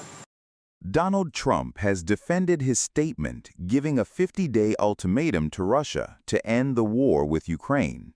Trump had earlier warned Russia of 100% tariffs if a deal wasn't struck with Ukraine. And one of the reasons that you're here today is to hear that we are very unhappy, I am, with Russia. But we'll discuss that maybe a different day. But we're very, very unhappy with them, and we're going to be doing very severe tariffs if we don't have a deal in 50 days. Tariffs at about 100%. You'd call them secondary tariffs. You know what that means. Russia did not take to Trump's warning kindly. Kremlin has called Trump's statement quite serious and that Putin will respond to it only if necessary. Заявления президента США весьма серьезные. Что-то в них адресовано лично президенту Путину. Нам, безусловно, нужно время для анализа сказанного в Вашингтоне.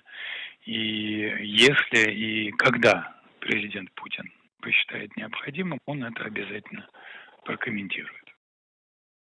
Nevertheless, Donald Trump has defended his statement and also revealed if he plans to send long-range weapons to Ukraine.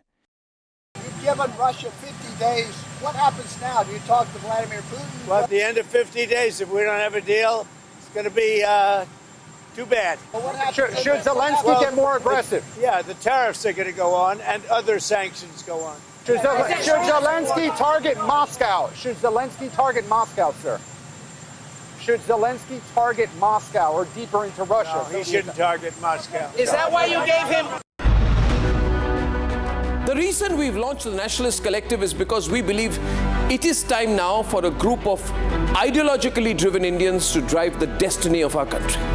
For far too long, people who have had interests inimical to national interest have held sway. We need to put nationalism first, nation first. The Nationalist Collective is a very clear and sharp movement, presents the spirit of a new India, which stands by what is right, does what is right, and raises its voice for what is right. Remember, this country is safe only if it is in the hands of nationalists. This country will grow only if nation first becomes our principal motto, where the only ism that matters is nationalism. Join the Nationalist Collective. It is going to be the largest non-political movement in this country.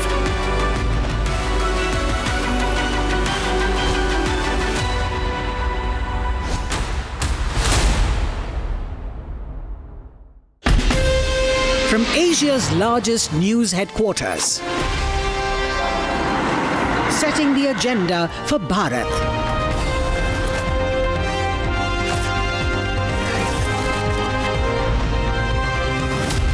You're watching Republic.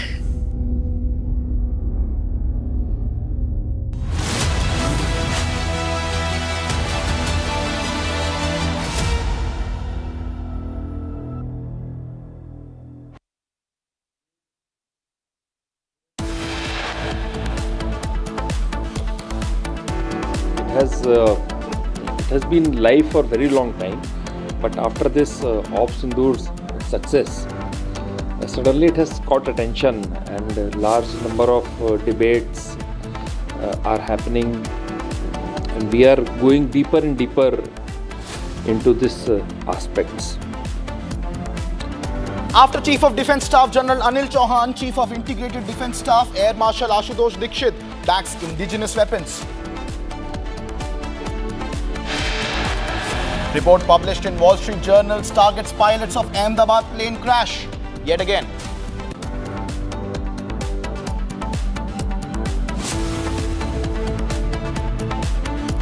Amid language row, former Andhra Pradesh Chief Minister Y.S. Jagan Mohan Reddy has expressed support for Hindi as national language.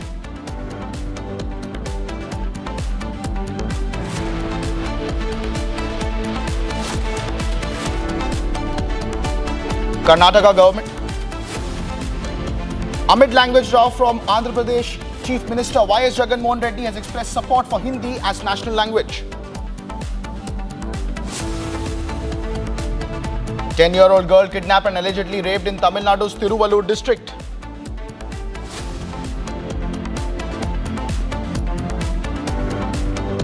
Hooliganism is back on the streets of Mumbai. MNS cadres beat up a Marwadi shopkeeper for allegedly making objectionable comments about Marathi people on social media.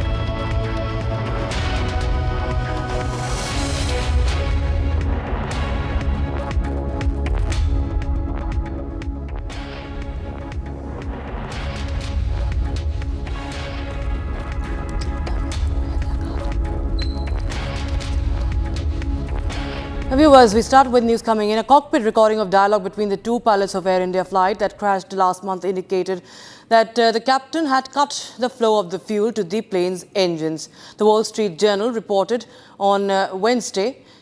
The newspaper cited that people familiar with US officials' early assessment of evidence uncovered in the investigation into June 12 crash in Ahmedabad that killed 260 people.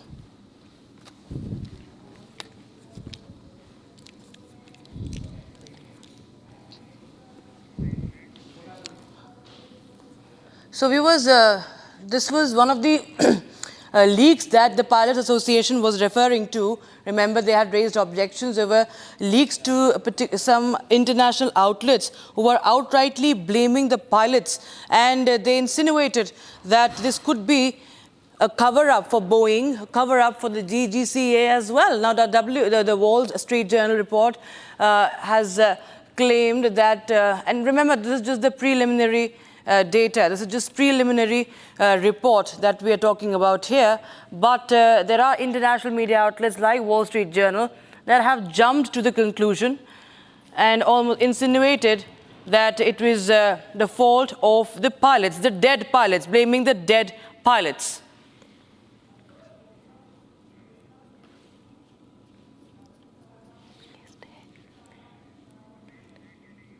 So, viewers, this is about the Air India crash probe report and the Wall Street Journal, remember, and there are others also. If you see the headlines, viewers, they have outrightly blamed the dead pilots. There is no, this conversation that has been disclosed in the report is, remember, not the complete picture.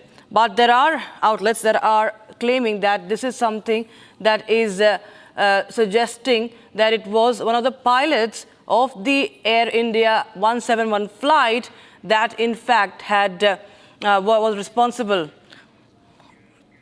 I have my call. We have an aviation expert, Captain C.S. Randhawa, joining us on the broadcast. Captain Randhawa, thanks so much once again for joining us on Public TV. This is one of the things that pilot associations had also pointed out, and we have the Wall Street Journal outrightly blaming the dead pilots. How do you see this? Okay, good afternoon. Well, I'm grateful to again come on the Republic TV and give my comments.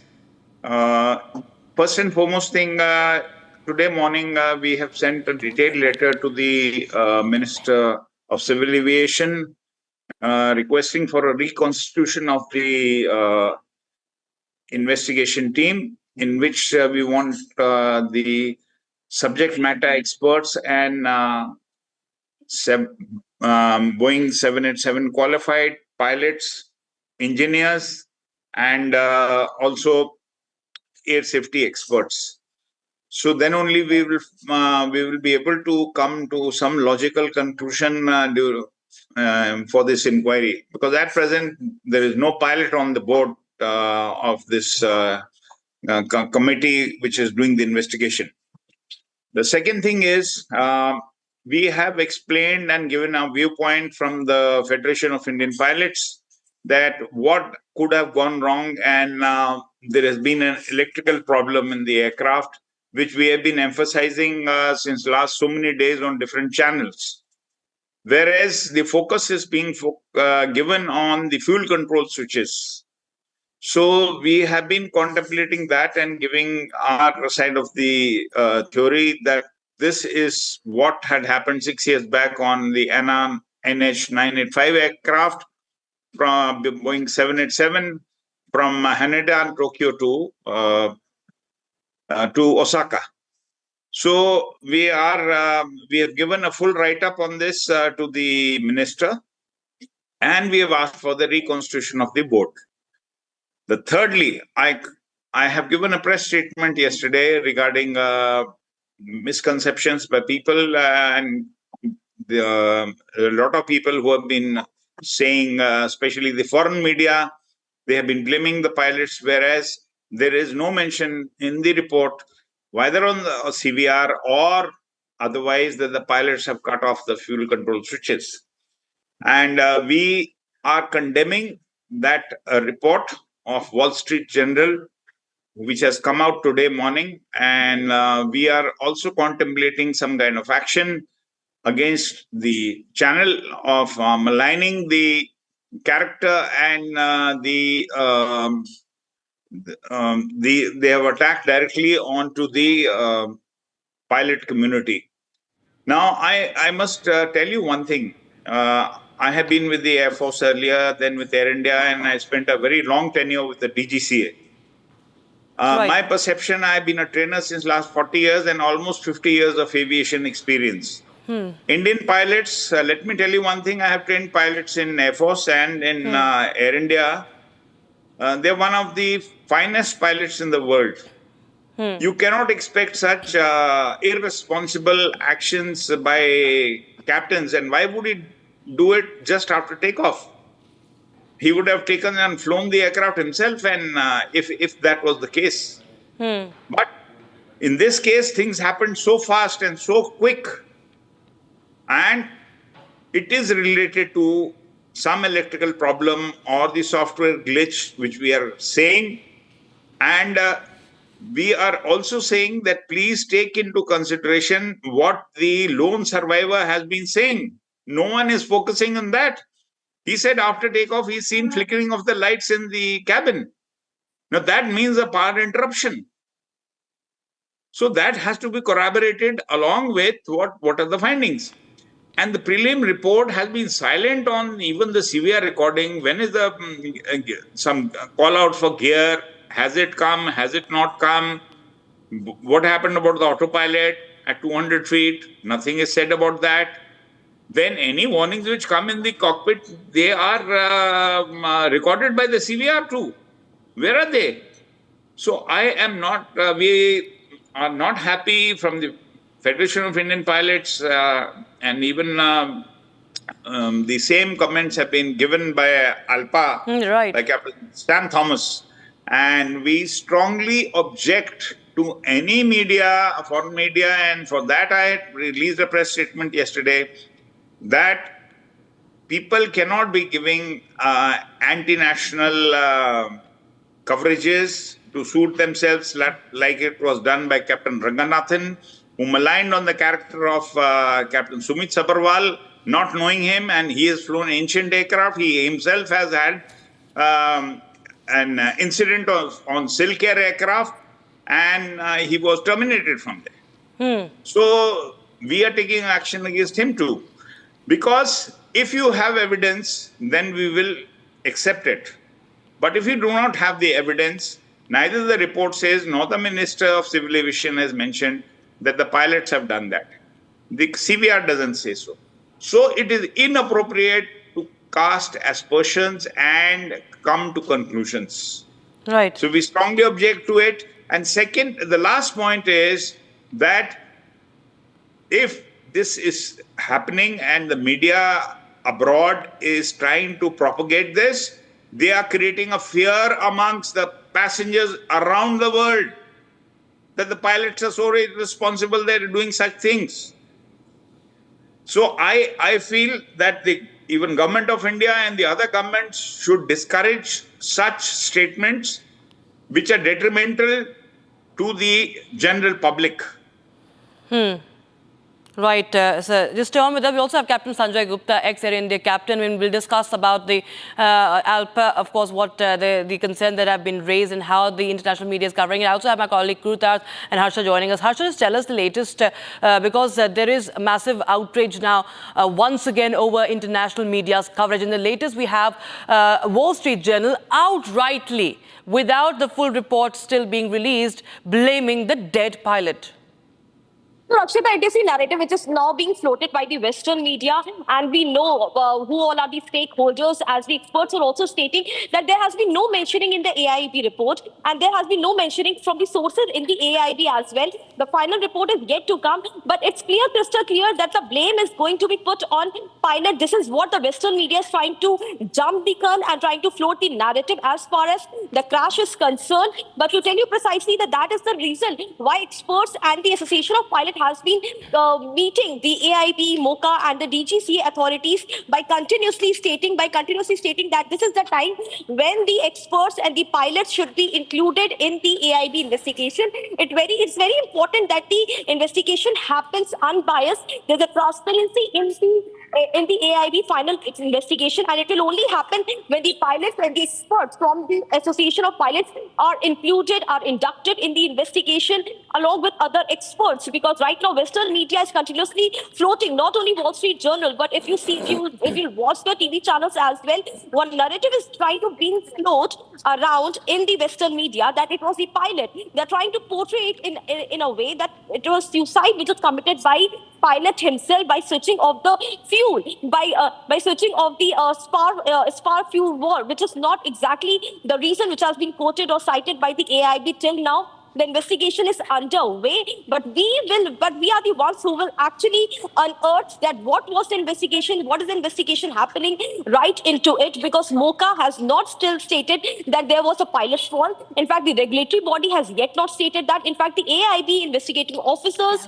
the investigation CEO or the DG never ever have stated that it was the pilot's fault. In fact, the Campbell Wilson statement which was sent out to the Air India employees clearly stated that the pilots went on for the medical test, the breath analyzer test was done, pilots were fit to fly, and everything was checked before they boarded the flight. In fact, with the DRDO experts in the investigation committee, there were the experts who also analyzed the personality of the pilots, like what was their behavior 2 to 3 days before when they took the flight, when they take off the flight. In fact, in the entire investigation, it has not come out that their personality or their behavior was different, or they were going through some stress. There was no mentioning of such thing. Pilots have been given a clean chit. Nothing regarding the pilots have been mentioned in the AIB report, and the investigation itself has stated that the final report is yet to come. We are very well aware that there was an issue with fuel switch. Now, one thing is that there was an issue with fuel switch. So Boeing the Air India operators are much in a questionable state. Now, they are trying to put the blame and jump the gun by clearly stating that the pilots were at fault, which is not the reason here. And that is the reason now the course-mate, batchmates of both the pilots, Sai Kundar and Sumit Sabharwal, are out coming open in the public by stating that this narrative is completely wrong and it should not be. Now, diseased pilots are not here to fight their own battles, so it's very easy to blame them. Back to you. In fact, I have Kruta also joining us from the newsroom now. Kruta, just take us through quickly what Wall Street Journal has exactly quoted, and what's really the basis of what they're saying about the pilot leaving the cocktail and all that, the cockpit, and that the co-pilot was alone, so on and so forth. It is a very interesting record that Wall Street Journal is now, again, based on sources, is reporting.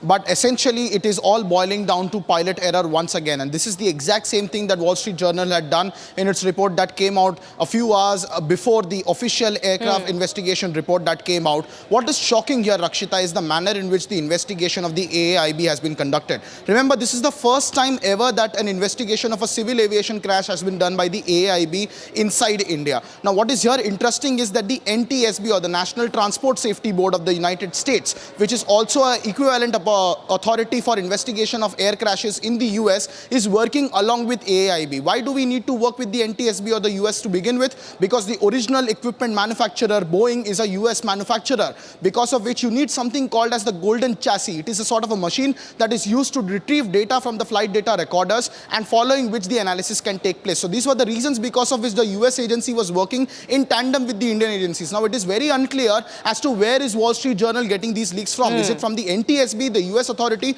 or the Indian authority? But in either case, it reflects very poorly on the integrity of this investigation, because at the moment, aspersions are being cast on the efficacy of the pilots in carrying out their duties as in charge of that aircraft without the complete picture being shown. Even the AIB report showed one paraphrase sentence of the pilot's conversation that allegedly took place. The full transcript has not been released. We don't even know what kind of timeline will it be when the actual transcript, word to word, quote to quote, who said what at what time, will be released by the AIB. Right. Until that is released, it is very presumptuous for Wall Street Journal or for any publication to pin the blame on the pilots. What's even more shocking is that the DGCA continues to remain extremely silent on these back-to-back leaks, which are throwing questions on the integrity of the report. Another interesting fact here, Rakshita, I would like to point out is that the Air India was very quick to give a clean chit to its maintenance facilities right after this report came out and said that there was no maintenance issues based on this report.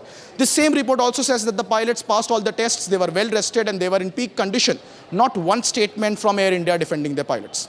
Exactly, that's the point you made, Krutat, and I was going to take that to Captain Sanjay Gupta, ex-Air India captains.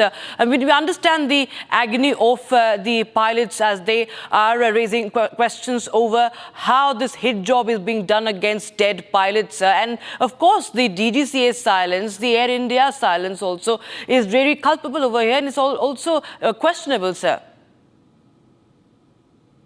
Good afternoon, everyone. As my name is putting up there, my name is Sanjay Gupta.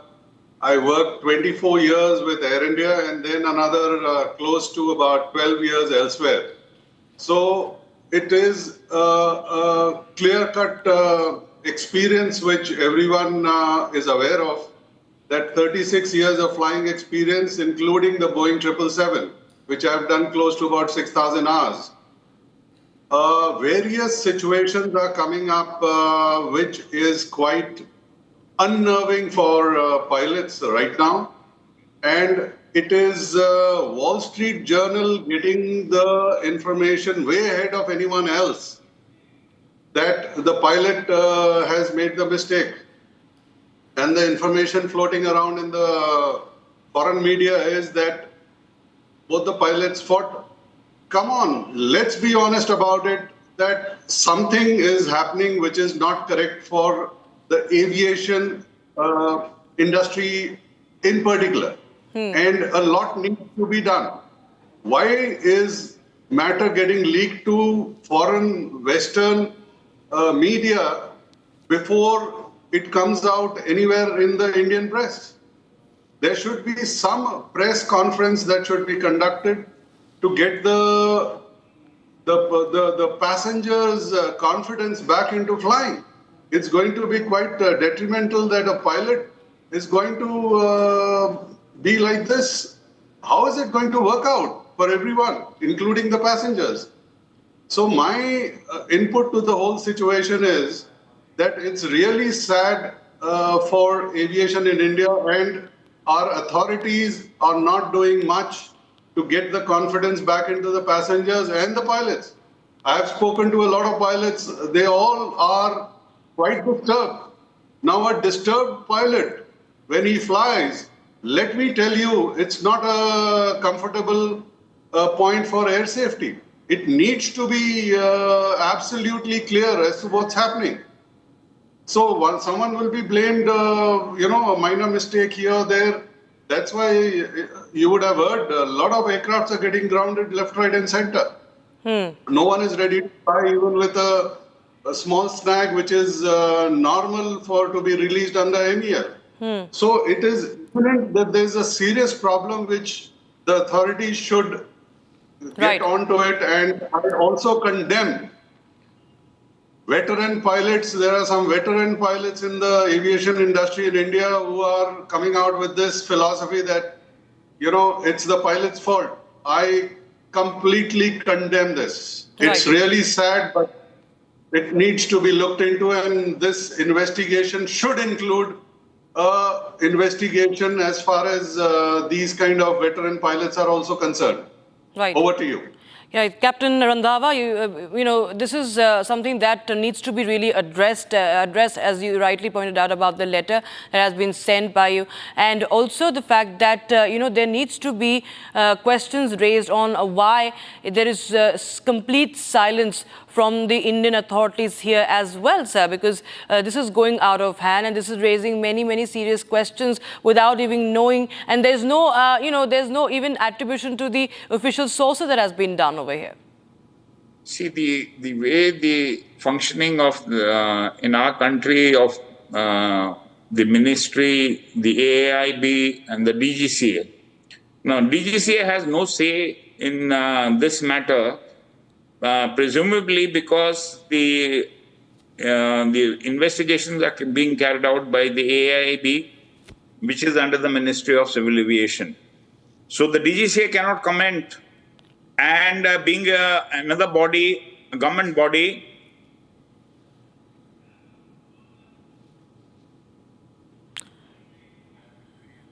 All right, we seem to have lost that connection. Okay, sir. Captain Randhawa, can you hear us? Can you hear? All right. We will continue to keep a close eye on the latest updates as far as this story is concerned. Republic TV continues to bring all the voices that matter. Thank you so much, Captain Randhawa and Captain Gupta, for joining us on Republic TV with your thoughts on this. All right, we have some breaking news coming in right now. It's in a shocking incident at Paras Hospital in Patna. A deadly firing erupted involving an infamous criminal, Chandan Mishra from Buxar, currently on parole for medical treatment. Now, Mishra sustained multiple gunshot wounds and is fighting for his life. Police officials, including IG Jitendra Rana, confirmed that the attack appears to be the work of a rival gang. And authorities have launched a full-scale investigation probing not only the attack but also potential involvement of on-duty hospital security staff. Breaking news coming in right now. Firing reported from a Patna hospital and suspected to be a rivalry between two gangs. A gang leader has been injured and he's fighting for his life right now. What we understand, this is a gang. This is an infamous criminal called Chandan Mishra. He's from Buxar and he's on parole for medical treatment, and he has now sustained multiple gunshot wounds and is right now in the hospital. Police say that have confirmed that attack appears to be the work of a rival gang. So this is coming in, viewers. In fact, just a few days back, we had a businessman, Gopal Khemka, who was shot dead in Patna, and now we have this criminal on parole who has been shot inside a hospital. Role of on-duty security staff is under scanner as well. The investigation underway. CCTV, that is the CCTV footage from inside the hospital, viewers. You can see these gun wielding. You can see this man, this individual is entering the hospital with a gun. He enters that room and starts firing. There you have, at least 3 men have entered. This is the CCTV footage that has been accessed on Republic TV, exclusive footage coming in. This is the firing that happened in the hospital. If we have an audio, this is the exclusive footage. And you can see that after committing the crime, after the firing, they ran away. They run away, closing that door.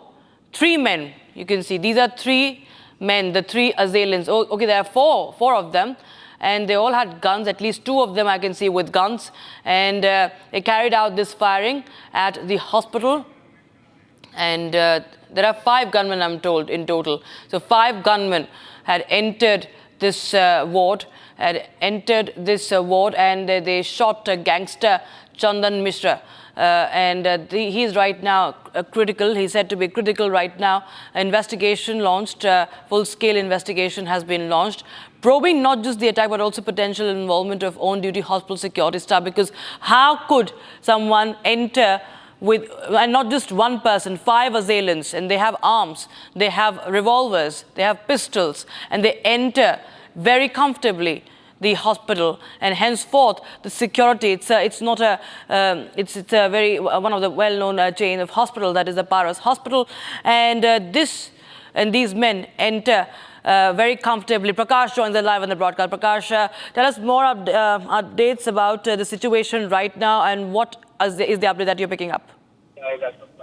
Well, as we can see in the visuals of CCTV, that 4 miscreants enter into the Paras Hospital, and this is the corridor of the Paras Hospital in which they enter very carefree, and apparently it's a gang war, as a result of which this murder has taken place.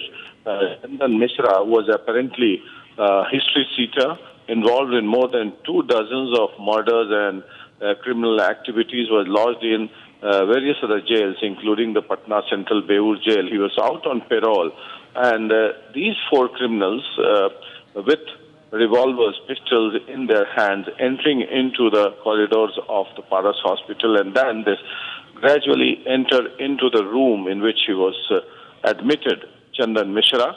It means that they had done a recce of which room they were staying in. 4 of them with pistols out, as we can see in the CCTV visuals, shoot him inside the room, because there are no CCTV footage of inside the room, and then they run away. And surprisingly, as a matter of fact, that how did these 4 criminals enter into the Paras hospital corridor? It means there was no frisking done. Any normal person, any common man living in that hospital or getting treated in that hospital can also face security threat. That is the question. One, the hospital administration is responsible for this. Second, the Patna police is also responsible for the lackluster policing as to how the criminals are scot-free with pistols in their hand entering into the Paras hospital. Meanwhile, the police is trying to identify the veracity of the criminals involved, and thereafter, the police will try to nab the culprits. The nab the culprits. A special team has been conducted to nab the culprits. Raids are being conducted at various hideouts of certain criminals, and also likewise last time in Ashok Khemka's case, Gopal Khemka's case, the Beur Central Jail inmates should also be interrogated and investigated upon. Right. Thank you so much, Prakash, for joining us with the details, viewers. So there you have, that footage that we have accessed and more details coming in. Chandan Mishra is, in fact, the gangster has been riddled with 12 bullets. He's critical right now. And, of course, the state of law and order is once again under scanner in Bihar. We'll be right back with more.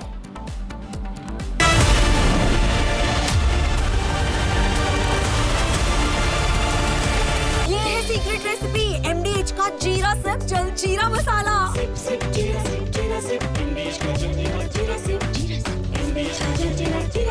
इसको घर पे लगाओगे तो शादी का तो पता नहीं, पर घर पक्का नहीं टूटेगा। रूंगटा नहीं तो घर स्ट्रॉन्ग नहीं। रूंगटा स्टील TMT बार एकदम सॉलिड। पहाड़ों में एक हाइकिंग स्टिक भी बन सकती है।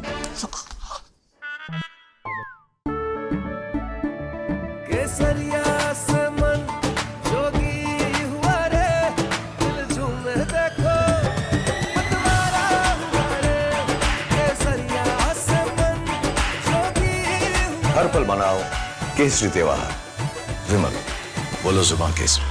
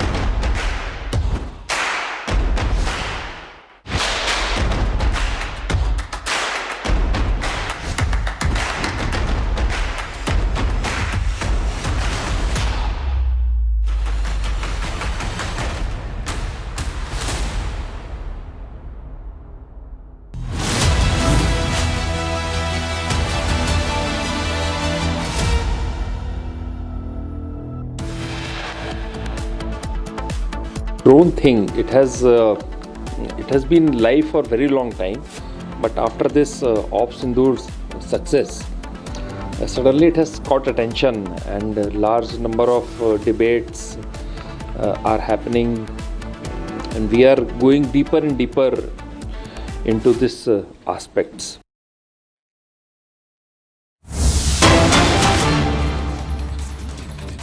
All right, breaking news now coming in, where we have received fresh visuals of the firing that took place in Patna Hospital. On your camera are the accused who were responsible for firing inside the Patna Hospital. These are the fresh visuals.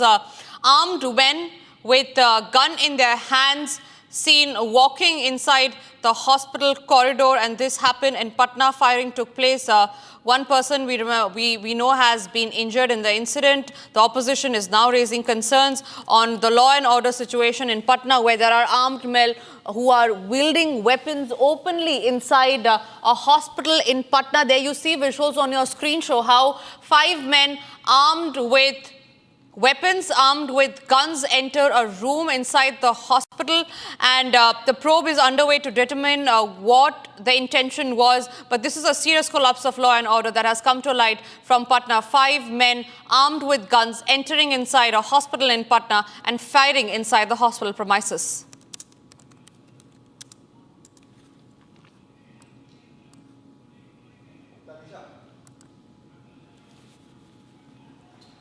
The firing happened at the Patna hospital as the rival gang targeted murder accused during treatment.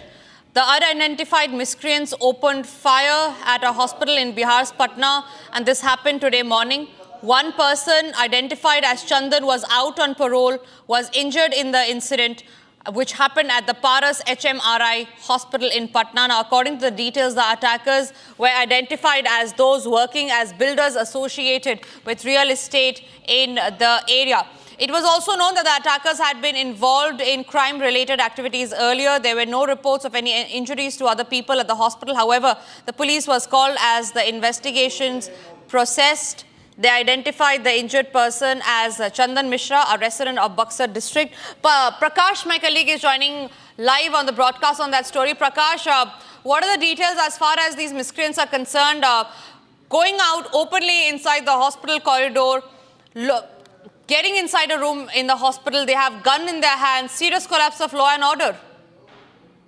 Well, it's a serious question pertaining to the law and order because as to how these 4 miscreants, armed men, entered into the premises of the Paras HMRI hospital. It's in the visuals we see are in the corridors of the Paras hospital, inside the Paras hospital, where there are rooms located, and in the room number 209, Chandan Mishra was admitted for treatment. He was out on parole, and he was serving a jail sentence for the last 14 years on charges of various criminal activities.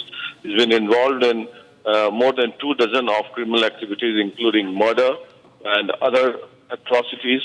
So it seems like it's a gang war, and 4 armed miscreants with openly brandishing a pistol in their hand enter into the room, and this goes to show that there was no security at the gate of the hospital, no frisking done at early in the morning at around 7 to 7:30. They go scot-free inside, and one can imagine what would happen to the common man who's being treated in the hospital, and anyone can enter or barge into the hospital and treat anyone and run away. So this is the case exactly what has happened. As a matter of fact, it's a case of a gang war between 2 gangs, and the police is examining the entire incident. Raids are being conducted at various hideouts. Now the CCTV footage is out, and the photographs of the criminals are very clear. The police would try to nab the criminals or raid at various locations based on the CCTV footage and the pictures which are clear, and soon the police would be able to nab the culprits based on the CCTV footage. Absolutely, Prakash. One last question before I let you go. How far has the investigation reached in the case? Like you were saying, is this a case of rivalry between 2 groups? He is just assessing the CCTV footage, and thereafter raids would be conducted, and based on the pictures of the shooters, police would be trying to nab the culprits as soon as possible. Right, Prakash. Thank you very much for sharing those details. The opposition is up in arms against the Nitish government for the complete collapse of law and order that has taken place inside a hospital in Patna. And it's not just about being in the hospital, but these are 5 miscreants that you see without fear of law and order, entering inside the hospital, walking in and walking out fearlessly inside a hospital, moving into a room, opening fire on certain individuals, and all of this after a gang war. The police is now probing the CCTV footage and will be taking the investigation further. Moving on to some other stories that we are tracking, a CCTV footage shows a 10-year-old girl kidnapped and raped in Tamil Nadu's Tiruvallur district. The girl was returning from her school at 4 p.m. when the incident happened. The police have now registered a case and the search for the man is underway. The minor was raped and is now admitted in Stanley Hospital for treatment. A very shocking incident there indeed that has come to light from the state of Tamil Nadu. where a 10-year-old girl can be seen on your screens. She's walking on a deserted road. Following her is a man. The girl is nearly 10 years old. She's walking on a deserted stretch. That's exactly the man who had been following her for kilometers, walks near her, kidnaps her, and then allegedly rapes her. She was gagged, she was dragged, and then she was raped into the bushes. In fact, a huge political storm has also broken out over, again, a complete collapse of law and order in another state, this time from Tamil Nadu. Annamalai has spoken on it. Let's listen in. Every day, Tamil Nadu police government is a new record. Record for more shameful episodes. Record for more shameful molestation. Even a 10-year-old girl walking in the road, somebody comes, kidnaps and molests her. That is the state of law and order here. In what thing we claim we are number one state in the country? When a common woman, when our mothers, when our sisters, a common person is not able to have a basic sense of security in the field, what loud noise can we make saying that Tamil Nadu is a developed state, we are number 2 industrial state, GDP wise we are number 3. People will laugh at us. So let us all throw the tall claims away, sit down and focus on basic human dignity, for which the current government has utterly failed. Press is also rightfully questioning the law and order state, and people are angry. Same police and different governments have done well, same police and DMK government is doing very bad. That is also for the police department to introspect. As top leaders in the police department to introspect, are they allowing too much political pressure to paralyze the functioning of the police department? That is for the top people to introspect and talk.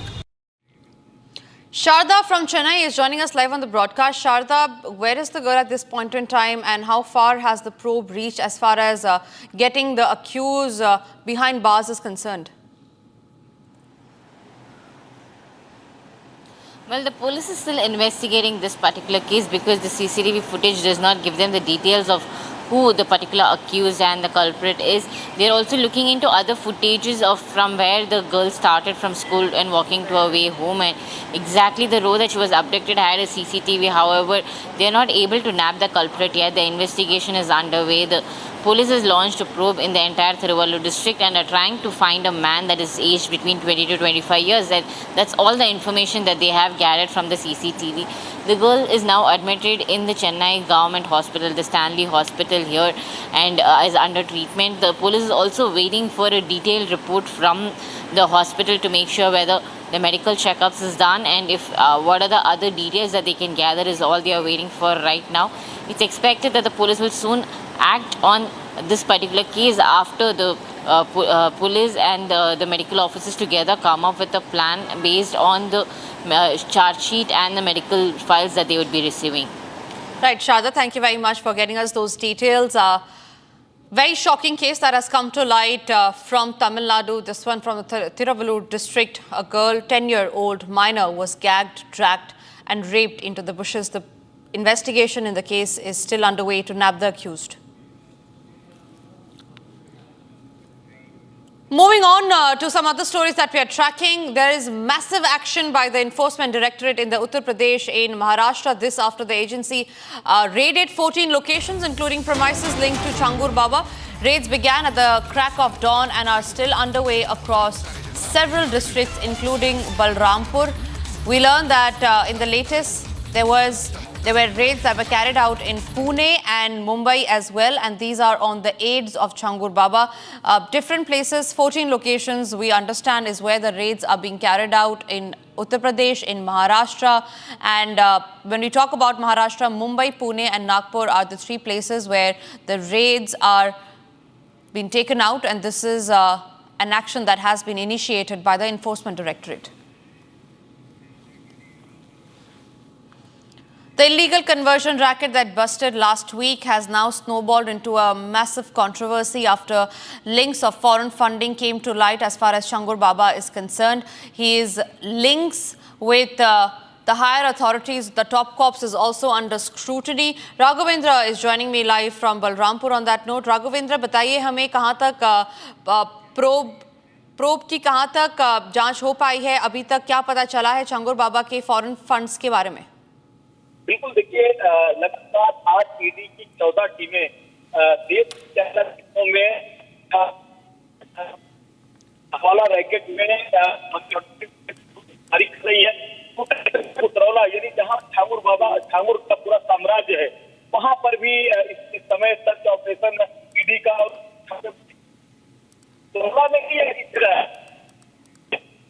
All right, Raghavendra, I believe we have lost that connection with you, but we'll try getting back Raghavendra, who is in Balrampur, where the raids are currently underway. But for now, we move on to some other stories that we are tracking. Jammu and Kashmir LG Manoj Sinha, in his unsparing message, vowed justice for the Pahalgam victims. He further added that the killers were living on borrowed time and that justice will be served. Bharat के लिए अपने सम्मान की रक्षा के लिए शस्त्र उठा लेना मैं ज़्यादा अच्छा समझूंगा। बापू के सपनों के अनुरूप आज वही पराक्रमी भारत अपने पुरुषार्थ से नित्य नई उपलब्धियां हासिल कर रहा है। बात मैं पहलगांव से ही शुरू करता हूं। 26 नागरिकों की बर्बर हत्या निर्दोष बेकसूर लोगों की 22 अप्रैल को हुई। आप भी जानते हैं, देश और दुनिया भी जानती है कि ये नृशंस हत्या पाकिस्तान और उसके आतंकवादियों ने की। कई सवाल विजय जी ने उसके संदर्भ में पूछा है। जिन्होंने हत्या को अंजाम दिया उनकी पहचान स्पष्ट रूप से हो चुकी है, एनआईए जांच कर रही है। उनकी तस्वीरें, उनके नाम ये पब्लिक डोमेन में मीडिया के माध्यम से आ चुके हैं। ये मैं कह सकता हूं कि इनकी जिंदगी बहुत लंबी नहीं होती है। Moving on, after CDS General Anil Chauhan's strong call for indigenous weapons, it is Air Marshal Ashutosh Dikshit who has underlined how drones have changed the nature of warfare since Operation Sindoor. He said that India must reduce dependence on imported drone components and urged the defense ecosystem, including scientific bodies, academia and industry, to contribute more actively to indigenous capability, emphasizing collaboration. The Air Marshal also said that innovation must be constant and demand aggregation between civil and military agencies is the key to strengthening India's defense backbone. Listen in. This drone thing, it has been live for a very long time. But after this Op Sindhur's success, suddenly it has caught attention and a large number of debates are happening, and we are going deeper and deeper into these aspects. The strategic significance of UAVs and along with it the counter UAVs has suddenly become known to each and every child in India. Add to this is the usage of these technologies in Middle East, Ukraine, Russia. But when it happened very close to us, that is how it has gathered this. And today a lot of good suggestions have come. We have to really improve. In my opinion, this UAVs, drones and you can call it by any other name, loitering munition, that is the attritable version, and that is the one which is to be treated as maybe ammunition.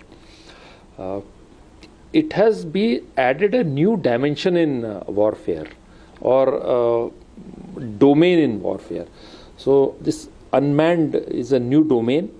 All of us are trying to understand it and trying to do our best to achieve superiority in this domain also. What we have been seeing in last a few years of drone usage and that a lot of components were coming from outside. So military and civil authorities have to give their requirement. Industry has to do innovation and innovation and innovation, and certainly your pain points which have been brought out, please submit and we'll see what best we can do. Retired Major General Shashi Asthana is joining us on the phone line. Major General, we know that it is high time after Operation Sindhu that India should be having its own indigenous weapons. The same has been said by the CDS as well. It has been reiterated by the Air Marshal as well. What do you think on it?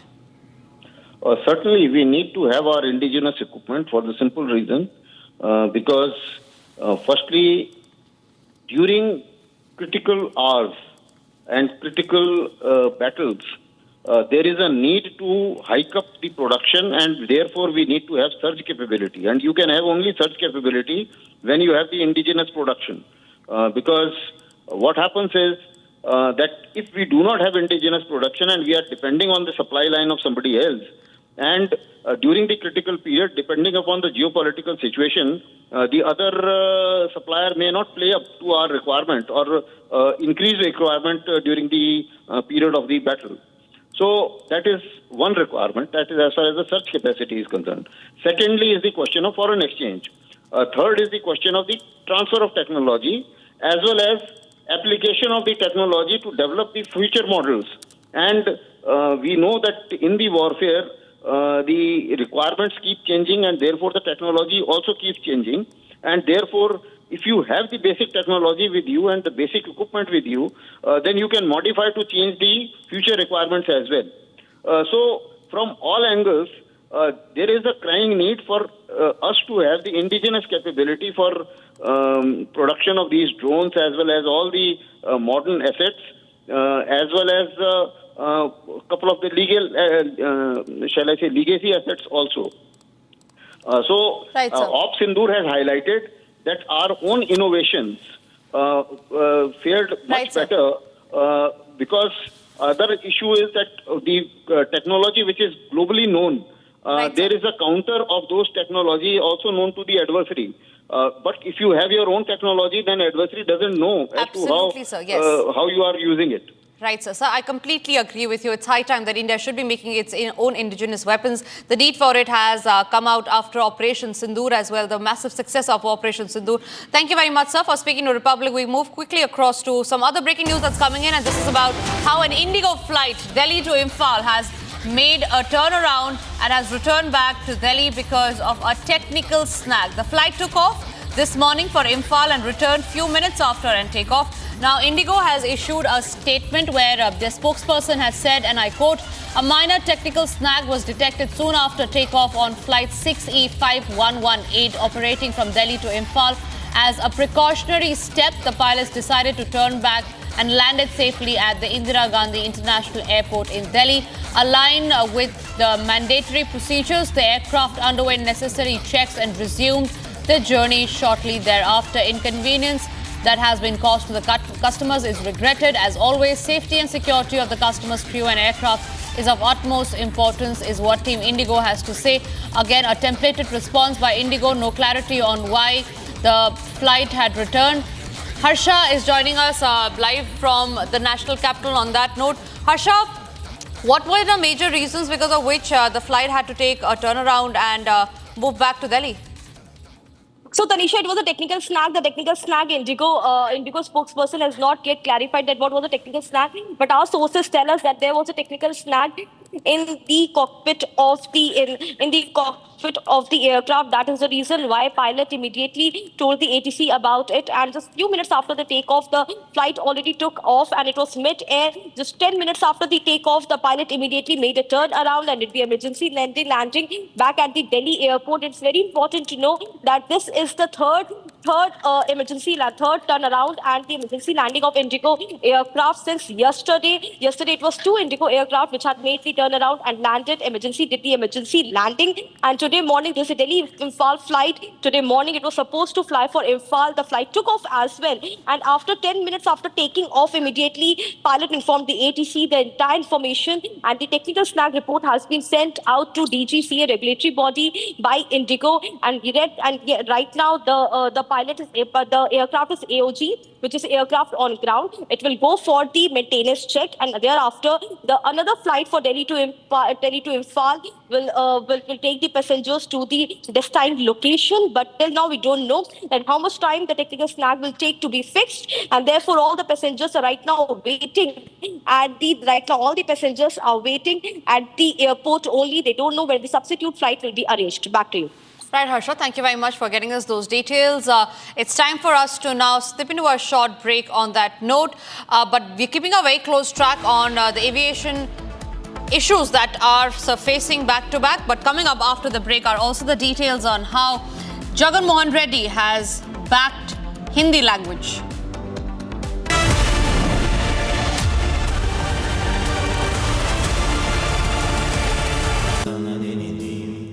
Amity has been ranked among the top universities globally for producing the most employable graduates by the Times Higher Education UK. Yet another testimony to Amity's excellent placement record. MDH की देगी मिर्च का तड़का, अंग अंग फड़का। MDH की देगी मिर्च। इस साल का जो प्रॉफिट है इंटरेस्ट पे डाल देंगे, हर महीने ब्याज का पैसा आता रहेगा। अगर रेगुलर इनकम ही चाहिए तो आप वो पैसे फिक्स्ड इनकम फंड्स में डाल दो। वो क्या होता है? फिक्स्ड इनकम म्यूचुअल फंड्स चुने हुए ब्याज देने वाली कंपनी बॉन्ड्स, गवर्नमेंट बॉन्ड्स और मनी मार्केट में इन्वेस्ट करते हैं। सिस्टमैटिक विथड्रॉल प्लान से आपको on the dot fixed amount भी आता रहेगा। म्यूचुअल फंड में फिक्स्ड इनकम वाली बात सही है। म्यूचुअल फंड निवेश बाजार जोखिमों के अधीन है। योजना से जुड़े सभी दस्तावेजों को ध्यान से पढ़ें। Well, at the end of 50 days, if we don't have a deal, it's going to be too bad. Yeah, the tariffs are going to.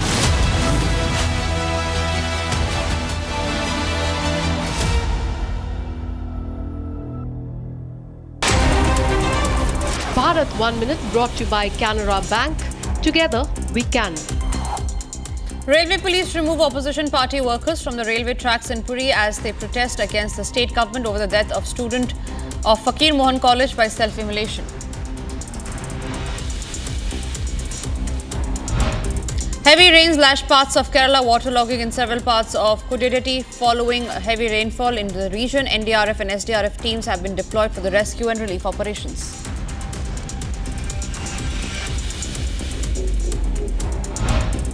Actor Rania Rao sentenced to jail in the Sandalwood gold smuggling case. Rao and two other accused have been barred from seeking bail in the case. She was arrested in the March last year.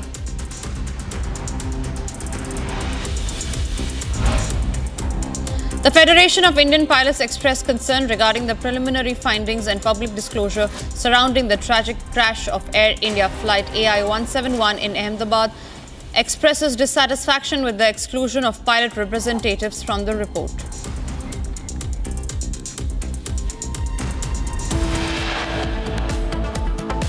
Hooliganism is back on streets of Mumbai. M&S cadres beat up Marwadi shopkeeper for allegedly making objectionable comments about Marathi people on social media. Details coming up after the break.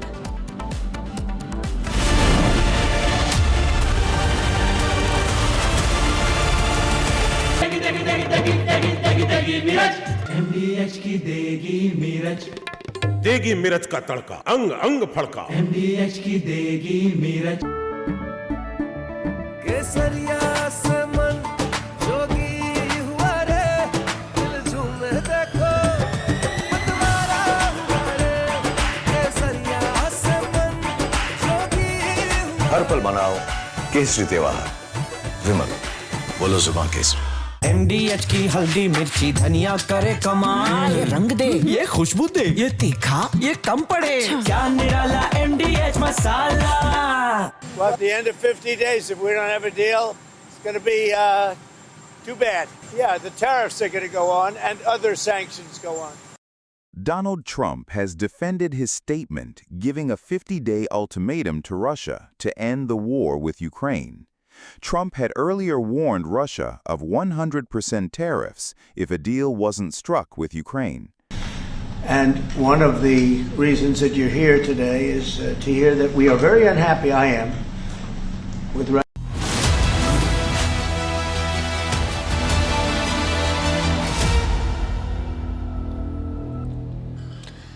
Thank you for staying with Republic. The annual Amarnath Yatra was suspended today from both the Pahalgam and Baltal base camps following continued rainfall. Here's the latest on the resumption of the Yatra and what the situation is like on ground.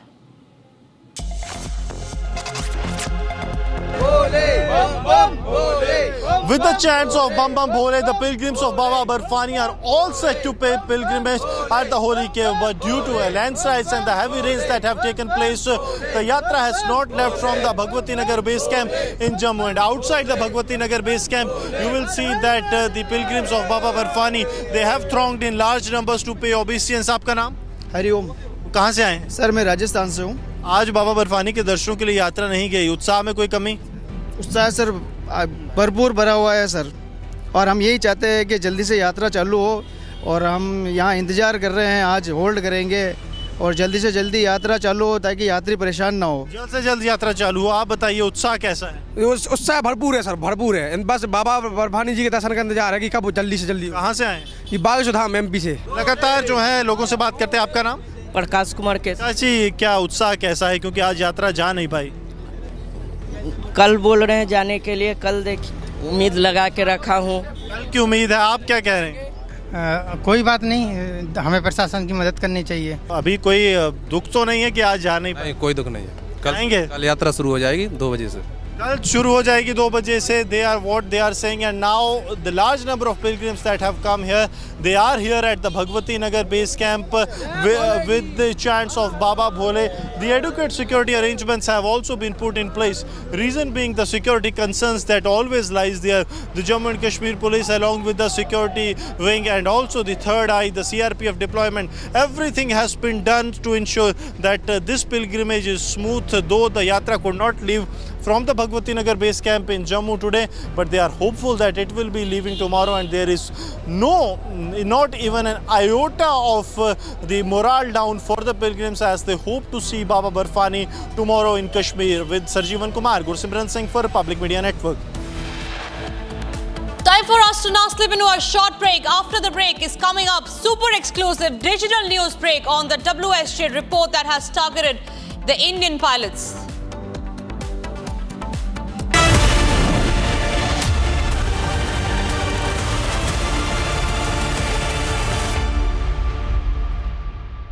Secret recipe MDH का जीरा SIP जल जीरा मसाला।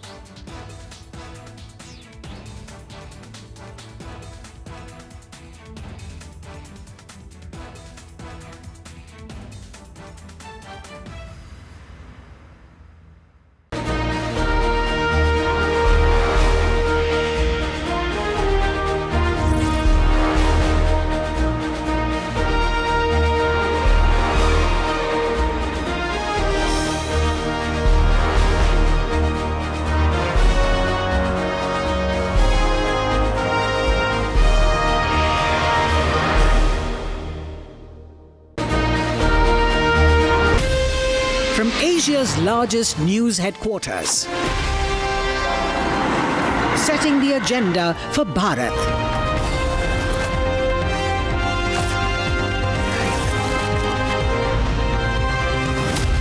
You're watching Republic.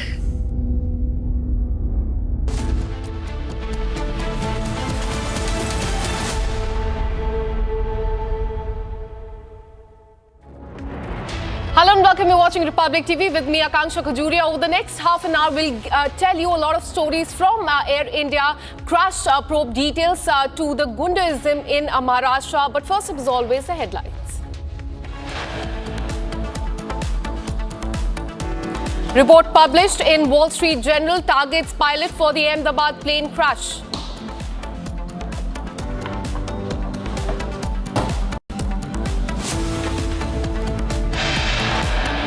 Drone thing, it has been live for a very long time, but after this Ops Sindoor's success, suddenly it has caught attention, and a large number of debates are happening, and we are going deeper and deeper into these aspects.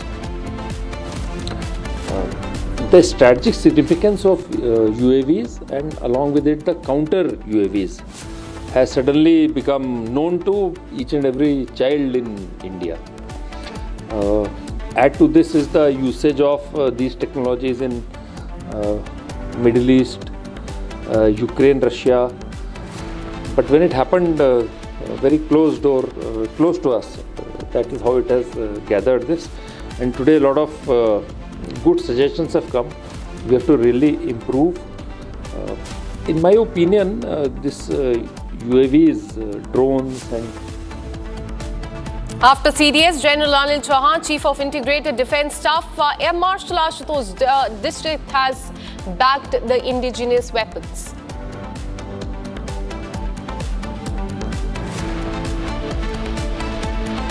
In a case of gang war, a prisoner out on parole was shot dead inside a private hospital in Patna in Bihar early morning when 4 unidentified persons opened indiscriminate firing.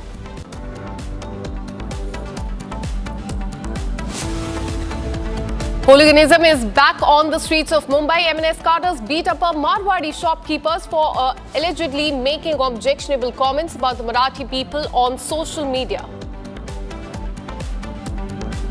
Karnataka government blames RCB for the Bangalore stampede. New details are out.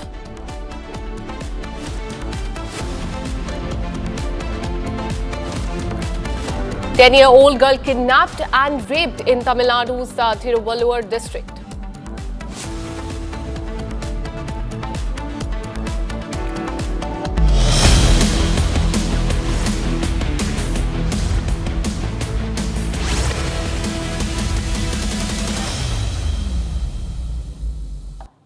And top of the hour, let's get you details from Mumbai. Hooliganism is back on the streets of Maharashtra. Video sparked protests in Mumbai's Virkoli area after a Marwari shopkeeper made objectionable comments against the Marathi people on the social media. Now, M&S department head Vishwajit Dolam led a protest, physically assaulting the shopkeeper and forcing him to walk barefoot. The incident escalated into a confrontation with the M&S officials taking out the procession against the shopkeeper. A police complaint, we are learning, has been filed against, in fact, as far as this altercation is concerned. The visuals of those altercation are there on your screen.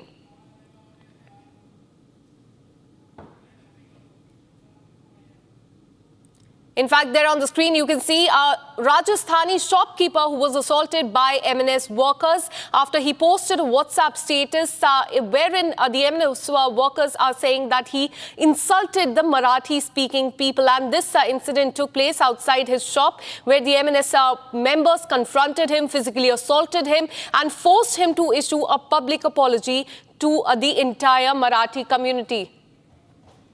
Let me go across to my colleague Satya Prakash, who's been tracking this story very closely. Satya Prakash, हमें पता चल रहा है कि police complaint इसमें file हुई है, किसके खिलाफ हुई है, पुलिस का इस पे क्या कहना है? देखिए, ये कंप्लेंट जो फाइल हुआ है मनसे कार्यकर्ताओं के खिलाफ कंप्लेंट फाइल हुआ है और जिस तरह से मनसे कार्यकर्ताओं ने जो मारवाड़ी दुकानदार है उसको किस तरह से मारा है, पहले मारा है, इसके बाद सड़क पे उनको घुमाया है। जो मामला ये था कि जो मीरा रोड में जिस तरह से मारवाड़ी व्यापारी दुकानदार को उस समय मारा गया था और मारवाड़ी जो समाज के लोग इकट्ठा हुए थे और प्रोटेस्ट किए थे, वही स्टेटस इसने सोशल मीडिया पर लगाया था और लिखा था कि हमने दिखा दिया अगर हमारे ऊपर कोई अटैक करता है। इसके बाद कहीं मनसे कार्यकर्ताओं ने ये सोशल मीडिया पर जो पोस्ट था वो देखा और इसके बाद दुकान पे पहुंचे और इस दुकानदार जो राजस्थानी मारवाड़ी दुकानदार उसको बाहर बुलाया और उसको कान पकड़ के उठक बैठक कराए। इसके बाद उसकी पिटाई किया और इसके बाद सड़क पर घुमाया। तो इन सारे मामलों को लेकर कहीं In fact, Satyaprakash, stay on with us. I'm joined by Shaina NC of Shiv Sena Shinde faction. Thanks so much for speaking to Republic TV. This is not the first time that M&S workers have thrashed a worker there. Now, this is a Marathi shopkeeper who was recently thrashed, and he's part of the community which is very common in the state of Maharashtra. How do you see this, the recent attack? Firstly, let me please say, for those hooligans who take law into their hands, this is nothing but political opportunism. Please look at the timing and the motive. You talk about Marathi pride, and then you go around beating people rather than influencing them to speak in Marathi. You have the Ubata Sena that has lost its ideology. You have the MNS that is struggling for many years to stay relevant in state politics, and then this sudden aggressiveness and this push for Marathi identity is only to regain political ground. I only want to say that if you stand for the people, the sons of the soil, Marathi as a language, do what our party, Eknath Shinde and the Shiv Sena have done, which is whether it is a GR which has been reversed, and you have the Narendra Jadhav committee, which is looking at all avenues and taking all stakeholders into consideration. That should be a positive approach for a Marathi-centric agenda, not to take to goons who beat you up and make you walk barefoot. So please understand this is nothing but theatrics, and we are going to make sure that the official statement from the Chief Minister and our Deputy Chief Minister on this issue are in the public domain. People are way too intelligent, and they will vote accordingly so that they do not get caught into this trap of so-called questionable Marathi heritage. Absolutely. Thanks so much, Shaina NC, for speaking to Republic TV. But this is not the first time that such an incident has happened in the state of Maharashtra. In the last 1 month, in fact, several such cases have come to the fore where shopkeepers, the businessmen, they have been thrashed in Mumbai as well. In fact, I'm also joined by Anish Gawande, NCP Sharad Pawar faction. How do you look at this recent, in fact, the attack that has been made on the Marathi shopkeeper there in Mumbai? Your first reaction to that? You know, to be very honest, I think any act of vandalism or hooliganism that uses violence to protect the Marathi language is an act that we condemn unequivocally and completely as the NCP-SP. Protecting Marathi does not require us to beat anyone else up. It does not require us to denigrate any other languages. But you know, I just heard someone else on your show right now talking about the law and order situation, and it confuses me. Because the BJP and its alliance partners are pretending like they're in the opposition in Maharashtra. State government is under them, central government is under them, and yet they seem to be able to take no action against those violating law and order. Just yesterday, Praveen Gaikwad, who's the head of the Sambhaji Brigade of Chhatrapati Sambhaji Maharaj, who this government claims to defend so vociferously, was attacked and almost killed in Akkalkot. No action has been taken against Deepak Kate, who's a BJP minister, who was accused of this attack. So the reality is that law and order has collapsed in Maharashtra. But the responsibility for maintaining law and order is with the same government that is busy issuing press conferences and doing phonos with TV channels, then ensuring that actual action is taken against those responsible for these acts. Absolutely. But in the last 1 month, we have seen several cases coming to the fore. Complaints are filed. People are booked in such cases, but no action is taken against them. There have been no arrests so far in any of the cases. What are your demands as far as the action is concerned? You know, our demands have been consistent and clear. The unfortunate reality is that the Home Minister of Maharashtra, who is also the Chief Minister of Maharashtra, Devendra Fadnavis ji, has been a complete and utter failure, unfortunately. You know, Vaishnavi Hagavane dowry case, Pune Posh case, which you saw updates on just recently. Even now, the attacks on people who don't speak Marathi, the attacks on Praveen Gaikwad ji, what do they point to? The Badlapur incident, where children were sexually assaulted, but the BJP trustees of the school have still not been punished. All of this signals a complete failure of law and order in Maharashtra. In fact, the central government should take notice, Prime Minister Modi should take notice and ask questions of chief ministers, including BJP chief ministers, who are failing to uphold law and order in their own states. Absolutely. Thank you so much for speaking to Republic TV. Now we're shifting our focus. Dog bite cases are spiraling out of control from the gated society to the streets of the people are not safe, and no one seems to be safe anymore. In Greater Noida, let us tell you a case. A 37-year-old man fell from a first-floor walkway after a dog lunged at him. The pet owner, 53-year-old woman, has now been arrested. In another heart-wrenching case, a young kabaddi player died of rabies. A child was also recently attacked despite claims that local authorities are feeding the strays to keep them calm. Now, these aren't the isolated cases. These are the patterns that have come to the fore in the last few days. The Supreme Court has advised feed stray dogs, yes, but at home and not in the public spaces. Now, it's time to ask, how do we balance the compassion with safety? And we bring you voices from the ground, the residents, the victims' families and the eyewitnesses, all raising one plea: act now before it is too late.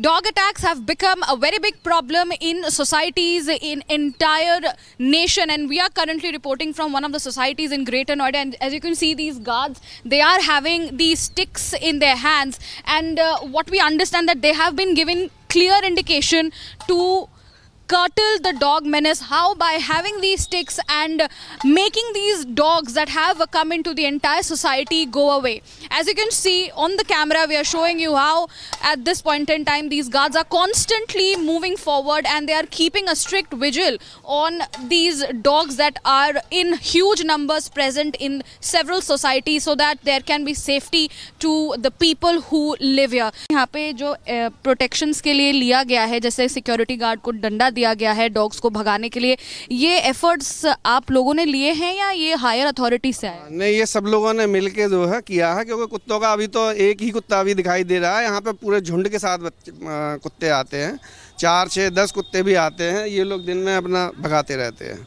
ये सबने मिल के जो है ये इनको वो किया है कि भाई जो भी कुत्ते आते हैं उनको भगाओ, क्योंकि यहाँ पे इंसिडेंट भी होते हैं। बच्चे घूमते हैं, अब बच्चों की आदत होती है, वो भागते हैं। जब भागते हैं तो वो बच्चे को काट लेते हैं कुत्ते।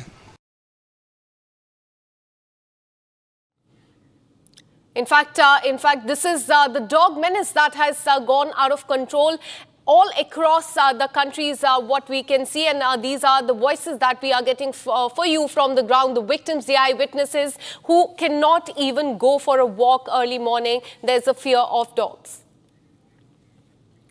Now shifting our focus to the state of Tamil Nadu, there's an outrage over the rape of a 10-year-old girl. BJP has slammed DMK government over this. Arnab has said that DMK has failed in maintaining the law and order situation in the state.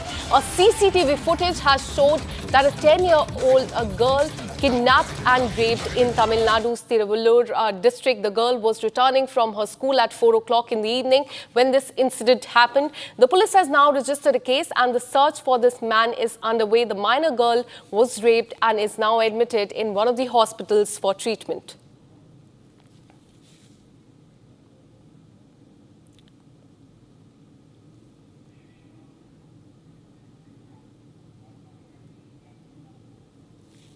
Every day, Tamil Nadu police government is a new record. Record for more shameful episodes. Record for more shameful molestation. Even a 10-year-old girl walking in the road, somebody comes, kidnaps and molests her. That is the state of law and order here. In what thing we claim we are number one state in the country? When a common woman, when our mothers, when our sisters, a common person is not able to have a basic sense of security in the field, what loud noise can we make saying that Tamil Nadu is a developed state, we are number 2 industrial state, GDP wise we are number 3. People will laugh at us. So let us all throw the tall claims away, sit down and focus on basic human dignity, for which the current government has utterly failed. Press is also rightfully questioning the law and order state, and people are angry. Same police in different governments have done well, same police in DMK government is doing very bad. That is also for the police department to introspect. As top leaders in the police department to introspect, are they allowing too much political pressure to paralyze the functioning of the police department? That is for the top people to introspect and talk. And now let's have a look at the top national stories in under 1 minute. Bharat 1 Minute brought to you by Canara Bank. Together we can. Railway police removes opposition party workers from the railway tracks in Puri in Odisha as they protest against the state government over the death of a student in the college by self-immolation.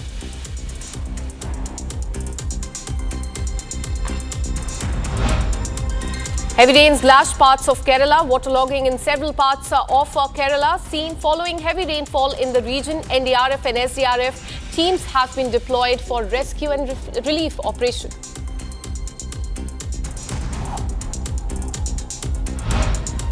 Actor Rania Rao has been sentenced to jail in the Sandalwood gold smuggling case. Rao and 2 other accused have been barred from seeking bail in the case, and she was arrested, remember, in March earlier this year.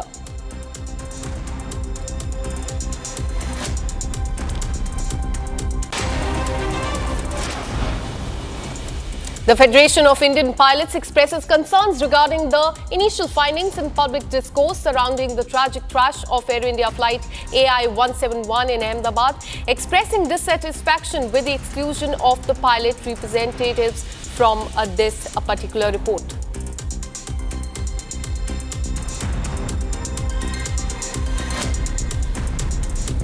Now, moving on, at least 4 people were killed and dozens injured in a day-long running battles between the law enforcers and Awami League followers in Bangladesh's Gopalganj. Now, tensions were already high in this area, the home district of the ousted leader Sheikh Hasina, over the National Citizen Party's pre-scheduled rally at the Pora Park in the town. And now what we are witnessing is that the curfew has been imposed in Bangladesh after the violence in which 4 people have lost their life and several people have received injuries. And these are the visuals coming in from Gopalganj in Bangladesh, where there was in fact an altercation, a violence that ensued between the law enforcers and the Awami League followers. And this is the area in Gopalganj that is the home district of the ousted leader Sheikh Hasina, and this happened over the National Citizen Party's pre-scheduled rally at the Pora Park in town. Yes, you're quite right that the situation in Bangladesh has only deteriorated ever since August last year. And they called it actually a spontaneous students' uprising and so on. It was nothing of the kind. It was a very deliberately planned regime change operation. But it has had no success. Muhammad Yunus is not in control. It is the Jamaat-e-Islami that is in control. And Jamaat-e-Islami is trying to establish themselves by suppressing the Awami League, suppressing the BNP and all other parties. And this newly created party that you spoke about, the NCP, they too think they will get popularity, but it is clear that they are not popular.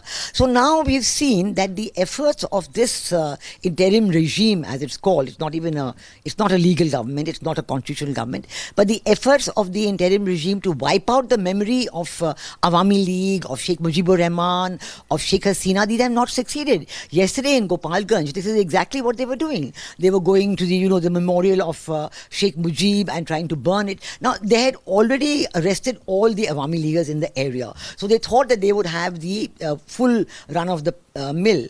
But the popular people, the will of the people, the women, the children, they came out and they prevented them from destroying those destructions. But it's sad, exactly what you've said, that the army seems to be acting against the Awami League, and the army seems to be now in collusion with the interim regime, which is very worrisome, because the only outcome possible in Bangladesh is to have free, fair and inclusive elections. You've got to allow all the political parties to participate, but the Jamaat-e-Islami and the NCP, they're trying to maneuver the situation so that they will be the only ones who will benefit from the vote bank. So they've tried to suppress the Awami League, they've put them behind bars, they've killed them. A large number of Awami League people have been killed, which is absolutely tragic. But still, the popular vote seems to be with the Awami League, because even when the party members are taken away, then the popular will comes out. The Jamaat-e-Islami even trying to suppress the BNP and telling them that, we will not let you participate in the elections and so on.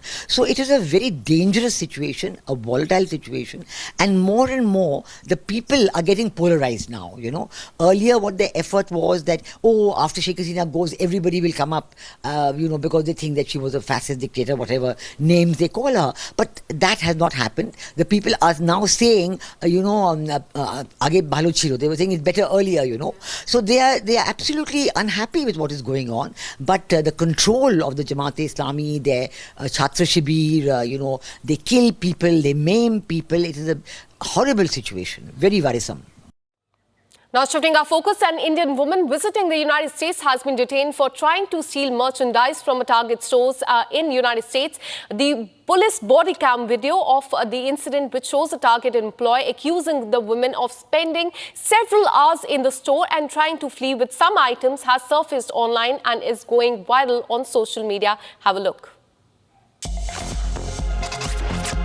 Please don't do this. Don't visit. It's not going to go well for you. Stop. Why? An Indian woman who visited the United States is facing investigation for allegedly shoplifting at a store. Authorities claim she is suspected of stealing merchandise valued at approximately $1,300 from the retail chain. The woman offered to pay for their items and tried to resolve the matter with the police. I'm not taking anything. I'm ready to even pay for it. In the viral video, the staffer said the woman roaming around the store for the last 7 hours. She was picking up items, checking her phone, moving between aisles, and eventually tried to walk out the west gate without paying. After reviewing the bill, the police handcuffed her and took her to the police station for the paperwork. According to the video, she's facing felony charges, and although she hasn't been arrested yet, charges are anticipated. Now let's have a look at the top national stories in under 5 minutes.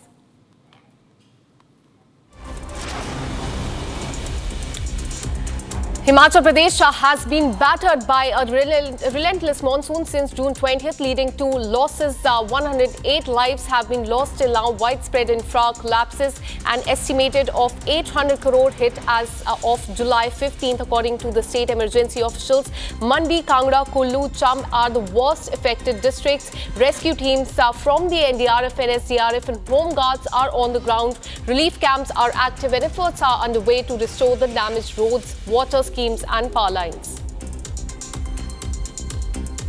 Indore has been crowned India's cleanest city for the eighth year. In fact, according to the Swachh Suraksha 2025 ranking, the prestigious title was conferred by President Draupadi Murmu during a ceremony held at the Vigyan Bhavan in the national capital. Surat stand second and Navi Mumbai at the third position.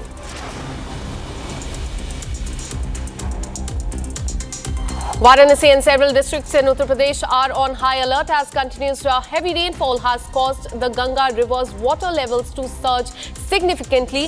Authorities have issued a flood warning, closely monitoring the situation to ensure timely evacuation and disaster management as well. The rising waters have raised concern over the potential flooding in low-lying areas, prompting preparedness measures across the region.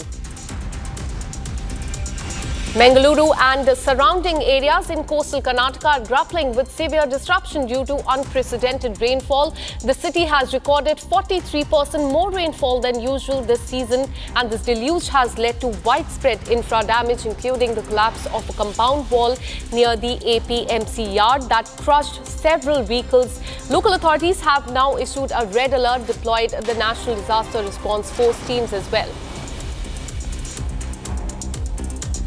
The ED has raided 14 locations in Mumbai and UP in connection with the Changur Baba religious conversion case. The raids were conducted at 12 premises in Balrampur district in Uttar Pradesh and 2 in Mumbai as well. The probe involves over 100 crore in suspected foreign funding routed through multiple bank accounts. Authorities are also probing Benami, land deals and the links between Changur Baba and the government officials. In Patna this morning, a convicted criminal on parole, Chandan Mishra, was shot dead by unknown assailants inside Paras Hospital, where he was undergoing treatment. The Patna police has launched a full-scale probe into this. CCTV and forensic evidence are being examined, with the police assisting to identify who the gunmen were. The Amarnath Yatra has been suspended for the day from both Pahalgam and Baltal base camps due to continuous rainfall in the area. Authorities have halted movement towards the holy cave, though pilgrims at Panchtarini are being safely guided back to Baltal with BRO and mountain rescue teams deployed. The Yatra is expected to resume tomorrow, weather permitting. So far, over 2.47 lakh pilgrims have visited the shrine this year. Actor Rania Rao has been sentenced to 1 year in jail in connection with a gold smuggling case, and this follows an order passed by the Conservation of Foreign Exchange and Prevention Smuggling Activities Advisory Board. The board's decision also applies to 2 other accused in the case, and according to the directive, all the 3 have been denied the right to apply for the bail during the 1-year duration of their imprisonment.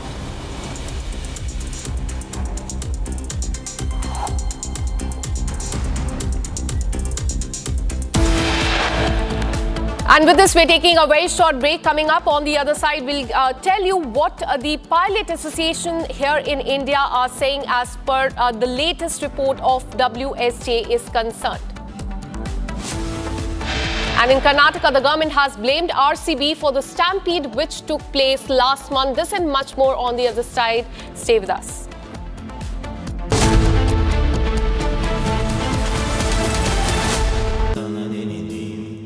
Amity has been ranked among the top universities globally for producing the most employable graduates by the Times Higher Education UK. Yet another testimony to Amity's excellent placement record. MDH की हल्दी मिर्ची धनिया करे कमाल, ये रंग दे, ये खुशबू दे, ये तीखा, ये कम पड़े, क्या निराला MDH मसाला। केसरिया से मन जोगी हुआ रे, दिल झूमे देखो, मतवारा हुआ रे, केसरिया से मन जोगी हुआ। हर पल मनाओ केसरी त्योहार। विमल, बोलो जुबान Kesari.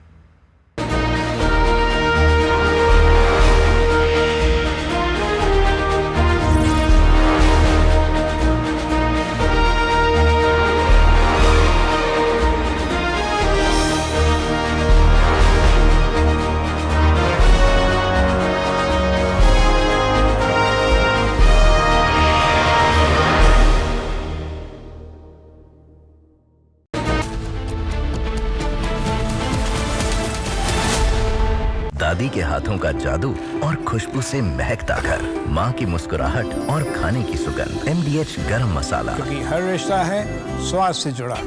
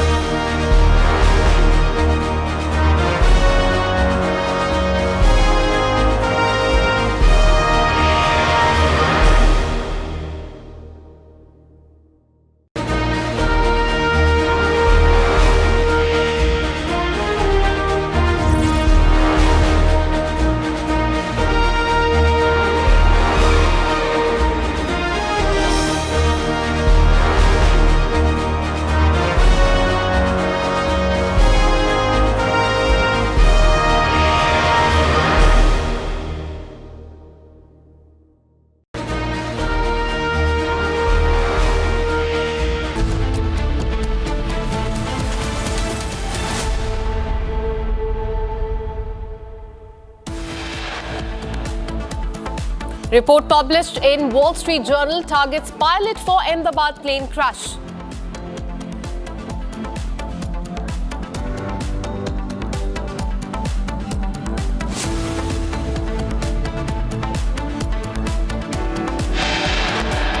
Drone thing, it has been live for a very long time, but after this Ops Sindhur's success, suddenly it has caught attention, and a large number of debates are happening, and we are going deeper and deeper into these aspects.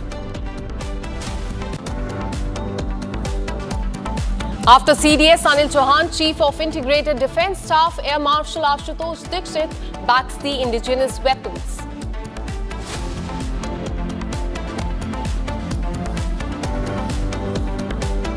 In a case of gang war, a prisoner out on parole was shot dead inside a private hospital in Patna early morning, where two unidentified persons opened indiscriminate firing.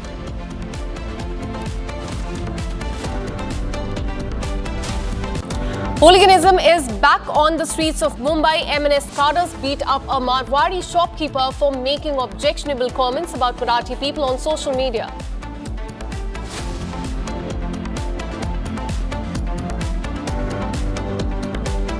Karnataka government blames RCB for the Bangalore stampede that took place last month. 10-year-old girl kidnapped and raped in Tamil Nadu's Thiruvallur district. The probe is on.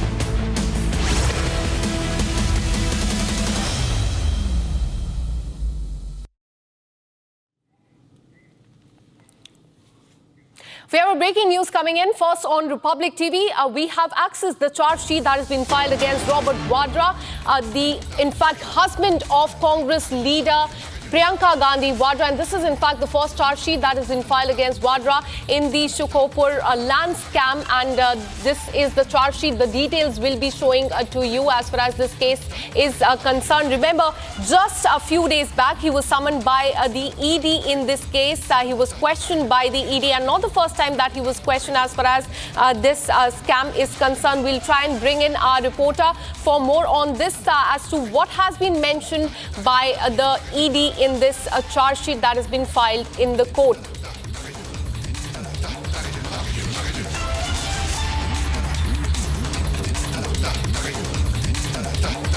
All right, let me go across to Shravan, who has more details about the charge sheet that has been filed against businessman Robert Vadra. Shravan, tell us, what does it mention?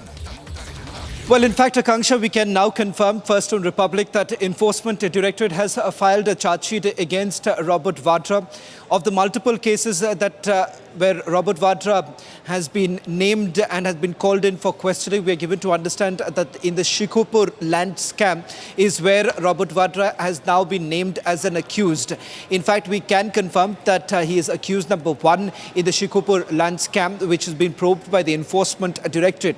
Now, what's the role of Robert Vadra that was being probed by the Enforcement Directorate? It is to do with a company that was being run in the name of Robert Vadra, which had allegedly received land from another company at a throwaway price. This land was thereafter given to DLF, is what we are given to understand. And thereafter, remember, the proceeds of crime that was basically diverted to multiple other companies. In fact, the land value was also bumped up after it was given away from the company that was being controlled by Robert Vadra to DLF itself. Remember that very land parcel, the land rate was at a much lower rate, and the fact that this was thereafter given to DLF at a much higher price.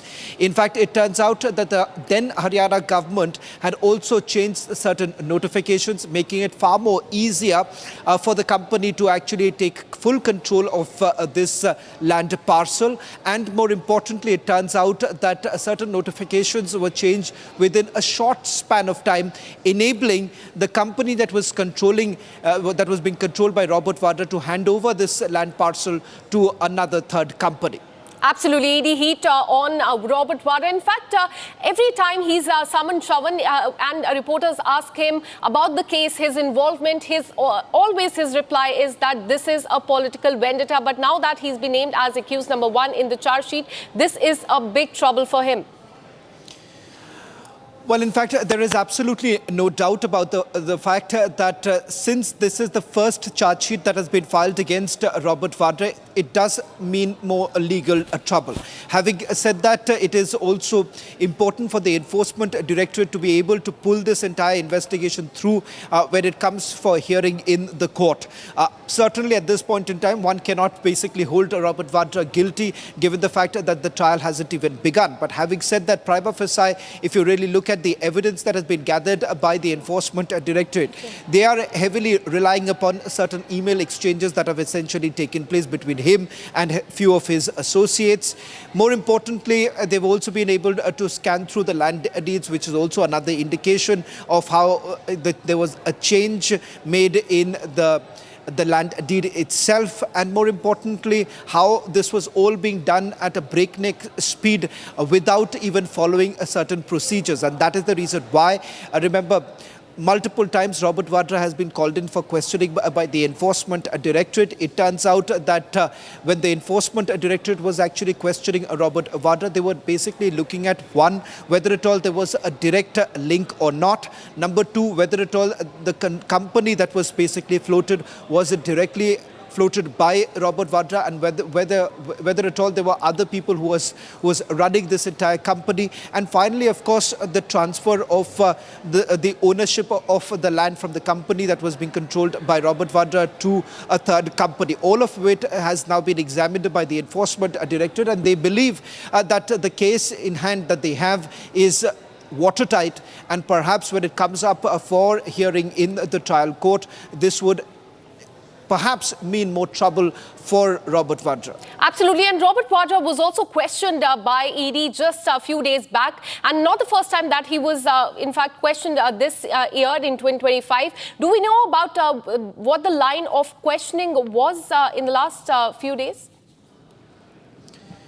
Well, Akanksha, if you can just hold on to some of the news that are coming in. I'm just getting in more information right now because there are about 3 cases in which Robert Vadra has now been examined. But as far as this case is concerned, this is in the Shikhupur land scam case where he has now been charge sheeted, not the other cases. In fact, previously when he was called in for questioning, that was not linked to this particular case where the charge sheet has actually been filed.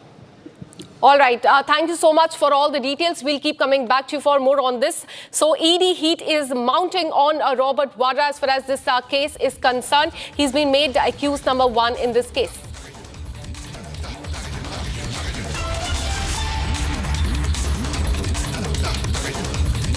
All right, shifting our focus, Western media is back to peddling false narrative, and in its controversial report, Wall Street Journal has claimed that the cockpit recording of the dialogue between the 2 pilots of the Air India flight that crashed last month indicates that the captain cut the flow of the fuel to the plane's engine. The Western media outlet also cited people familiar with the US officials' early assessment of the evidence uncovered in the investigation into the June 12th crash in Ahmedabad in India that killed 241 people. So this is as far as the new report by the Western media is concerned. They are back to peddling the false narrative, something that has irked the Pilot Association here in the country as well. They have called all of these suggestions completely misleading, and they have rejected the link that WSJ has drawn, saying that they should not be jumping to the conclusion. And this is what the Civil Aviation Minister had also said after the initial report had come out,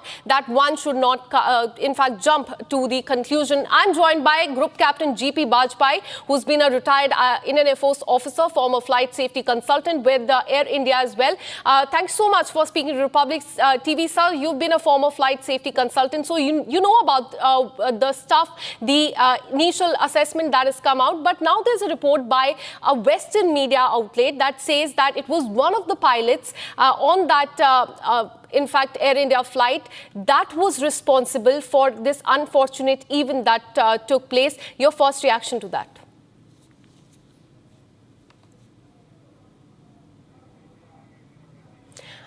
You have, could you please unmute yourself, sir? Ma'am, good afternoon to you and to your million of your viewers. First of all, like any Indian, I also seriously object how come these informations are reaching to the Western media before it is coming in actual detail to our own country.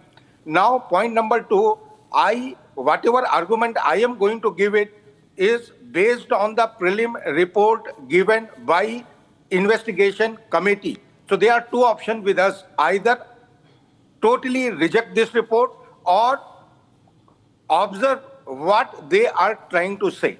So if I restrict myself within the domain of this prelim report, the three things are very clear to me in person.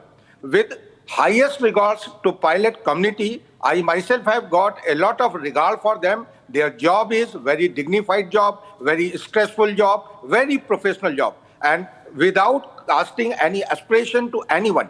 But as per the details available in this prelim report, first point on page number 1, while preparation of this report, they have taken experienced pilots, engineers, aviation medicine specialists, and aviation psychologists on board while deliberation, while investigation, while making the diligence for this report. Second point, they have mentioned on page number 14 that one pilot has told to another pilot, "Why did you cut off?"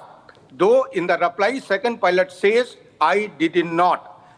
So that is the second hint. And third hint is on last but 2 lines, wherein this report says that they are not at this moment giving no recommendation actions to Boeing or GE engine operator. So these three things give me very clear input, as if there was a human element input for movement of switches. To further elaborate, I will tell this switch was in serviceable condition because it was operated successfully 3 times. On ill-fated flight, before engines were started, switch actioned beautifully. After that, in air, knowingly or unknowingly, with a human intervention, when switch was moved from run to cut-off position, it moved. Third time, when the pilots made a relight effort, it was successful. One engine was almost relighted and second engine was in the process. Means the switches have moved the way they were, switch behaved the way it was supposed to behave.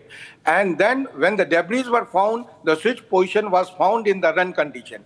Now, one more important point, I presume and assume the CVR full transcript and DFDR data must be in the full knowledge and full awareness of the investigating committee.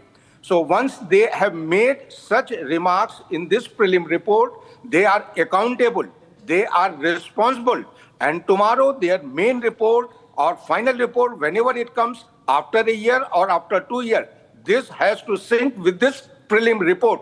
So in case if somebody has any doubt, they are ready to go on any forum and represent their viewpoint on this report or subsequent report. So at this moment, as I had told 4 days back in your very channel on last Saturday, I gave this breaking news.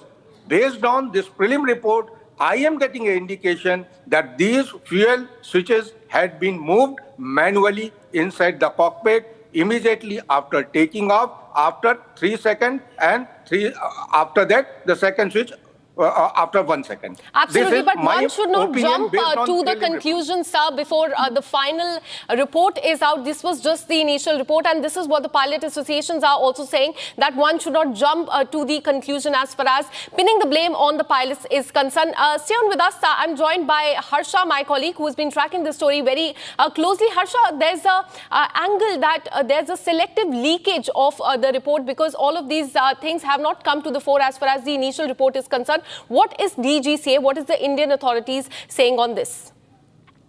So, Akanksha, the Indian authorities, DGCA and Mocha are completely silent. They're tight-lipped on this because, yes, we know that this investigation is still underway. The final report is yet to come. And the entire investigation is happening so discreetly that Wall Street Journal putting out the entire blame on pilot by stating that it was the pilot's fault, and by giving the suggestions, putting out the details by stating that it was the pilot, the co-pilot was there, the main pilot left the cockpit. We very well know that the CVR has only through the CVR data, the only 2 lines have been out, but we yet don't know that who said what, co-pilot said what, and the senior pilot said what. That's still not clear. The conversation is only clear. Now, we here know that there's a larger force behind, and Western media is following that larger force by continuously stating that this was a pilot's fault. The narrative is trying to be peddled here so that the entire blame is put on the pilot, and therefore there's a humongous anger. And not only public outrage, but the outrage amongst the entire pilot association, who are continuously stating that in the investigation, the stakeholders should be ex-pilots. The stakeholders should be experts from the pilot association, so that the report is not biased. There's a completely transparency and honesty in the report. And one bigger question here, Akanksha, lies when the investigation is still underway. Only the initial prelim report is out. The final report will still take more than 6 months to come out. How this discrete information is going out, and whether this information is true or not, only the narrative is being trying to be sold, so that the larger section of the people believe that it was a pilot. And the jumping the guns right now, before even the final report comes out. The bigger question is, a narrative is trying to be peddled here, and that is the reason why there's a humongous anger and public outrage amongst the pilot association. Now, my sources within the DGCA and my sources within AIB are clearly stating that investigation is still underway, and the pilots went through medical tests, pilots went through breath analyzer test. In fact, the experts from DRDO also checked the medical records of both the pilot, and they were completely, absolutely fine. There was no problem with the behavior of the pilot. There was no medical condition with the pilot which would have led this error. And there was no fault with the pilot. This is what my sources in AIB have been telling continuously. So we should wait for the final report instead of Western media jumping the gun, because the narrative is being tried to be floated in our country as well. And we very well know that the bigger force is involved, and Western media is following that. And that is the reason the anger is continuously mounting, and the pilots are coming out openly in public. The batchmates, the coursemates of both Clive Kunder and the deceased pilot Sunni Sabarwal, their coursemate, batchmates are coming out. They're clearly again and again stating that was not pilot's fault. It is very easy to blame the deceased, who are not anymore to fight the battle for themselves. Absolutely. So the probe is underway, and it would be not correct to jump the gun at this point. Thanks so much, Harsha, for all the details, and thank you to GP Bajpai as well for speaking through Public TV. Now, shifting our focus to Karnataka, the Karnataka government report to the High Court on Bangalore Stampede squarely blames the organizer, DNA and RCB, for multiple lapses that led to the stampede that took place last month. The report says that no proper police permission was sought for June 3rd parade, and still RCB went ahead, even posting a public invite on social media.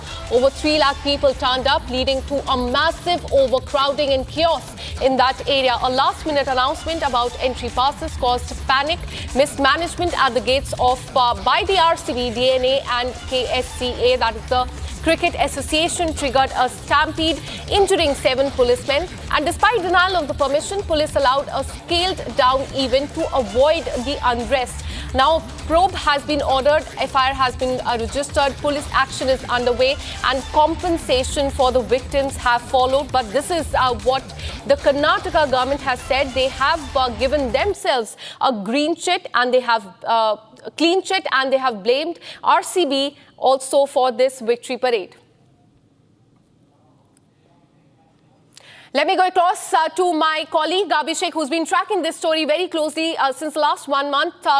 Abhishek, clearly, Karnataka government has given a clean chit to themselves in the High Court. This is a reply that they have submitted. Earlier, this was to be in a sealed envelope, but now it is all out and open. But they have said that RCB, DNA and the Cricket Association are to be blamed. Give us information about what has been mentioned in this report that's been submitted to the High Court. Well, Akanksha, 331-page report has been submitted by the Karnataka state government to the Karnataka High Court, which is available in the public podium as of now, which clearly mentions that the sole reasons and the sole people who are responsible for the deaths of 11 cricket fans are RCB, DNA and the KSCA is what the report claims as of now. If the government didn't want to blame itself because of the negligence what it previously had showcased, why did the government sack 3 senior police officials is the point Apologies of question. for interjecting. Abhishek, let me go across to former Police Commissioner Bhaskar Rao. Thanks so much for speaking to Republic TV. Sir, Karnataka government has pinned the blame squarely on RCB, DNA. They have been named in the FIR as well. But the question now arises, then why was that IPS officer sacked by the Karnataka government if RCB and DNA were to be blamed for this entire chaos that happened in Karnataka that day? Why was then the police officer sacked? The suspension of the police officers was a grossly wrong step to protect some persons of influence who had monetary benefits as well as business benefits with the government. The Honorable Court's findings have clearly proved that the police officers are not at fault. Karnataka Police is a professional organization that has handled a lot of complicated crowd management issues. So now it clearly vindicates, and that is what I had also been maintaining right from the beginning, that police officers cannot be blamed for the fault of the government, which wanted to conduct program at 2 different places, one near Vidhan Saudha and other near KSCA. And RCB had no business to invite people to the stadium when there was no space, nor had it taken the permission of the police. And the police had clearly mentioned that they need a little more time to muster up resources. So I'm very happy and show full confidence in the wisdom of the courts for having made an in-depth study. And at least now the government should reinstate these officers who have had long service without any blemish. And now people's confidence in the police will get restored. Thank you very much. Absolutely, sir. One more question before I let you go. Remember how the police said that they want to submit this report in a sealed envelope, but the court had said that there was no legal basis for that. Now they've pinned the blame on RCB, on DNA, on the Cricket Association. They had earlier sacked the police officer as well. Do you think there is a bid by the Karnataka government to hide the facts as far as the Stampede case is concerned? See, the court in its wisdom has taken a decision after examining all the facts. Even if the police want to submit any affidavit, etc., it's up to the wisdom of the court to accept it or not. But what is unfortunate is that when Vikas approached the Central Administrative Tribunal, the Central Administrative Tribunal in its wisdom also took the same decision and reinstated Vikas. The government, in order to protect its honor or so-called pride and showing extreme arrogance, appealed against the CAP's decision in the High Court. Was very wrong, but now things stand very clear that police cannot be blamed. Absolutely. Thank you so much, sir, for speaking to Republic TV on this Stampede case. Now, Karnataka BJP secretary has also hit out at the Congress party over the status report that has now come to the fore, and BJP secretary has blamed the Karnataka government for the Stampede tragedy, further accusing the chief minister and the deputy chief minister of forcing this celebration without having any proper planning. Listen in.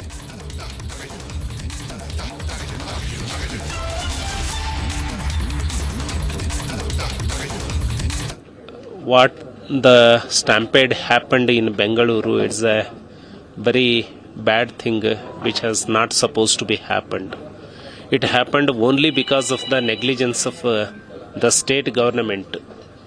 Though the chief minister and the deputy chief minister himself, they invited the whole Karnataka people to participate without making any prior preparation.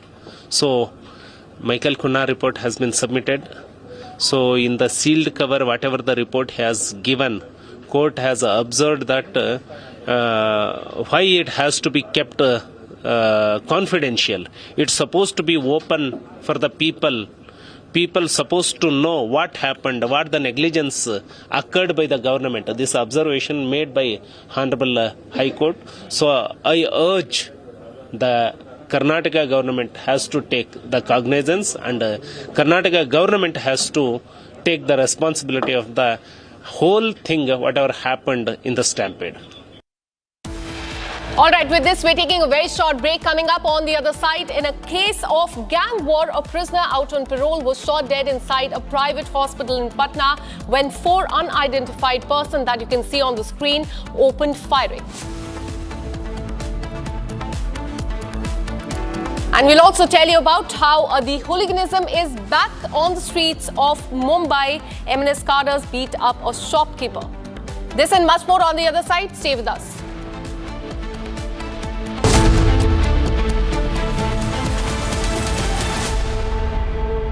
आधे bowl दही में 4 चम्मच MDH चटनी पुदीना मसाला डाला, stir करो, पुदीना चटनी तैयार। MDH चटनी पुदीना मसाला। MDH केसरिया से मन जोगी हुआ रे, दिल झूम देखो मतवारा हुआ रे, केसरिया से मन जोगी हुआ। हर पल मनाओ केसरी त्योहार। विमल, बोलो जुबान केसरी।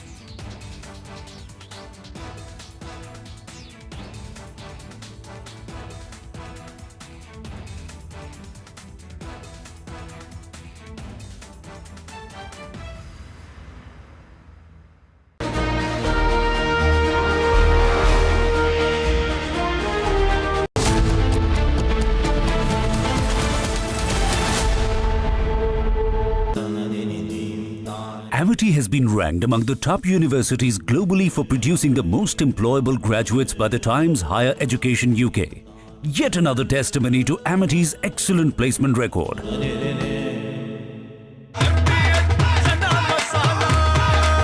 अब छोलिया हो या लोबिया, सफेद चने या काले चने, सब कुछ मजेदार बने।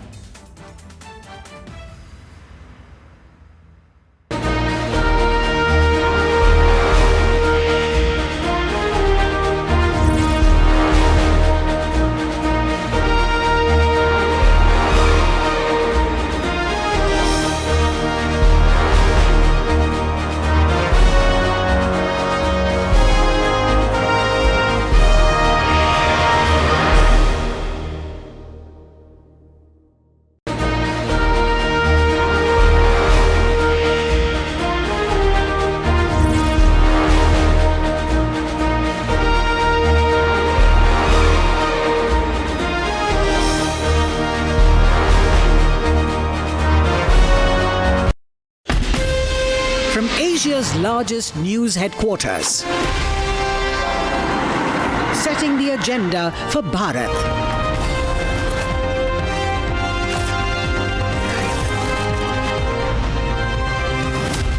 You're watching Republic.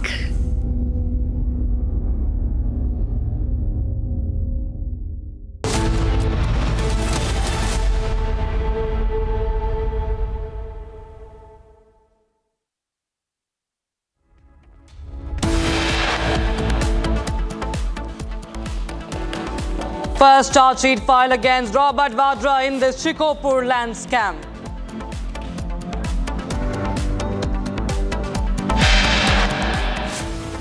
Report published in Wall Street Journal targets a pilot for Ahmedabad plane crash.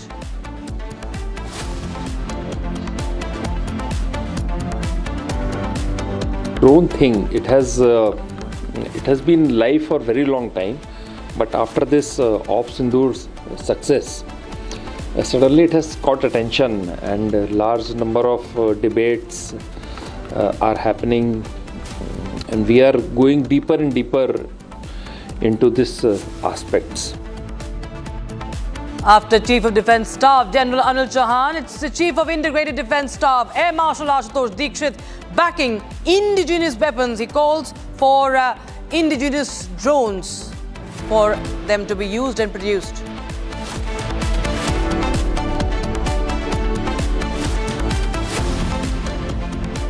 In a case of gang war from Bihar, a prisoner out on parole, criminal out on parole, was shot dead inside a private hospital in Patna early morning as 5 unidentified people opened fire.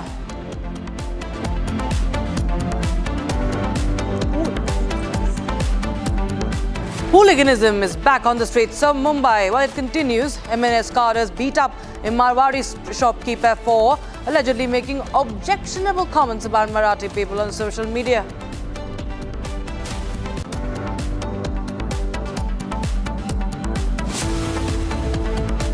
Karnataka government blames RCB for the Bengaluru stampede.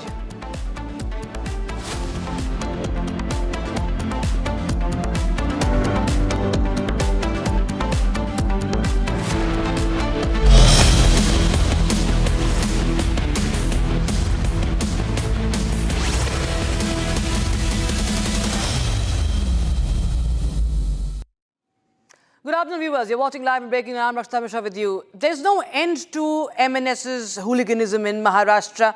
It's once again being witnessed in the state, on the streets. Now a video sparked protests in Mumbai's Vikhroli after a Marwari shopkeeper allegedly made objectionable comments about Marathi people on social media. MNS Department Head Vishwajit Dholam led a protest, physically assaulting the shopkeeper and forcing him to walk barefoot. This incident has escalated into a confrontation. And it saw the MNS officials taking out a procession against the shopkeeper.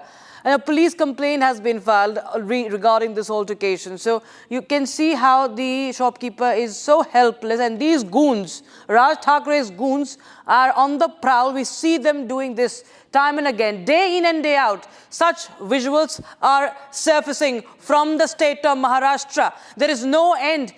And there's no end to this gundaism on the streets of Maharashtra. There's a free run to give in to the Maharashtra Navnirmar Sena's goons. You can see the shopkeeper forced to apologize, hold his ears, and he's being recorded. He's being recorded. This is the level of harassment, the assault that is going on, all on camera, perpetually. There's an intention behind these videos when they record that, when we talk about those goons. And this started from, you can see this video, assaulted for not speaking in Marathi.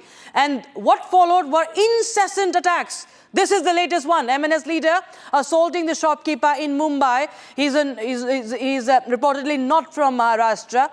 And now he is being forced to apologize and also forced to walk barefoot.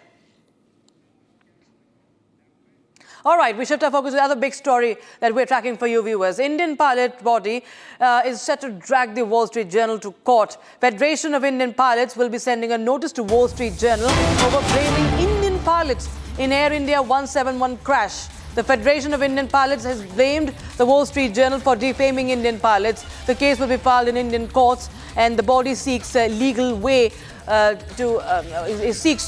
of course, sue a Wall Street Journal, saying that consultation with legal advisors is underway. So viewers, what is happening is that foreign media is doing a hit job on the dead pilots, the latest being Wall Street Journal. Without attributing to any official sources, it is talking about the investigation, which is just in the preliminary stage. And it writes about how the pilot, that one of the pilot, the senior pilot, photograph of him on your screens, is being blamed by the Wall Street Journal, as if the Wall Street Journal has conducted an independent investigation into the matter. WSJ says that it was the senior pilot who in fact had cut off the fuel supply, and he also left the cockpit. This smear campaign continues, and the pilot body has raised this hit job by these foreign media outlets. Take a listen in to the reactions, viewers, that have come in on this. In fact, we have a special report filed by our team on this. Listen in. So we continue to condemn the Wall Street Journal report, and we are contemplating an action against them. We see Boeing directly has not done anything. Now we are contemplating the action against Wall Street Journal. They are targeting Indian pilots. Where is the evidence? If they have the evidence, yes, we will agree to that. But where is the evidence? There is no evidence. So why are they maligning and with malified intentions against the pilots? And on the contrary, what harm they are doing? The passengers will get a fear of flying. So which is very, very detrimental to aviation. We will be sending a legal notice to the Wall Street Journal that your comments are based on what evidence? What is the evidence? They have no evidence. They are basing their presumptions. And they should not be, and this is being constantly done by the Western media. We will bring him to the Indian courts. Because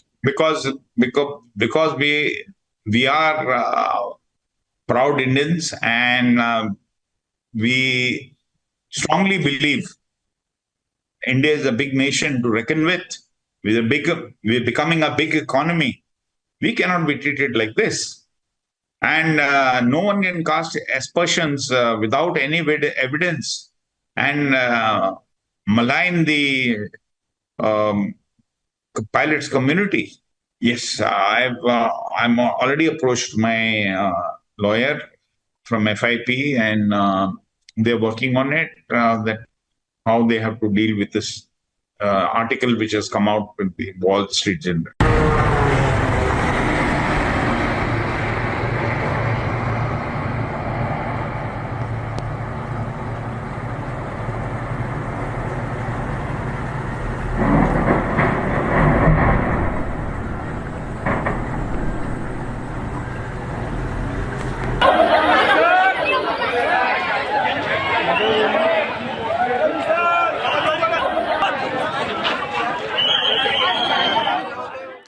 My colleague Pranav joins us live on the broadcast from the digital news store. Pranav, just take us through what exactly Wall Street Journal has insinuated in its latest report. And one thing that we need to highlight is that India should not stay silent on this, and the fact that pilot's body is also mulling legal action. That is very, very important right now.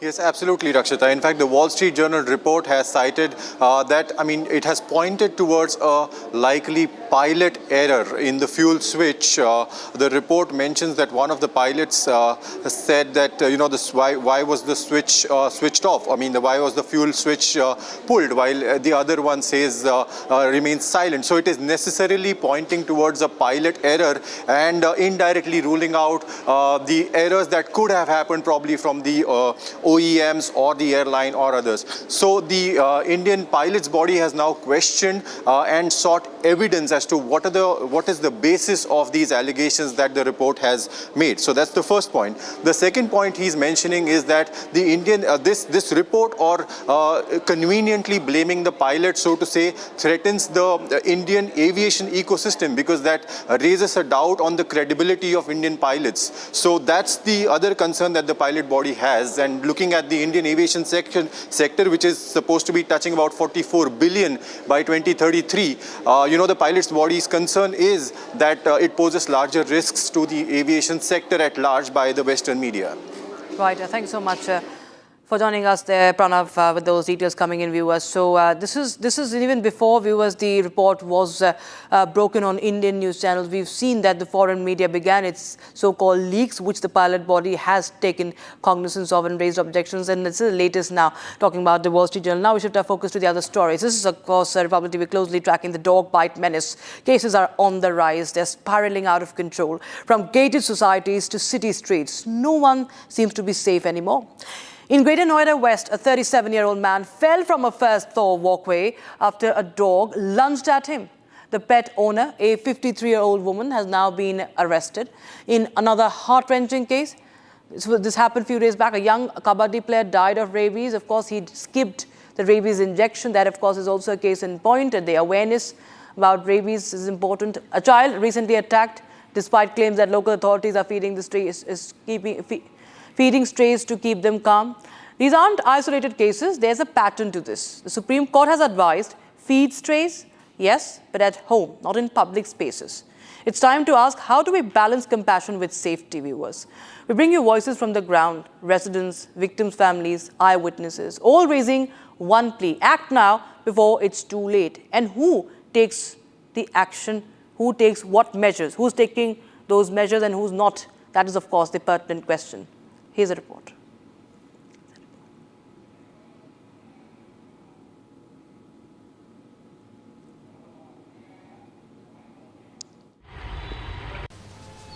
Dog attacks have become a very big problem in societies in entire nation, and we are currently reporting from one of the societies in Greater Noida. And as you can see, these guards, they are having these sticks in their hands, and what we understand that they have been giving clear indication to curtail the dog menace. How? By having these sticks and making these dogs that have come into the entire society go away. As you can see on the camera, we are showing you how at this point in time these guards are constantly moving forward, and they are keeping a strict vigil on these dogs that are in huge numbers present in several societies, so that there can be safety to the people who live here. All right, viewers. So there you have. These are the various measures that have been said to be taken up. The strategy to curb the menace. Kerala government has enforced euthanasia under PCA rules. That, of course, is always debatable. There are many other measures that have been taken up for the dog menace. Killing the dogs is something that is also debatable. Controlling the population is one of the measures that should be taken. The government is launching mobile animal birth control units henceforth. That, of course, another important measure taken. We'll keep a close eye, but we have some more news now. Jammu and Kashmir Lieutenant Governor Manoj Sinha, in his unsparing message, vowed justice for Pahalgam victims. He said that the killers are living on borrowed time and that justice will be served. Bharat के लिए अपने सम्मान की रक्षा के लिए शस्त्र उठा लेना मैं ज़्यादा अच्छा समझूंगा। बापू के सपनों के अनुरूप आज वही पराक्रमी भारत अपने पुरुषार्थ से नित्य नई उपलब्धियां हासिल कर रहा है। बात मैं पहलगांव से ही शुरू करता हूं। 26 नागरिकों की बर्बर हत्या निर्दोष बेकसूर लोगों की 22 अप्रैल को हुई। आप भी जानते हैं, देश और दुनिया भी जानती है कि ये नृशंस हत्या पाकिस्तान और उसके आतंकवादियों ने की। कई सवाल विजय जी ने उसके संदर्भ में पूछा है। जिन्होंने हत्या को अंजाम दिया उनकी पहचान स्पष्ट रूप से हो चुकी है, एनआईए जांच कर रही है। उनकी तस्वीरें, उनके नाम ये पब्लिक डोमेन में मीडिया के माध्यम से आ चुके हैं। ये मैं कह सकता हूं कि इनकी ज़िंदगी बहुत लंबी नहीं होती है।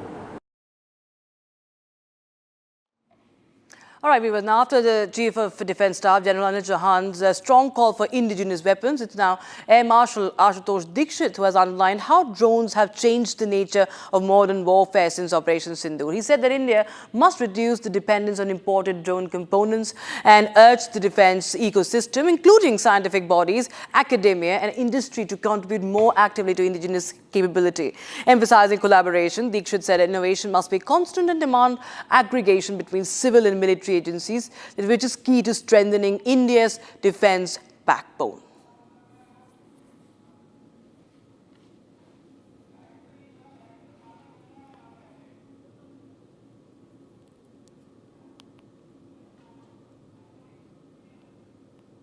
This drone thing, it has been live for a very long time, but after this Ops Sindhur's success, suddenly it has caught attention, and a large number of debates are happening, and we are going deeper and deeper into these aspects.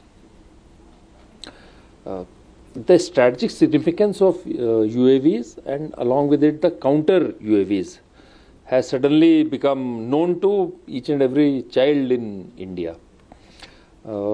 Add to this is the usage of these technologies in Middle East, Ukraine, Russia.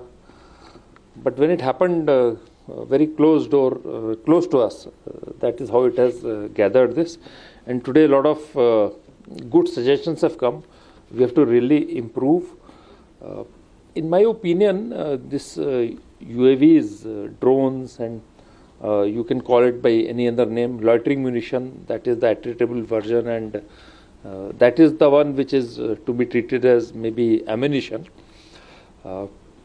It has been added a new dimension in warfare or domain in warfare. So this unmanned is a new domain. All of us are trying to understand it and trying to do our best to achieve superiority in this domain also. What we have been seeing in last a few years of drone usage, and that a lot of components were coming from outside. So military and civil authorities have to give their requirement. Industry has to do innovation and innovation and innovation, and certainly your pain points which have been brought out, please submit and we'll see what best we can do. Bharat 1 Minute brought to you by Canara Bank. Together we can. Several police personnel have been attacked by the miscreants in Golpara's Baikan area in Assam. Attack happened during a routine patrolling by the joint team of police and the forest department. As per the reports, several police personnel injured, including 2 seriously injured. Indore has been crowned India's cleanest city for the 8th consecutive year, according to the Swachh Sarvekshan 2025 rankings. Gujarat Minister Rishikesh Patel received the award on behalf of the government.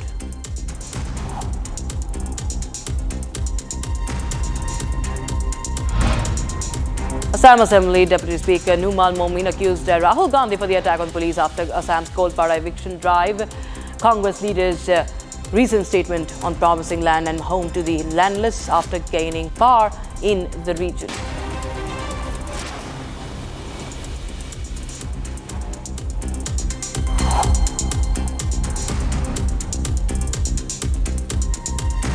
Now, viewers, the BJP has slammed DMK government over the alleged rape of a 10-year-old girl. Annamalai has said that the DMK has failed in maintaining the law and order in the state. CCTV footage shows 10-year-old girl being kidnapped and she was raped in Tamil Nadu's Tiruvallur district. The girl was returning from her school at 4 p.m. when the incident happened. Police have now registered a case and the research for the man is underway. The minor was raped and is now admitted to Stanley Hospital for treatment.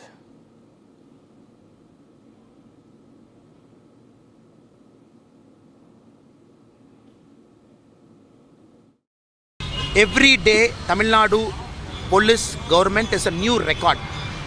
Record for more shameful episodes. Record for more shameful molestation. Even a 10-year-old girl walking in the road, somebody comes, kidnaps and molests her. That is the state of law and order here. In what thing we claim we are number one state in the country? When a common woman, when our mothers, when our sisters, a common person is not able to have a basic sense of security in the field, what loud noise can we make saying that Tamil Nadu is a developed state, we are number 2 industrial state, GDP wise we are number 3, people will laugh at us. So let us all throw the tall claims away, sit down and focus on basic human dignity, for which the current government has utterly failed. Press is also rightfully questioning the law and order state, and people are angry. Same police in different governments have done well, same police in DMK government is doing very bad. That is also for the police department to introspect, as top leaders in the police department to introspect. Are they allowing too much political pressure to paralyze the functioning of the police department? That is for the top people to introspect and talk. Now, a tragedy unfolded in Gopalganj of Bangladesh. 4 people have died, several others injured after violence broke out at an election rally by a youth-led National Citizen Party. Security has been tightened as the region remains on high alert. Here's the full report.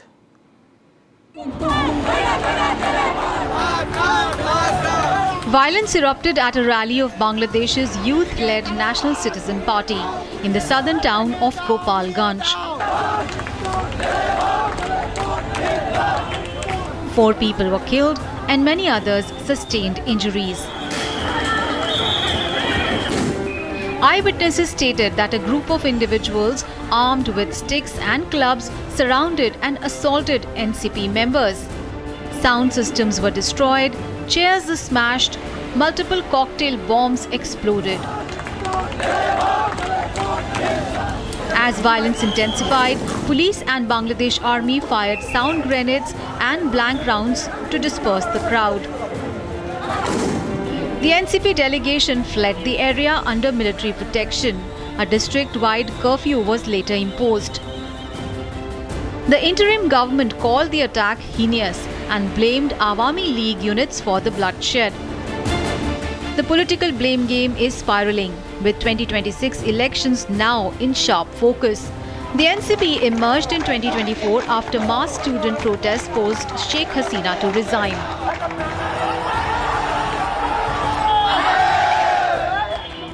An interim government led by Muhammad Yunus then assumed charge, vowing democratic reforms. With Hasina's Awami League still strong in pockets like Gopalganj, tensions remain high. As the 2026 elections near, Bangladesh's political divide is only growing deeper.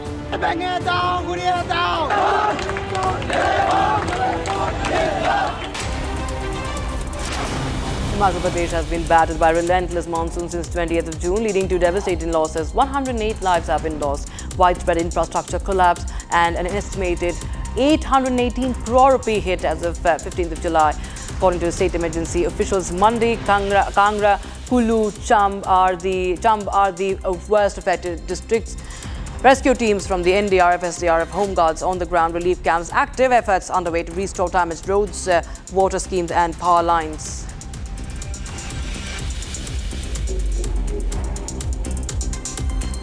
Indore has been crowned India's cleanest city for the 8th consecutive year. According to the Swachh Sarvekshan 2025 rankings, the prestigious title was conferred by President Murmu during a ceremony held at Vigyan Bhavan in New Delhi. Surat stood second and Navi Mumbai third in the central government's annual cleanliness survey. The survey assessed over 4,500 urban local bodies and was guided by the theme Reduce, Reuse and Recycle.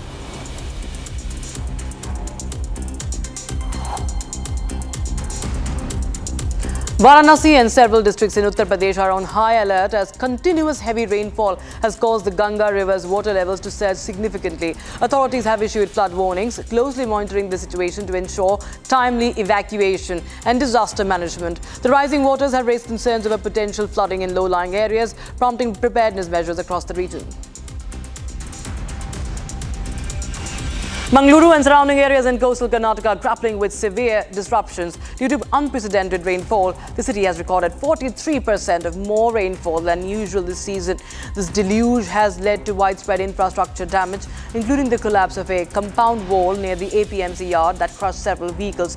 Local authorities have issued red alerts. The Enforcement Directorate has raided 14 locations in Mumbai and Uttar Pradesh in connection with Changur Baba religious conversion case. The raids were conducted at 12 premises in Utrola in Balrampur district of Uttar Pradesh and 2 in Mumbai. The probe involves over 100 crore rupees in suspected foreign funding routed through multiple bank accounts.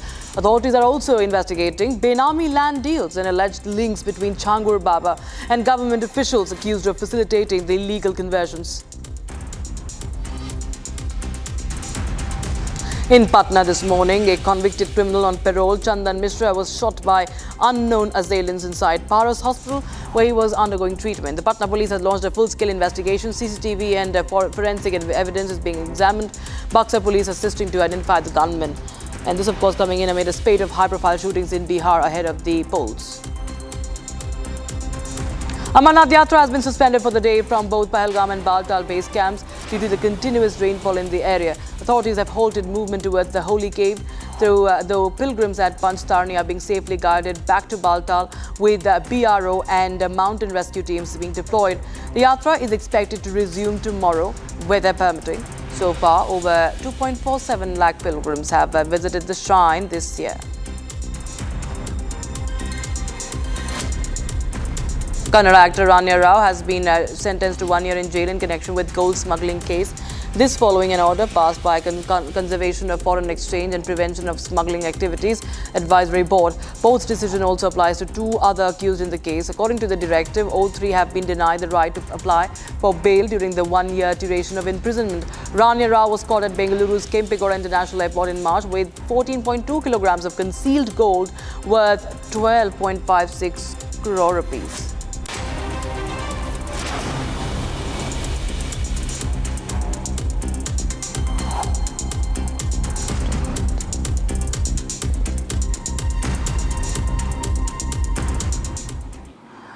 All right, viewers, with that, it's a wrap on this edition of Live and Breaking. After the short break, we will get you more news and updates. Report published in Wall Street Journal targets pilots for Ahmedabad plane crash. Pilots Association, Pilot Body, Federation of Indian Pilots mulling legal action against Wall Street Journal.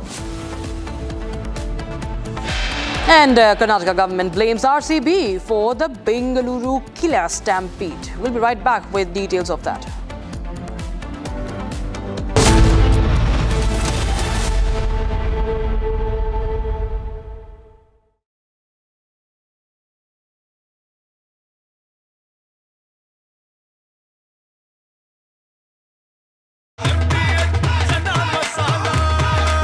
अब छोलिया हो या लोबिया, सफेद चने या काले चने, सब कुछ मजेदार बने।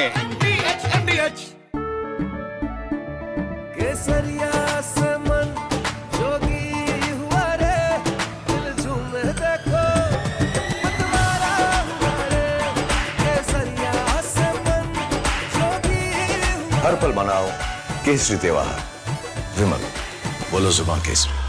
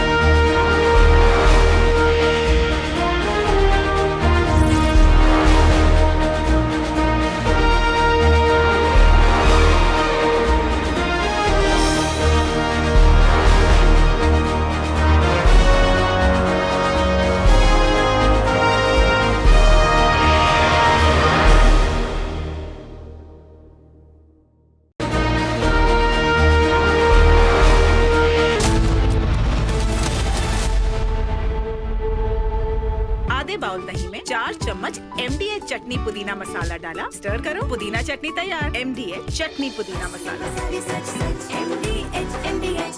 इसको घर पे लगाओगे तो शादी का तो पता नहीं, पर घर पक्का नहीं टूटेगा। रुंगटा नहीं तो घर स्ट्रॉन्ग नहीं। रुंगटा स्टील TMT बार एकदम सॉलिड। पहाड़ों में एक हाइकिंग स्टिक भी बन सकती है।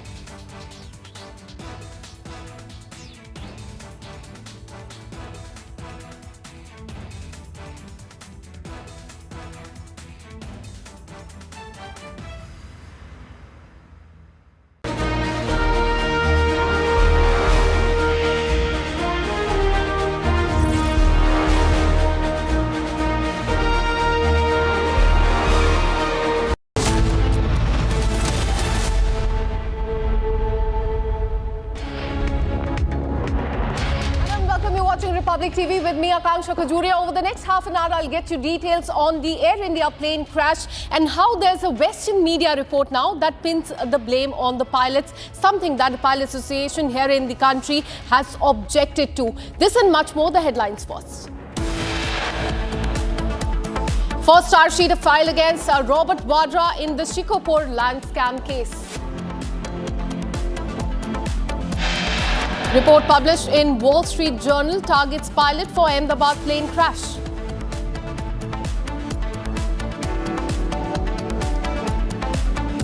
Drone thing, it has been live for a very long time, but after this Sindhur's success, suddenly it has caught attention, and a large number of debates are happening, and we are going deeper and deeper into this aspects.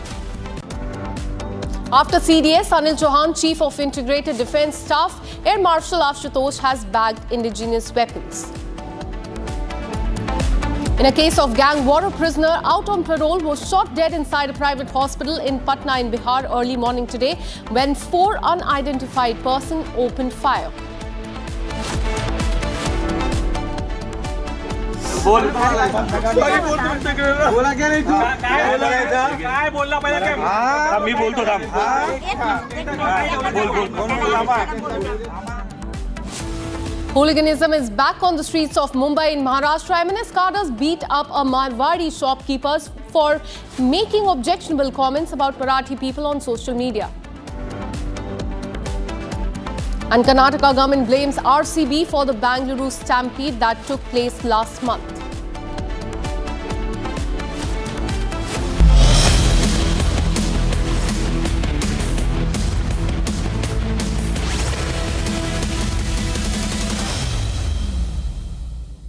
We have breaking news coming in after massive uproar over the demolition of filmmaker Satyajit Ray's ancestral home in Bangladesh. The US government has officially clarified that a house in that area recently reported by some media as the ancestral home of the legendary filmmaker Satyajit Ray has no connection to his family whatsoever. In fact, the records and the local testimonies confirm that the property was originally built by Zamindar Shashikant Acharya Chaudhary and later became the government-owned property, is what the US government has said, that this the property that you can see on the screen does not belong to Satyajit Ray. Remember, there was demolition at this very location yesterday, and the Bangladesh government has said that they will be making a semi-concrete structure on this very location. From West Bengal Chief Minister to the central government MEA, there were apprehension about the demolition of this. In fact, Ministry of External Affairs had issued a statement regarding the demolition as well, that they will be speaking to the Bangladesh government regarding this. But now the Bangladesh government says that this is in fact not the ancestral house.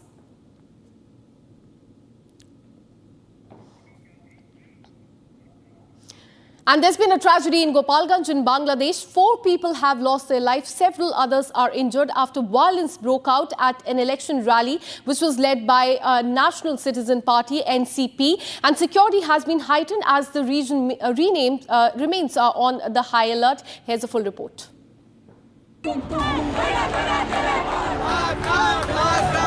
Violence erupted at a rally of Bangladesh's youth-led National Citizen Party in the southern town of Gopalganj.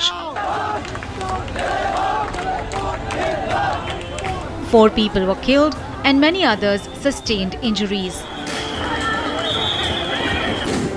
Eyewitnesses stated that a group of individuals armed with sticks and clubs surrounded and assaulted NCP members. Sound systems were destroyed, chairs were smashed, multiple cocktail bombs exploded. As violence intensified, police and Bangladesh Army fired sound grenades and blank rounds to disperse the crowd. The NCP delegation fled the area under military protection. A district-wide curfew was later imposed. The interim government called the attack heinous and blamed Awami League units for the bloodshed. The political blame game is spiraling, with 2026 elections now in sharp focus. The NCP emerged in 2024 after mass student protests forced Sheikh Hasina to resign.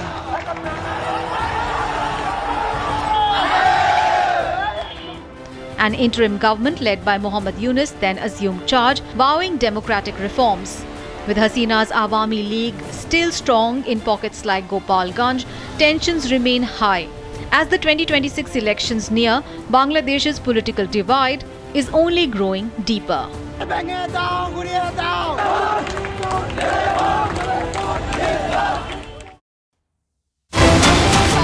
Uttar Pradesh in the case of 100 crore conversion racket in UP.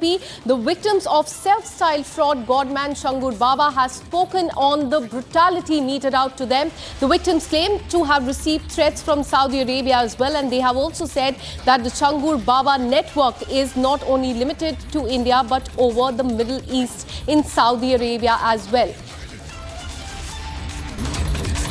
In fact, this is the claim that is coming from the victims. Listen into what they said. 2019 में मेरी छांगुर पीर बाबा से चांद औलिया दरगाह उतरौला में मेरी वहाँ मुलाकात हुई थी। वहाँ मुलाकात मेरी जो अबू आमिर की बहन है उम्मे रकीबा, जो नीतू नसरीन जो भी गिरफ़्तार हो चुकी है, ये उसकी दोस्त है।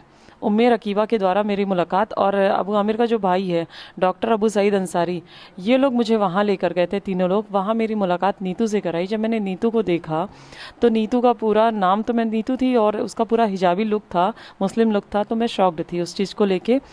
तो मैंने पूछा भी, मैंने कहा ये कैसे? तो कहा कि नहीं, पहले मैं नीतू थी, अब नसरीन बन गई हूँ, अब मैं बहुत खुशहाल ज़िंदगी जी रही हूँ, और तुम भी धर्म परिवर्तन कर लो तो खुशहाल ज़िंदगी रहेगी। तो मैंने इस पर थोड़ा सा मुझे अनकंफर्टेबल लगा, तो मैंने इस पर कहा कि नहीं ऐसा कैसे, और अपने धर्म को छोड़ के कैसे इस तरह से कोई आ सकता है। तो उसने कहा कि नहीं, बाबा ने हमारी बहुत मदद करी है, बाबा का डायरेक्ट कनेक्शन अल्लाह से है, रूहानी ताकतें हैं उनके पास, और मेरी बच्ची बीमार हो गई थी, उसको बाबा ने ही ठीक किया है।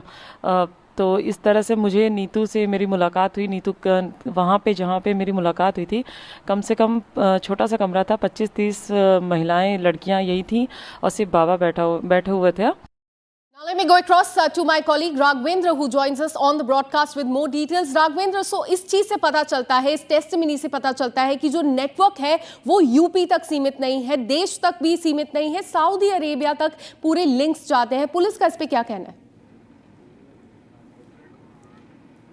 बिल्कुल, आप ठीक कर रही हैं कि जिस तरह से पूरा यह निकल कर आया है धर्मांतरण का खेल, इसमें सिर्फ धर्मांतरण की बात नहीं है, इसमें जमीनों का भी खेल हो रहा था, इसमें प्रॉपर्टी का भी खेल हो रहा था, इसमें हवाला का खेल हो रहा था, और अकाउंट्स में तमाम 40 अकाउंट्स में पैसे आ रहे थे।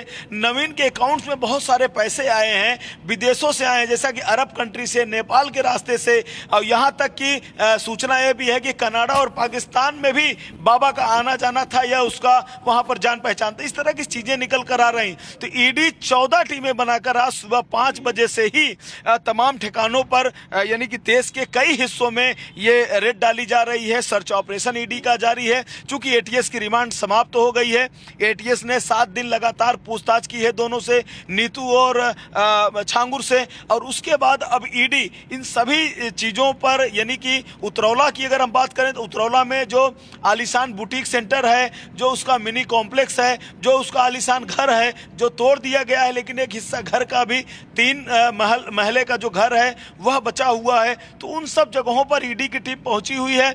सुबह से ही छापेमारी जारी है।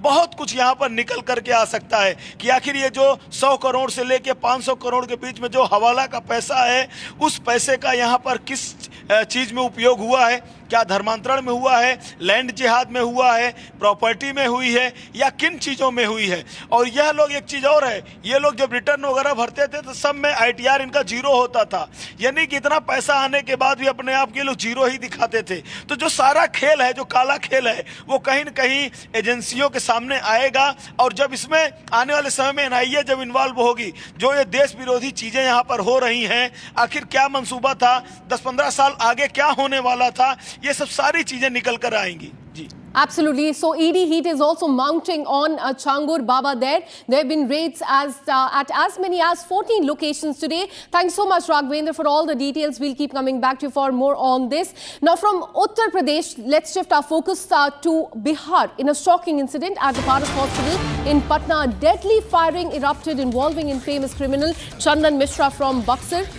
Currently on parole for medical treatment, Mishra sustained multiple gunshot wounds and is fighting for his life in the hospital. Police officials, including the IG of that area, has confirmed that attack appears to be that of the work of a rival gang, and now authorities have launched a full-scale investigation probing not only the attack but also the potential involvement of on-duty hospital security staff as well. So there in the visuals you can see that these are the 4 miscreants who entered the Paras Hospital in Patna, and they fired the shots at another gangster who was in fact out on parole and admitted in the hospital. Let me go across to my colleague Prakash, who joins us live on the broadcast with more details. Tell us about this case, because we are learning that as far as this gangster is concerned who was out on parole, he's still fighting for his life in the hospital. What is the police saying on this entire matter?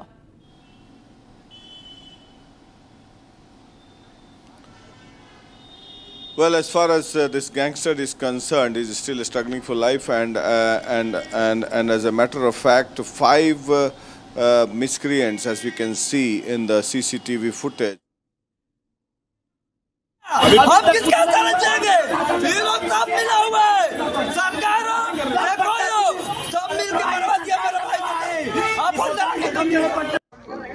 मुझे लगता है कि AIB का ये primary report है, मैंने पहले भी कहा है।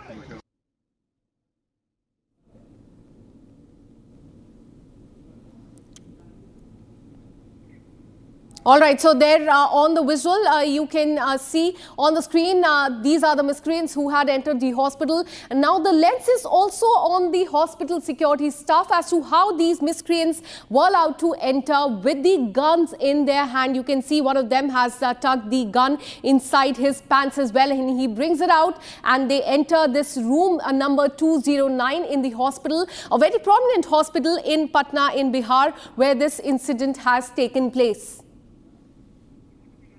Let me once again bring in my colleague. As I was asking you, what is police saying as far as this entire case is concerned? Who are these 4 miscreants that we can see on the screen? Meanwhile, the manhunt is on to nab the culprit. Raids are being conducted, and as we can see the visuals, the pictures of all the 5 criminals, so it will be easier to identify them through various sources, be it in jail, because these kind of cases are generally orchestrated and masterminded from the jail itself, because Chandan Mishra, a noted gangster with around 2 dozen criminal cases of murder and loot, was out on parole in the hospital. He was being treated, and he was killed in a gang war with the... यहाँ पर सब police शासन है, police और परिवार को सुरक्षा चाहिए, सबके जान को खतरा है। जब इतना सुधरेती ने घुस के मार सकता है 5 लोग, और मुझ पूरा देखिए देख रहे हैं सीसीटीवी फुटेज में, ऐसे जिगर से इतना गाड़ी खत्म हो गया क्रिमिनल लोग का, गाड़ धांस के पास 2 दिन पहुंचे। अभी police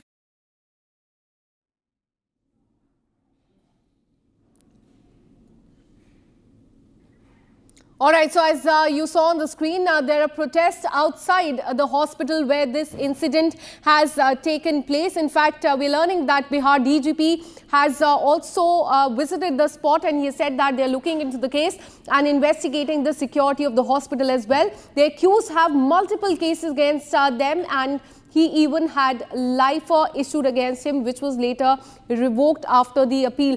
So this is in fact the statement that is coming from the police. Listen into what he said. पारस जो एक काफ़ी प्रसिद्ध अस्पताल है पटना का, उसके एकदम हॉस्पिटल के अंदर हुआ है। पारस की अपनी भी सुरक्षा व्यवस्था है। इस संबंध में हम लोग पारस की सुरक्षा व्यवस्था का भी जायज़ा लेंगे कि क्यों ऐसा हुआ, कौन लोग ड्यूटी पर थे, और पारस जो प्रबंधन है उसका ध्यान आकृष्ट करेंगे। जो मृतक हैं वो पूर्व में काफ़ी दुर्दांत अपराधकर्मी रहे हैं और इनका बक्सर में आतंक था। इनके विरुद्ध दर्जनों हत्या के कांड हैं। हत्या के कांड में ये सजा याफ्ता भी हैं। फांसी की सज़ा इनको हुई थी जो बाद में अपील में वो आजीवन कारावास में कन्वर्ट हो गई थी। उसके अलावे भी इन पर कम से कम 3 दर्जन कांड अभी भी ट्रायल में है। तो ये खुद भी एक सातिर अपराधकर्मी रहे हैं, बक्सर के आतंक रहे हैं। अभी ये पेरोल पे इलाज कराने के नाम पर ये आए थे। इसकी भी जांच की जाएगी कि वास्तव में इलाज इनका कुछ होना था या इलाज का बहाना बना करके अपने किसी गतिविधि को अंजाम देने के लिए आए थे। Now shifting our focus to Mumbai, hooliganism is back on the streets of Maharashtra. Video sparked protests in Mumbai's Virkholi area after a Marwari shopkeeper made objectionable comments about the Marathi people in Mumbai on the social media. MNS department head Vishwajit Dolam led a protest, physically assaulting the shopkeeper and forcing him to walk barefoot, as you can see on the screen as well. And the incident escalated into confrontation with the MNS officials taking out a procession against the shopkeeper. A police complaint has been filed against the men that you can see on the screen regarding the altercation.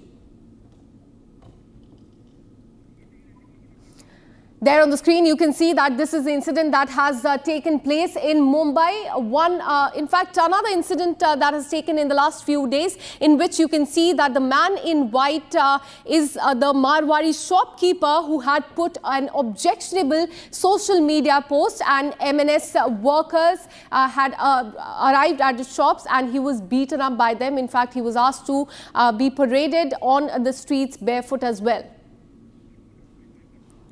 And this is not the first time that such an incident has taken place. Remember, in the last few weeks, similar incidents have taken place. Businessmen, shopkeepers and several other citizens living in Mumbai have also been thrashed by the MNS worker. No action has been taken against any of them till now. But there you can see on June 29th this year, how these MNS workers are thrashing, slapping the shopkeeper, one of the businessmen there in Mumbai, and another incident that has come to the fore today. And this is also from Mumbai, where one person, a Marwari shopkeeper, was assaulted for his social media posts against the Marathi people.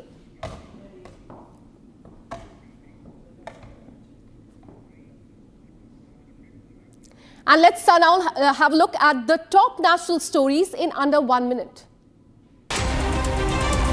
Bharat 1 Minute brought to you by Canara Bank. Together we can. Several police personnel have been attacked by the miscreants in Golpara area. The attack happened during a routine patrolling by the joint team of Police and Forest Department. And as per the reports, several police personnel injured, including 2 seriously injured. Indore has been crowned as India's cleanest city for the 8th consecutive year, according to one of the rankings that has come to the fore today. Gujarat Minister has received the award on the basis of the government.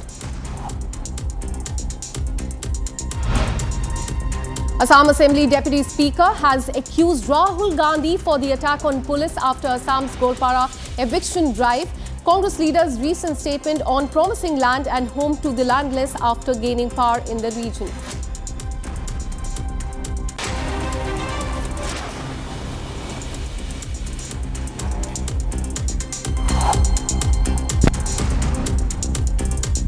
Now shifting our focus, a major political flashpoint has